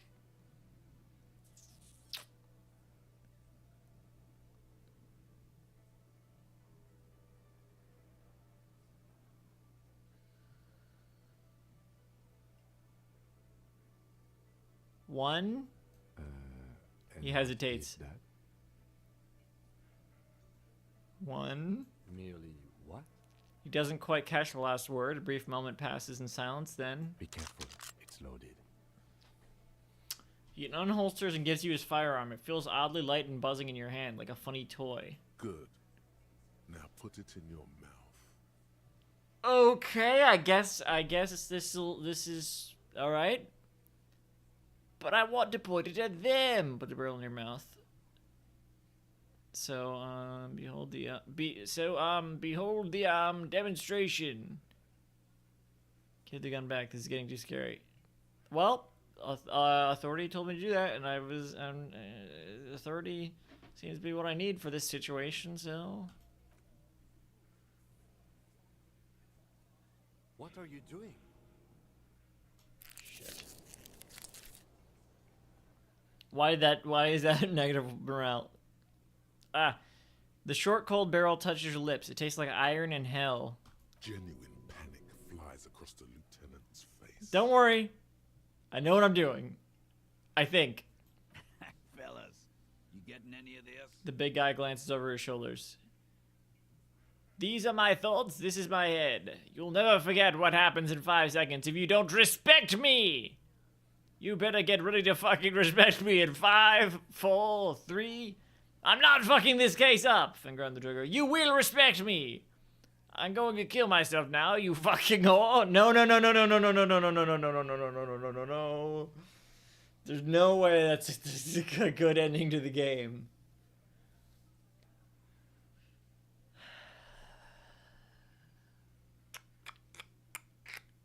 One? What in the name of motherfuck? He looks closer, squinting at you. Acidic taste on your lips. Corrosive. Once as a child, you put your tongue against the rail. It was winter. That was a long time ago. The fuck is he saying? Some insane shit. Nothing. Give me the gun. Not yet. You will never forget what happens in 5 seconds if you don't respect me. Respect my authority. Fellas, the cop is really threatening to off himself. This is insane. No, that is not what is happening. He turns to you. This show is unnecessary. Give me my gun now. You better get ready to fucking respect me in 5, 4, 3. He's not gonna off himself. Come on. No. He'll do it. Go ahead, son. 3, 2, 2, 1. Do it. Get this one thing. No, what are you talking about? No. Give it to Lieutenant Kitsuragi. It's not too late. You can still spin this as some kind of tactic. Okay. Ratan, we can't have any fun if you kill yourself. Painting the booth red with your brain sounds like a real blast now. But what about later? There'll be nothing.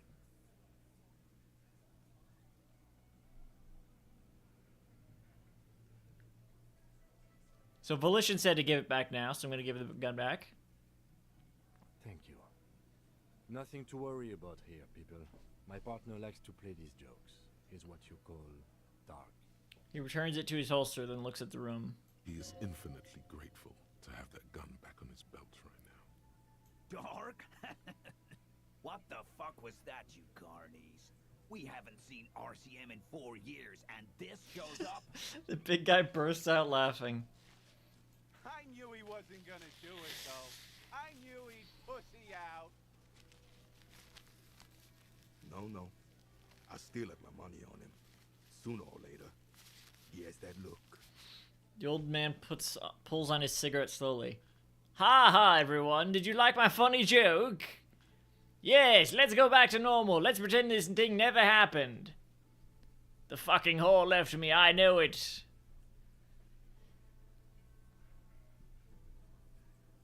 How do I spin this? They say I can spin this? How do I spin it?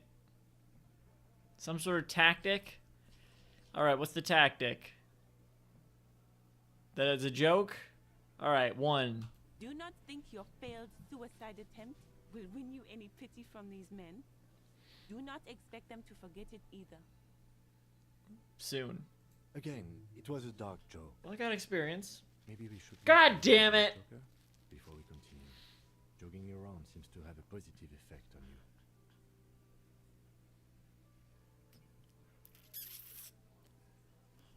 He turns to you.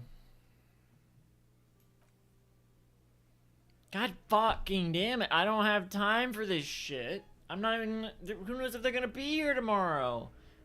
What, Kim? What in the name of hell was that supposed to be? The lieutenant is gritting his teeth. I gotta try something! The theatrical suicide attempt. We need to talk about it. Can I reload?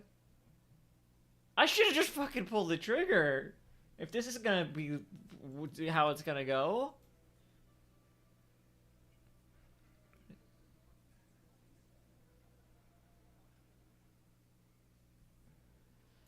Yes, I want to talk about it as well. Do we have to? Is a cry for help? No, we don't. 1. Yes, well, I was able to recontextualize it as a dark joke.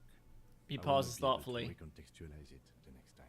I understand you sometimes employ extreme interrogation tactics, but I want you to understand that was too extreme.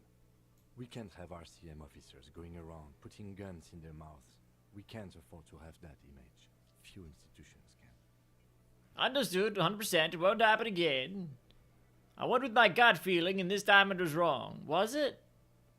Was that the wrong thing to do? Is this gonna lead me anywhere? I'm sorry I put you into this position. I wish to embrace the gloaming ahead of time. The undoing of the atoms called to me. It's going to happen again. I'm going to do it again. I'm going to try it again soon.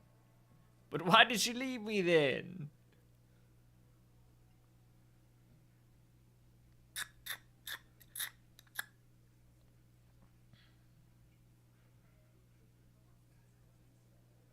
Two. Yes. Very, very, very wrong. He nods in I'm glad agreement. You see it my way. Let's go.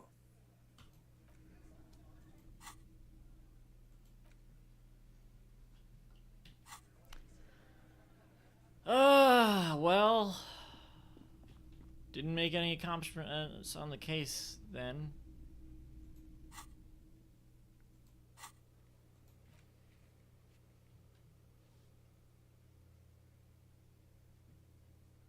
Map wall, where's the map wall?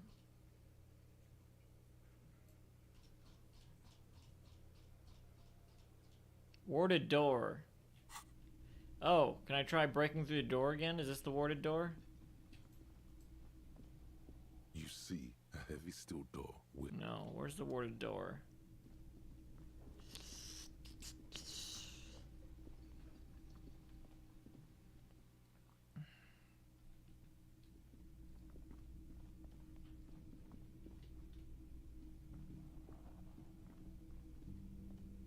Oh.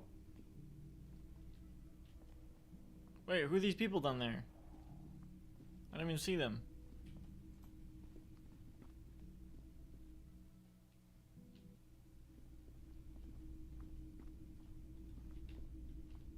Oh, because I can't talk to any of them. And who are you again?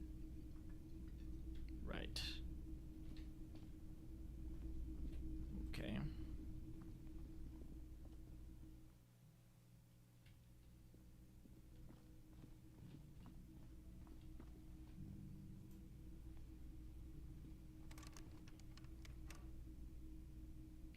Oh. Yeah.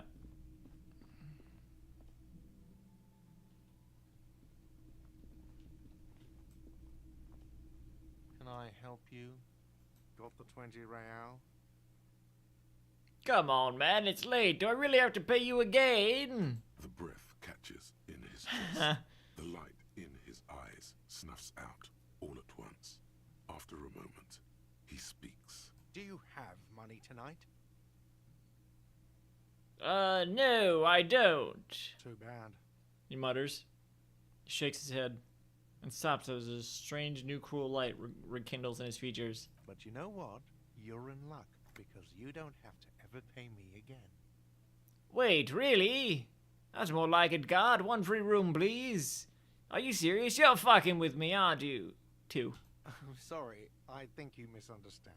Let me explain. The corners of his lips say turn into the I'd slightest give smile. You a free room. I just said you don't have to pay me. You don't have to give me any money at all. If you want a room, yes, you'll need to pay me, but you don't have to just give me money.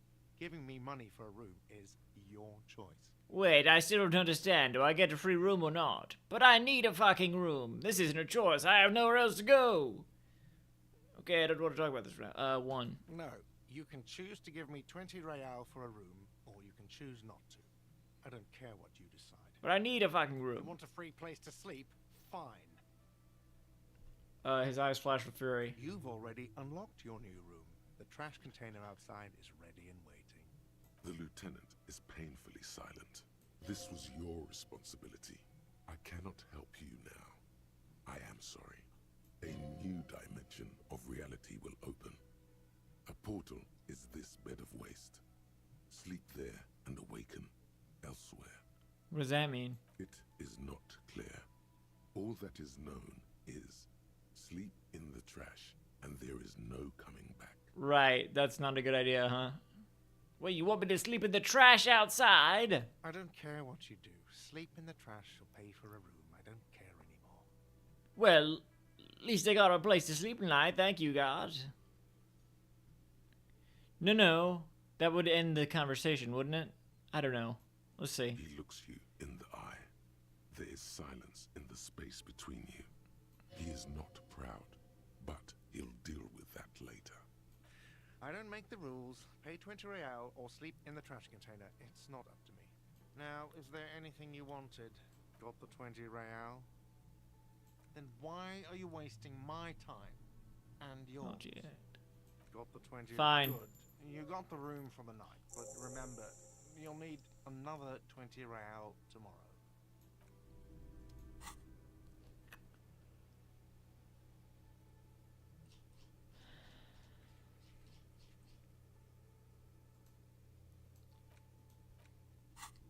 Wait a second.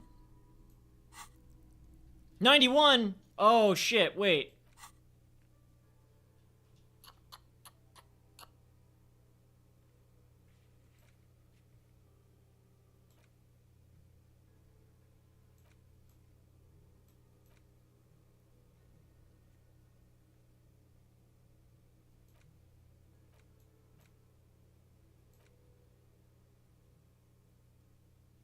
Alright, let me, hang on. I got it. Where'd they go?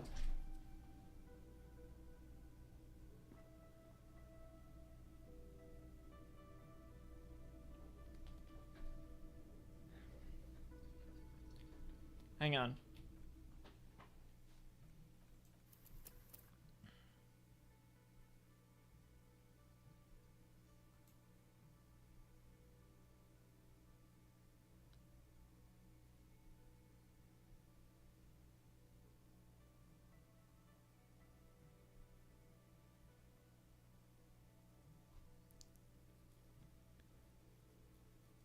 Why does it seem like the autosave is older than...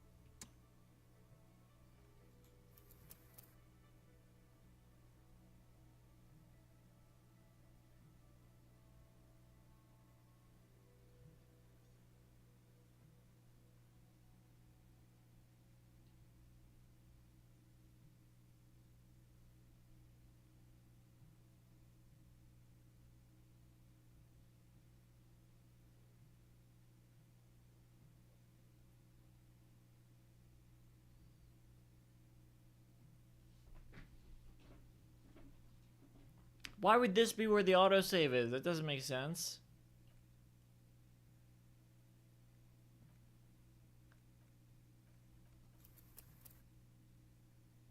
I know.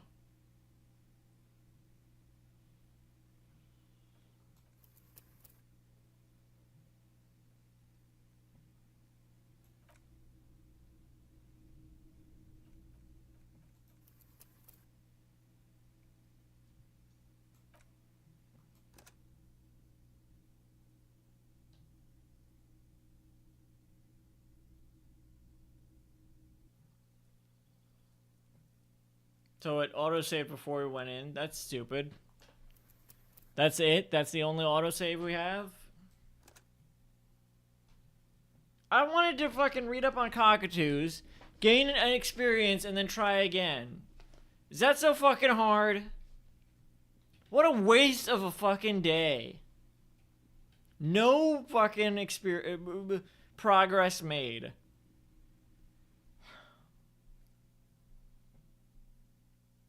Nine-hour stream. For what? Lore? Fuck this.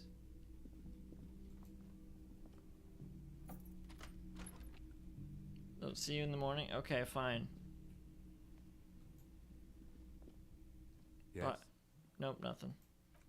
Yep, okay. What the fuck is this? The Sims? Hey. Close the door. Put your fucking tools away. Tool. I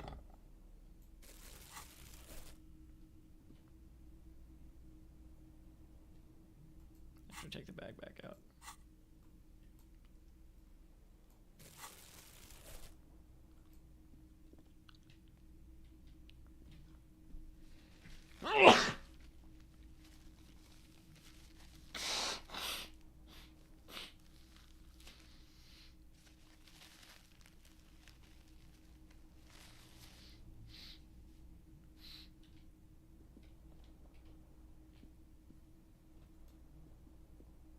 The fan stands. What's this?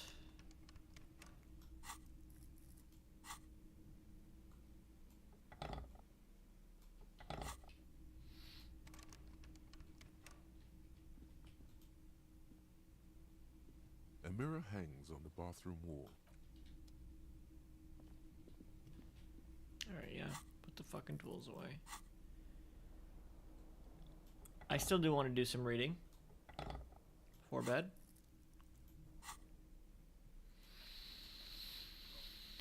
Let's read up on the cockatoo. Book about different cockatoo species and the behavioral yeah, let's read it. A cockatoo is a parrot with an erectile crest found on the Seminine Islands and in southern Ras-Alamer. Known for their intelligence and general precociousness, cockatoos are popular birds in agriculture. However, they often exhibit various behavioral issues. Okay, what more? This book talks about the delicate nature of toos, as well as introducing some of the most popular species among the bird enthusiasts. The funeral cockatoo, the major majestic cockatoo, and the most common bang-bang cockatoo. It's colorfully illustrated. Alright, what problems do these birds have? Where to even begin? All cockatoos are known for their needy natures, requiring attention. Needy for by at least nature. 2 full hours a day. They love to talk and have been described as lovable clowns who just don't know how to wrap up. I could handle that. It would be nice to have someone to talk to when feeling lonely. Pet owners also report moodiness, loudness, and hostility as recurring issues. If left unsatisfied, cockatoos may scream non-stop, pluck their feathers, or become aggressive. Right, that's pretty bad. Anything else? It is not recommended to get a cockatoo if you're not able to cook them food every day and give them the full care that they need. These birds will never understand that you have a life of your own. Yes, but there has to be something great about cockatoos as well. You're right. Cockatoos are magnificent creatures. They love to perform, cuddle and show off, and will even scream for fun, often as loud as up to 135 decibels. Ouch. That must hurt. Read about the funeral cockatoo. This is a yellow-tailed black cockatoo. Its specific name, Psittacus venereus, relates to its dark and somber plumage.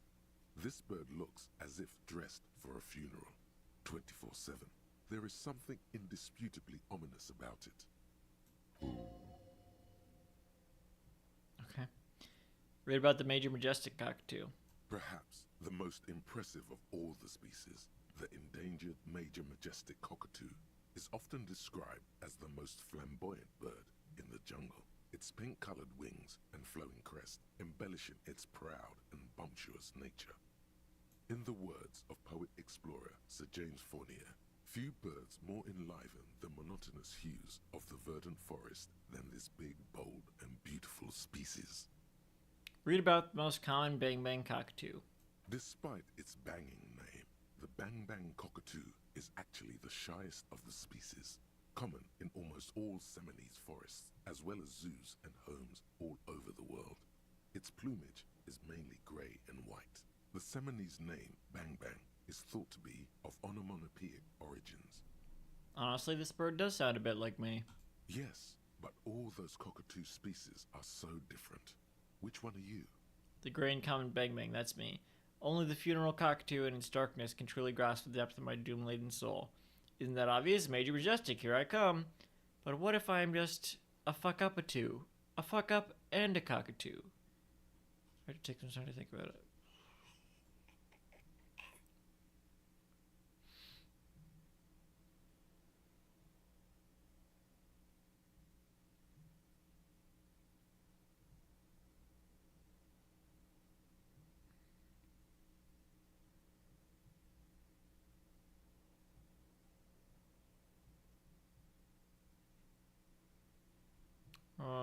So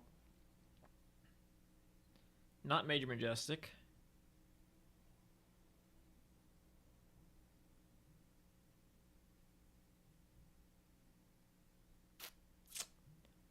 Okay.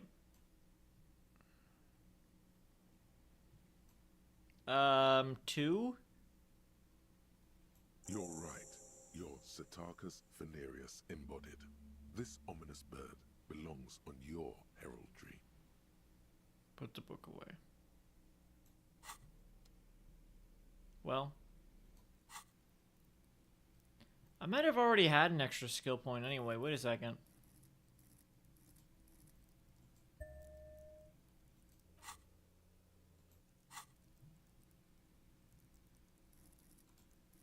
I didn't, but my authority is almost all the way up. No. Kind of hopefully I'll need it again for that, because otherwise I just kind of wasted a skill point.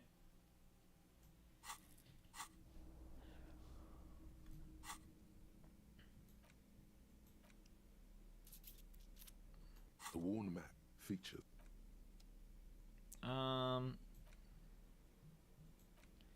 Alright, damaged ledger. This is a ledger you found in the trash, full of notes written in indents cursive. Have a closer look, maybe it can be salvaged. Start keeping notes in the case. It's the ledger you found in the trash. A pitiful cabbage of white and yellow papers hanging from plastic board, barely held together by a metal clip. This sad display is made complete by the faint smell of urinal cleaner. Urinal? Anything else? There's a piece of toilet paper, or is it cleaning tissue? No, it's toilet paper, desperately sticking to the back of the blue plastic clipboard.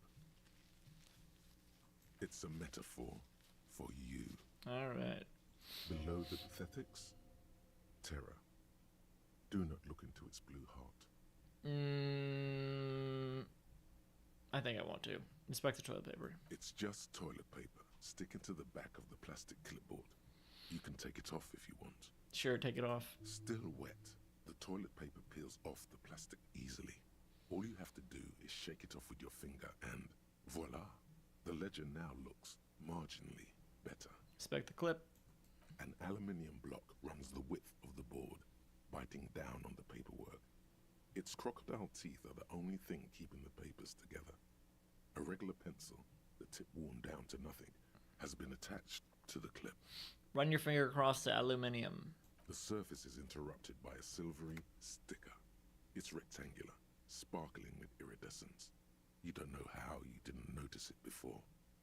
Looks like an official mark, made to be low visibility outside the right circumstances.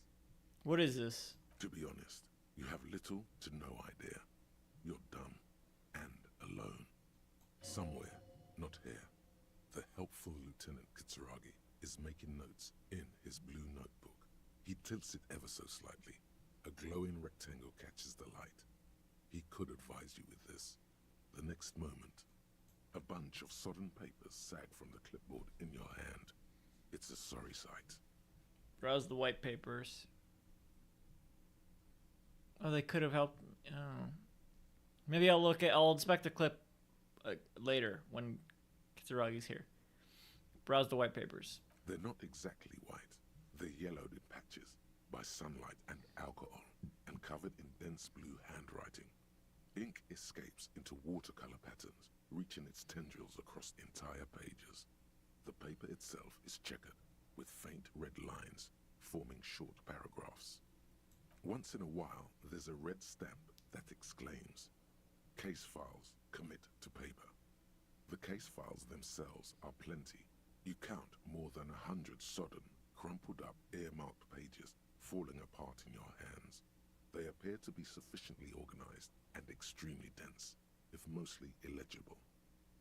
What is in there? What are they about? Work, strife, poverty, the Jamrock Quarter. These are handwritten logs of investigations dating back to January 51, this year. The exact number is hard to estimate due to missing pages and an odd naming convention. But there are at least 20, maybe 30 cases undertaken, not completed, mind you. It's the middle of March. You have attempted 2 cases a week on average. How much is that? 2 new cases a week? There was mention of a naming convention here. Would you open a case? Okay. A lot, a little. You have no idea. This all depends. Okay, Logic, why don't you fucking rap about video games or whatever? Does it? It feels like a lot. Or maybe even more than a lot. It feels like too much. There was a mention of a naming convention here? Yes, it appears you employ a, shall we say, robust yet literary system. Each investigation has its case number written on the margins. Yet, still more tellingly, most are accompanied by a name. A title, one might say even.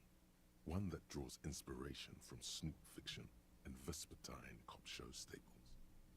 Oh my, and they're written in capital letters too. Yes, all caps. One is called The Next World Mural. Another, The Square Bullet Hole Murders. Another yet, The Unsolvable Case. More? Others appear more light-hearted. The guys on a couch in an unexpected location, and the murder at the Ukar Parlor. Even the rare article-free collapsing tenement. Murder features prominently throughout. It's going to take an effort to piece these case files together, but it can be done. Once you're done inspecting them up close. Count the pages. I have to open an official case of the room? There is, for precisely one more. 15 pages near the end remain untouched by the damage. The checkered grid forms a structure of passages, breaking the case into subtasks to accomplish. Commit to paper.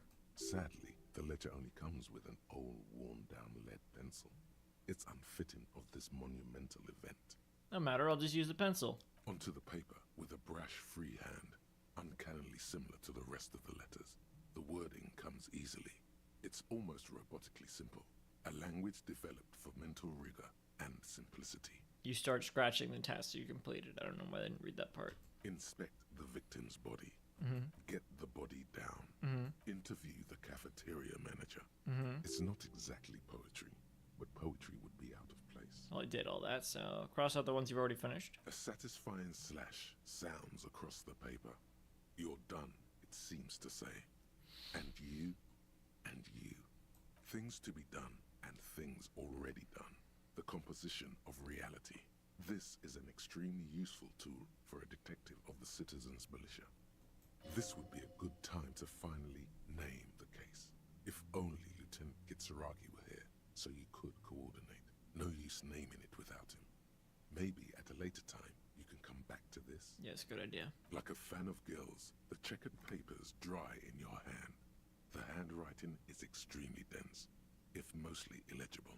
Alright, I'm done expecting these. You don't exactly close them, so much as distance yourself from the smelly papers. They're a little further from your nose now. Can I read the case files now?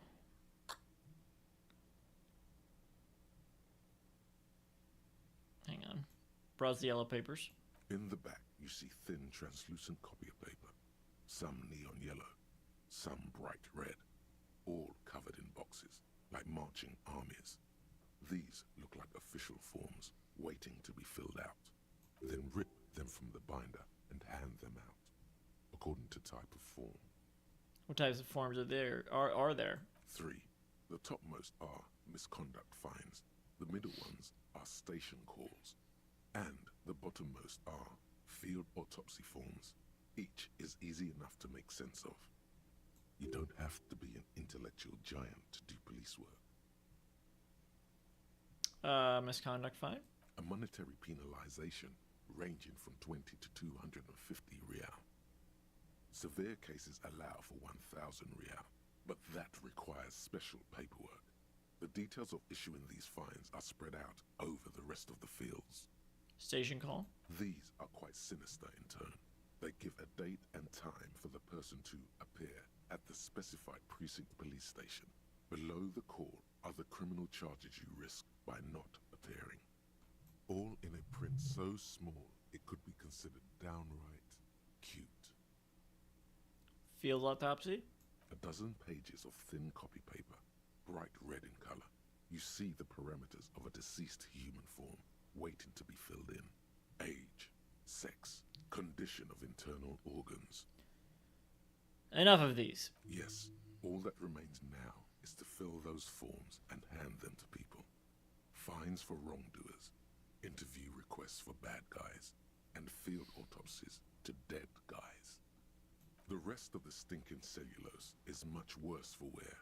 Being sandwiched between the board and the rest of the paperwork must have spared the fragile copy of paper. Like the clipboard. It's made of dark blue plastic, hard enough to beat someone to submission with. Oh. The edges are rounded, however. The U4 size board feels thick and heavy in your hand. Light shimmers on its wet surface. On the back, you see the embossed letters, RCM. However, clipboards are usually rounded on the edges. What did you say the color was? Something That's not what I clicked. inside, ever so lightly. Is there a hidden Yeah, sure. Shake the letter or whatever. something small inside? Light, made of paper or cardboard, or dried flowers perhaps? Peek inside. The plastic shimmers like lapis lazuli, but it is not see-through. You cannot see to its center. Yeah, what did you say the color was? Blue. The blue heart. Don't look into it. How would I open it? With your hands. U4 sized pages hang from the clip, screwed to the top of the board. Lonesome Long Way Home? What is that? How do I not have that -1?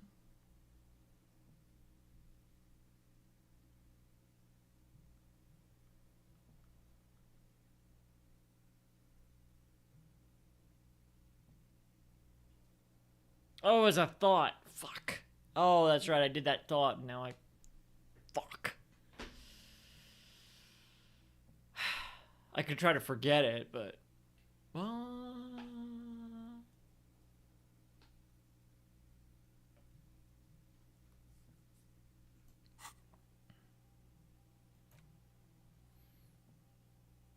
Perception raise of 5.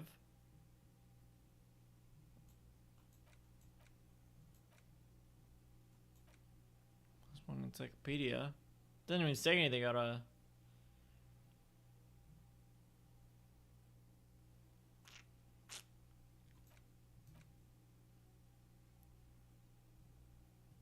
whatever. Smell the ledger. The acidic stench of rotting food is rubbed off on the cellulose. It now forms the base of the experience. This base surrounded by a faint air of spoiled meat, the stuff of death itself, and then sprinkled liberally with the citrus zest of toilet cleaner. You know, like the bits they put into public piss bowls, probably called Fermi Discrete, or Axel, or something. At some point in its journey, the ledger has seen the inside of a public toilet. I know. Sylvia already told me I dunked it in the toilet. If you knew it was dunked in the toilet before getting chucked into the trash, why are you sniffing it? The option to sniff was there, so... So you wanted to get in on the trash toilet stink collab? Yeah. Find out what happens when those two get funky together? Mm-hmm. Okay, pal. This is getting weird and hostile. Sorry, Nose. Let's just move on. Your nose is somewhere between grateful and resentful. All right, can I read the case files now? Surely one of these has to work. Yes, you can piece them together using the alphanumeric code on the margin. It always begins with HDB41, then date of initialization and time of arrival on the scene, followed by the title. For example, HDB 41120111700, the next world mural. Wait, what is HDB 41? 41 is your precinct. But what is HDB? It's safe to say those are the initials of the officer responsible for the case.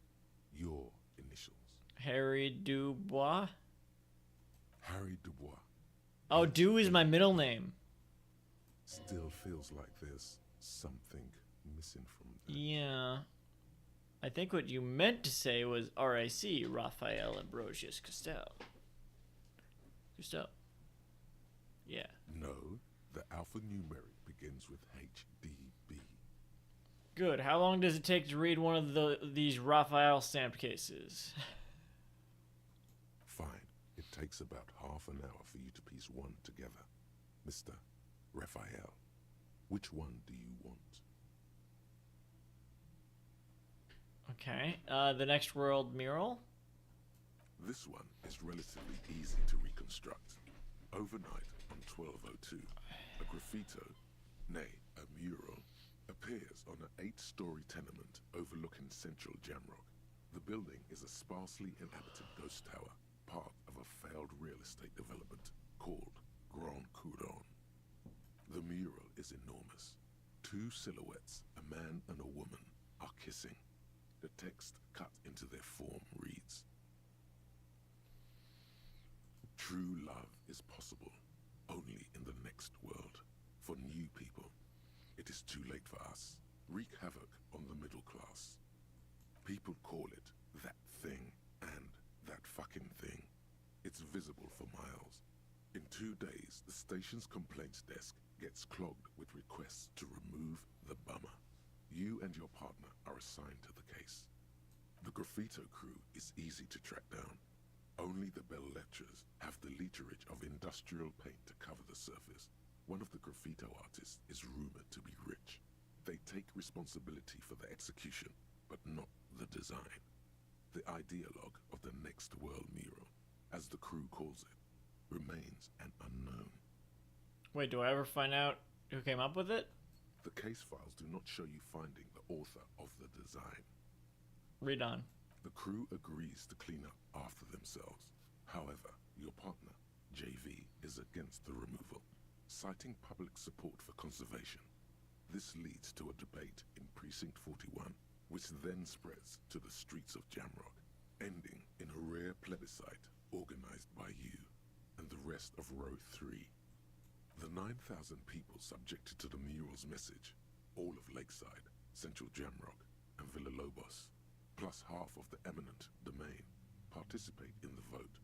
Although the case begins with what appears to be a lot of rambling on the streets as to how juvenile and stupid the mural is, given a choice between 2 options. Remove the mural, it is wrong. Keep the mural, it is right.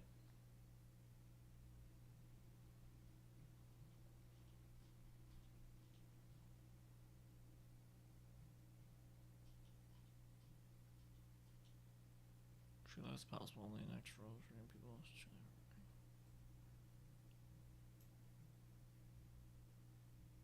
B. A staggering 78% of voters choose to keep it. Turns out the opposition were a loud minority. And that love truly is possible in the next world for new people. And it is too late for us. All that remains is to wreak havoc on the middle class. The middle class are not to be blamed, it's human nature. I like it, but can't we wreak havoc on other nations instead? I must have voted and possibly even lobbied to remove the thing because I don't believe in that rubbish one bit.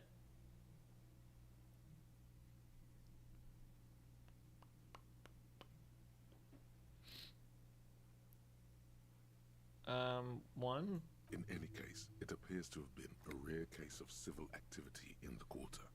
And agreement as well. What do you want to tackle next?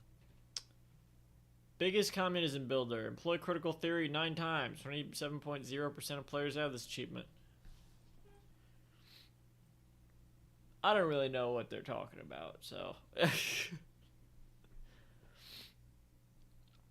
The unsolvable case. Do I want to read all these right now? Yeah, I can revisit. This is past this time, right? And I have to wait until 7 to go to the other part of town. I feel like I've explored most of this part of town. So probably good to save some stuff to pass time tomorrow. Changed in the meanwhile. A bunch of sodden papers still sags from the clipboard. Okay. Let's try to open the hidden compartment in the clipboard. Please. Is not what you end up doing. You squeeze the plastic to slide it open, but nothing happens. Then you bend it some, then crack it. The goddamn thing is stuck. I could have fucking, The ledger quivers in your hand. As it shakes, the pages rustle. Upgraded pathetic mess, suddenly afraid of you for some reason. I could have upgraded interfacing and tried again instead of fucking wasted it on authority, which I won't be able to use until tomorrow. Interfacing isn't upgraded at all. What a fucking moron. Alright. The bed is still cold from the broken window, and not too inviting. But it's yours. You've earned it. Wait. The window stands broken. Where was, where's the warded door? Oh, the bookstore. Yeah, we gotta go back there. Tomorrow. The bed is still cold. The bed is still cold from the wind blowing in from the broken window. The mattress creaks as you close your eyes and try your hardest to fall asleep. For sure. Here we are again, my broken bud.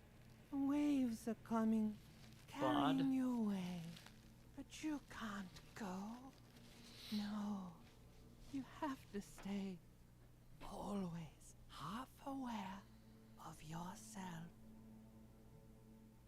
You're not cooperating, brother man. Why? It's your disgusting body. Even through your sleep, you feel a vague discomfort suffusing it. Your belly and your sides are unpleasantly tender. You wish you could curl up into a fetal ball of safety. But you cannot, because of the pain. Every cell in your body is moaning in agony, asking, what did we ever do to you? I'm sorry, cells. It's all me. It's my fault. It's all the system's fault. The system failed me. This body's worthless anyway. No one does anything nice to it. 3. And why might that be the case? What lava lights on such a bloated corpse to be? These are my just desserts. I will endure this pain with dignity. Wait, wasn't this the expense to fuck all burrow? The express to fuck all burrow? I'm an artist and liver damage is my art. I think I need medical attention.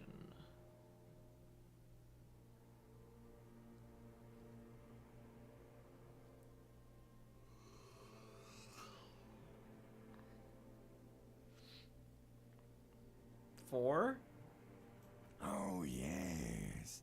They'll check you out, give you some pills, make it all okay.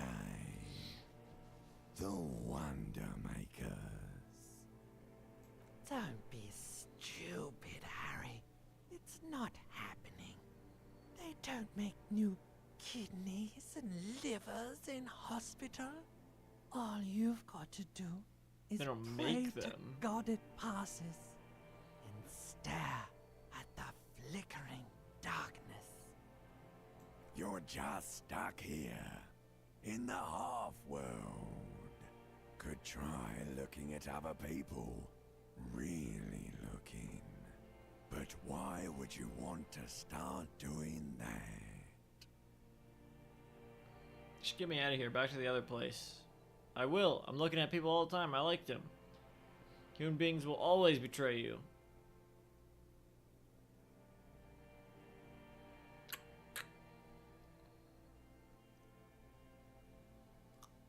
Two?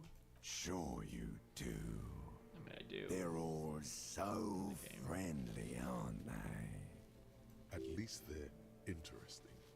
Each one has a process just like yours, running in the space between their ears, full of secrets. People are beautiful, statuesque, parodies and tragedies of themselves. A great democracy of creatures. What do you think you're doing right now? Coming to some greater awareness? Look at all these lights, blinking in and out of existence. Thoughts! You're just pretending that you're asleep, even to yourself, while the world goes on without you. Let it. Let it. But it never seems to let you go, does it? Time to rise and wipe that shining sweat off as best you can. Gather your bearings. Rock and roll. Not nearly as interesting as the dream from the night before.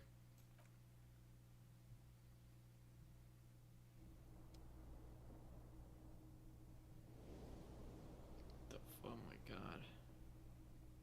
Ah. Good thing I didn't use that shit.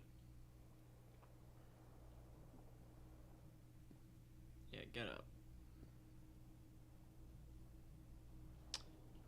Alright.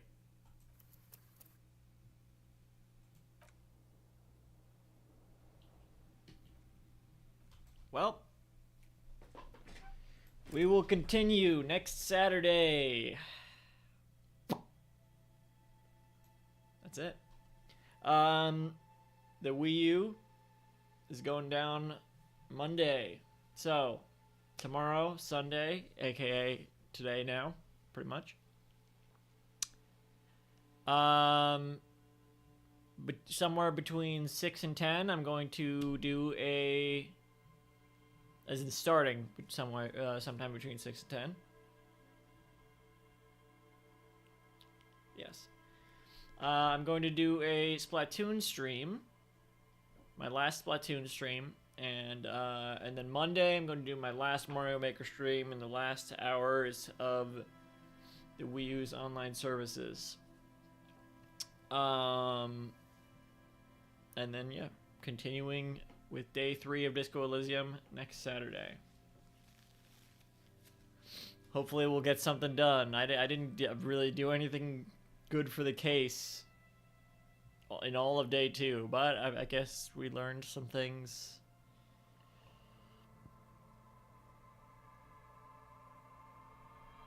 What a fucking game.